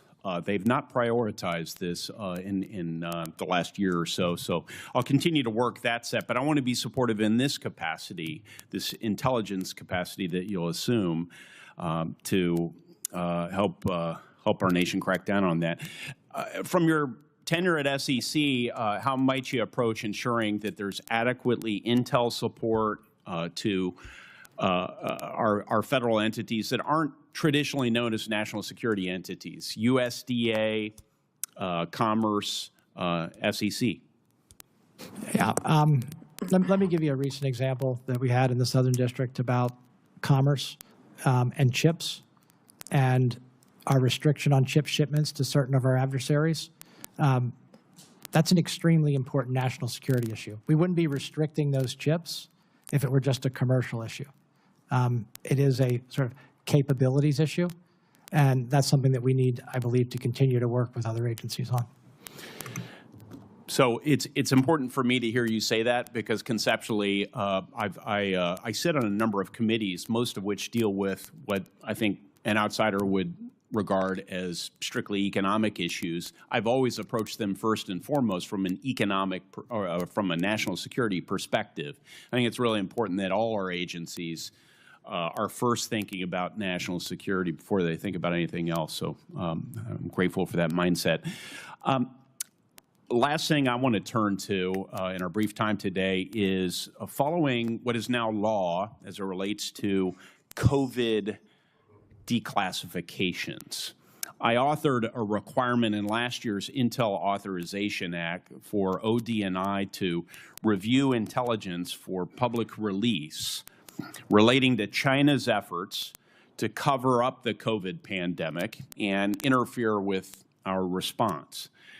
Do you commit to following the law, ensuring that this review is completed as soon as possible, and ensuring all appropriate intelligence is released so the world can better understand China's bad behavior? Yes or no, please. I have a hard time with yes or no answers, sorry, but what I can say is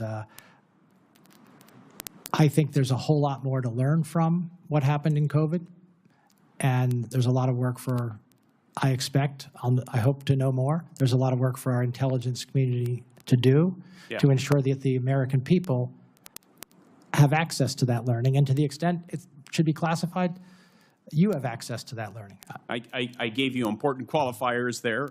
So as soon as possible, that was a qualifier. And because it can be difficult, especially in this format, to internalize the question. On that, I'm trying to trip you up. No, on that. And then ensuring all appropriate intelligence is released. I mean, you have a legal background. There's a lot of room there. Okay, I'll take it. Yes. All right. Thank you. Senator Reid. Thank you very much, Mr. Chairman. Welcome, sir. In a speech in September last year, you highlighted the great successes of the Southern District of New York, specifically calling out, and I quote, "the successful prosecution of the former president of Honduras and other high-level Honduran officials for narcotics trafficking and firearms charges for partnering with some of the largest and most violent cartels in the world to distribute tons of cocaine to the United States." That correct? Yes. Yeah, I think so. I think that's Fair. Now, on November 28th, 2025, President Trump issued a full and complete pardon to Juan Orlando Hernandez. Were you consulted about the pardon? I'm not going to get into the pardon process here. The president's pardon power, I think there's only a few powers in our Constitution that are unreviewable and absolute. That's one of them. And whether it's President Biden, President Trump, or a future president, that's their power. Are you aware of any quid pro quo regarding the pardon? I'm not aware of any such thing. Why no. would the President of the United States pardon someone that you had convicted and described as being involved in violent activities and allowing tons of cocaine to enter the United States? Like I said, I'm not going to discuss a specific pardon thing. That's the president's pardon power. Well, it seems to me that all the rhetoric that we've heard about fighting drugs, and in fact, we've killed over 200 people in the Caribbean and Pacific because they were not presidents of countries, but minor dealers in or transporters of heroin. And yet here is a king maker or a king piece who gets to walk. Senator Reid, what I can say, and I want to be very clear, I'm not talking about the specific instance, but in our efforts to counteract the serious drug threat from south of our border, we engage with the Department of State, others, on matters of this type. It is a whole of government approach to this type of threat. Thank you. Admiral Paparo, who's extraordinary commander of the Indo-PACOM, indicated in testimony before the Armed Services Committee that allowing China to get access to sophisticated chips would eventually come at the expense of American service members in a conflict. So if we're giving chips to China, we're threatening or at least making it more difficult the survival of our troops. President Trump, after speaking with Xi, announced a significant policy change to sell H-200 chips to China. Do you agree with the transfer of these advanced chips threatens our military security and more particularly the lives of our service members? Senator, I'm not familiar with that particular decision, but you raise a point that I'm very proud of what my office and our partners were able to do. Chips that were sanctioned and subject to criminal sanction for being diverted to China, we brought that case. I know, and you successfully convicted people for taking the very same chips and getting them into China. The President of the United States turns around and gives them to Xi. And the logic, I think, of your case was these chips would have been detrimental to the security of the United States. Is that correct? Well, I mean, the logic of our case from a prosecutor's point of view was it was illegal to do it. It was a priority for the Department of Commerce, and we brought the case. Thank you. One of the things that everyone in your business has to do is speak truth to power, and particularly when it's very uncomfortable to do that. After Operation Midnight Hammer, Lieutenant General Jeffrey Cruz of the Defense Intelligence Agency allowed his analysis to go forward, which said that it did not obliterate the atomic nuclear capacities of Iran. And he was summarily fired for speaking truth to power. It's interesting now because we're at war with Iran, and one of the principles is that they have a nuclear capacity that we didn't take out. Now, I think it appears General Cruz was truthful, and he was punished for being truthful. In your position, you're going to have to stand up to the President and say, no, you can't do that. Are you prepared to stand up?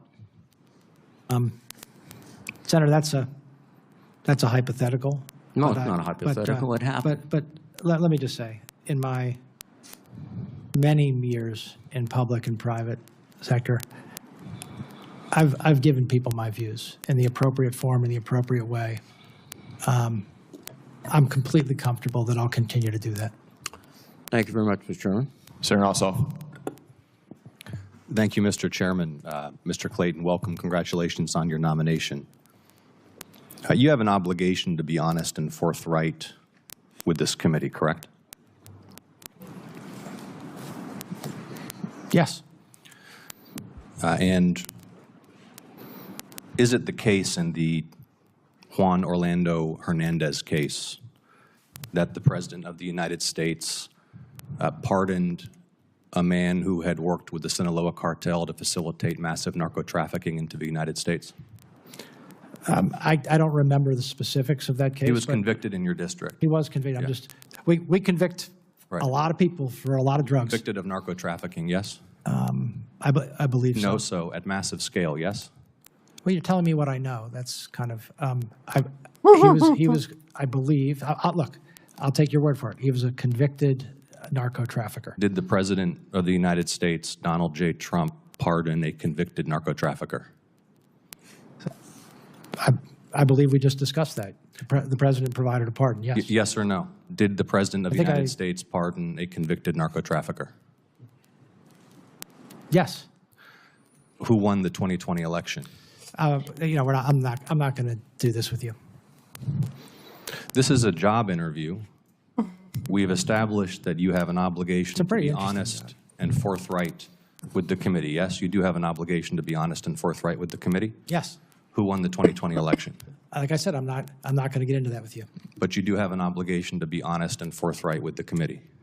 Is anything that I just said not honest or forthright? Yes, you're not being honest or forthright. Who won the 2020 election? I think I've answered the question. We can keep doing this. Well, we're going to keep doing it because you're not being honest and forthright. No, I'm not going to committee. engage in the theater. It's a simple question, Mr. Clayton. And I've answered Who it. won the 2020 presidential election? I've answered it. You're here asking for the support of senators to lead America's intelligence community. We've established that you have an obligation to be honest and forthright with this committee and with the American public, but you refuse to answer a simple matter of fact about the 2020 election. Is that right? No, that's not right. Then answer the question. Who won the 2020 election? I have answered the question. Answer it. What is your answer? I've given you my answer. What is your answer? You refuse to answer a basic question about who won a presidential election, but you asked to lead America's intelligence community? Isn't it humiliating to be unable to answer this question, to have to indulge the president's delusions? Oof. We know, you know, everybody in this room knows the truthful answer to that question. Why can you not give it? I think I gave you the answer.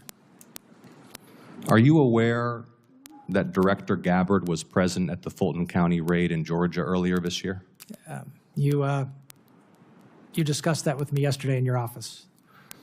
Are you aware that Director Gabbard was present at the Fulton County raid earlier this year? It's a fucking yes or no question. He doesn't need, oh, we discussed that in your office. Like, yes, he is aware. The answer is yes.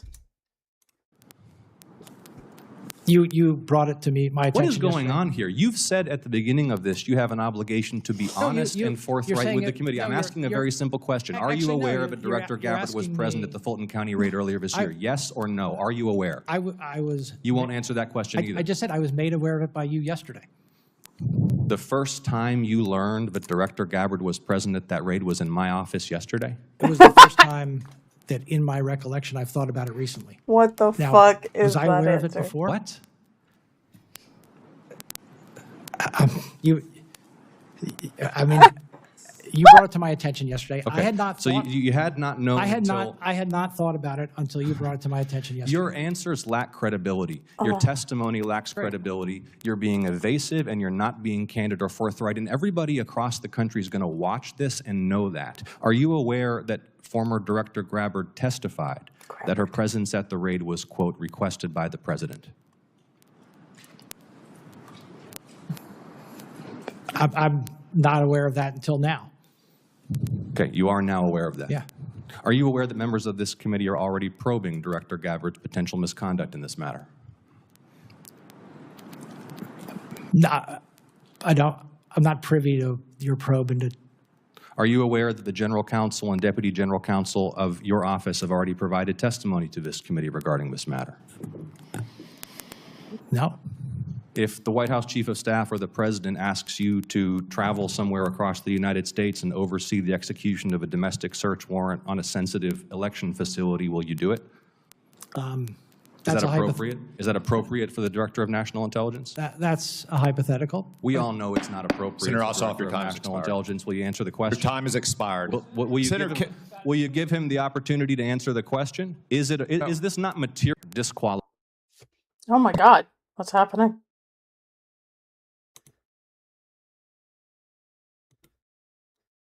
Oh, it's the, oh no. Chairman.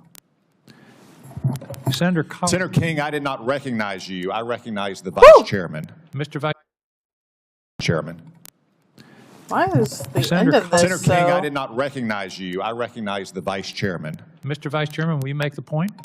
I will make a point. I want to make a couple points. One, I strongly disagree with you about the issue of drug trafficking being more important at this point than the threat of China or Russia. But that you're going to. I'm sorry. Let me please. He asked me for the most ones. I did not rank them in order. Well, I did not rank them in order. Well, let me just. I want to make one point, then I want to come back to the point that my colleagues have been making. Because this is an area that you're familiar with, in terms of Securities and Exchange Commission work. We are working diligently on a bill to create a set of laws around digital assets. From your work at the U.S. Attorney in the Southern District, from your focus on drug trafficking, is it not the case that many drug traffickers use digital assets to transfer funds? Yes. Is it not? I hate it whenever these fucking mess up for literally no reason. When he was at the SEC. But I am bitterly disappointed. And I don't. We've tried umpteen different ways to give you the ability to just acknowledge that Joe Biden was the president. It was fairly and duly elected. I've acknowledged, Senator, that Joe Biden was the president. I've acknowledged that. And fairly and duly elected. And fairly and duly elected under our process. Well, I'll have follow-up questions. I also have to say, as someone who's spent an enormous amount of time on this election interference issue, that it strains credibility.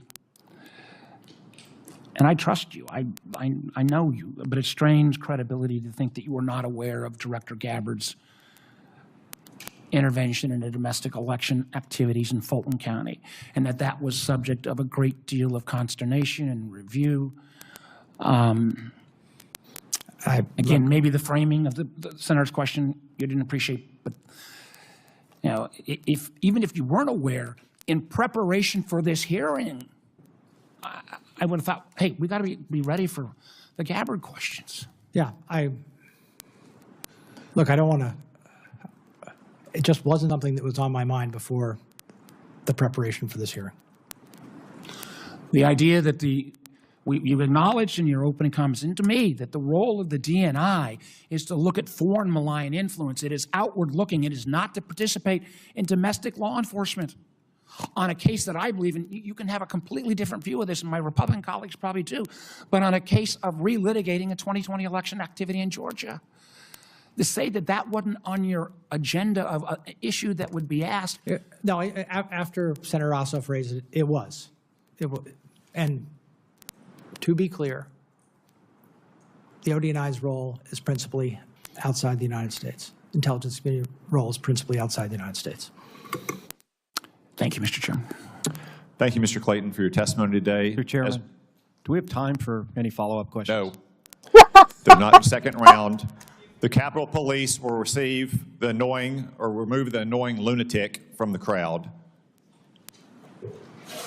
Mr. Clayton is aiding Israel and laundering money through World Liberty Financial and the digital asset infrastructure. And the committee knows it. The committee cannot agree. I apologize to lunatics for comparing that guy to him. Mr. Clayton, thank you for your testimony today. As a reminder, we expect to have a vote next week. Members, questions for the records will be due today at 5:30. Mr. Clayton, I trust you can respond to those no later than 5:30 on Friday. This hearing is adjourned. Holy shit, dude. Simple fucking question of who won the 2020 election? It's Joe Biden. Like, yes, I just don't understand why that's so hard. Why these people are backing Trump so fiercely. Which, did you know that the majority of the Trump administration has at one time, well, most likely in the first term, opposed the administration, opposed Trump? Like, what the fuck is different now? Okay. This is something that I forgot to... Well, that's not what I want. Hello? Okay. Something that I generally do first is daily news, and I forgot to do that. No, I don't want to send friends a story. Trump is saying that he is willing to escalate the war. Which will not be good. Yesterday, I discussed the fact that they were keeping how many casualties we've had in this war. 3 more service members have died, and 100 casualties altogether. So we finally are getting numbers. But he has threatened to accelerate the war with Iran. And that could mean troops on the ground. Do I think that it'll come to that? Probably not. Trump is a pussy. Oh yeah. Hegseth had a hearing today. I think it started at 5. But, he's now estimating the cost of the Iran war, or he says it's reached $37.5 billion.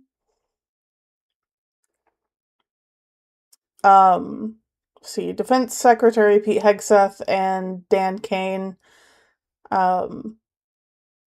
they appeared before the Appropriations Committee to request about $70 billion more funds for this war and replenish depleted weapon stocks. Hegseth said the latest estimate of the cost of the war was $37.5 billion, up from around $29 billion as of early May. General Kane spoke about the 3 U.S. soldiers killed over the weekend in Jordan and Iraq. See, let me read more of this. Oh, these are just like updates. Democrats keep returning to the fact that the Pentagon received roughly $150 billion in additional funding through the Big Beautiful Bill. The Republicans' landmark tax and spending cuts legislation, and are asking the Pentagon why additional money is needed. Hegseth and Kane have replied that much of that funding was already I think that's supposed to be earmarked for other programs not related to the war in Iran. I fucking can't stand this alcoholic. Moving on. Trump officials are now withholding $1 billion in Medicaid funds from 2 states. Of course, they're 2 blue states, California and Minnesota, because of fraud that they have yet to prove. So they are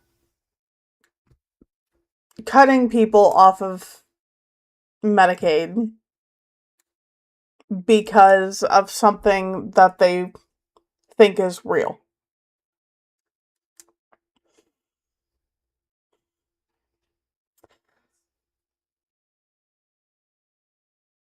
Who is this? Robert RFK Jr. said if Gavin Newsom or Tim Walz wants this funding released, all they have to do is provide basic documentation showing that these services are legitimate and not fraudulent. That's common sense. Also, I guess he's Health and Human Services, whatever. Newsom said California isn't being targeted because Trump has evidence of fraud. We're being targeted for political reasons. That's a fact. I mean, look at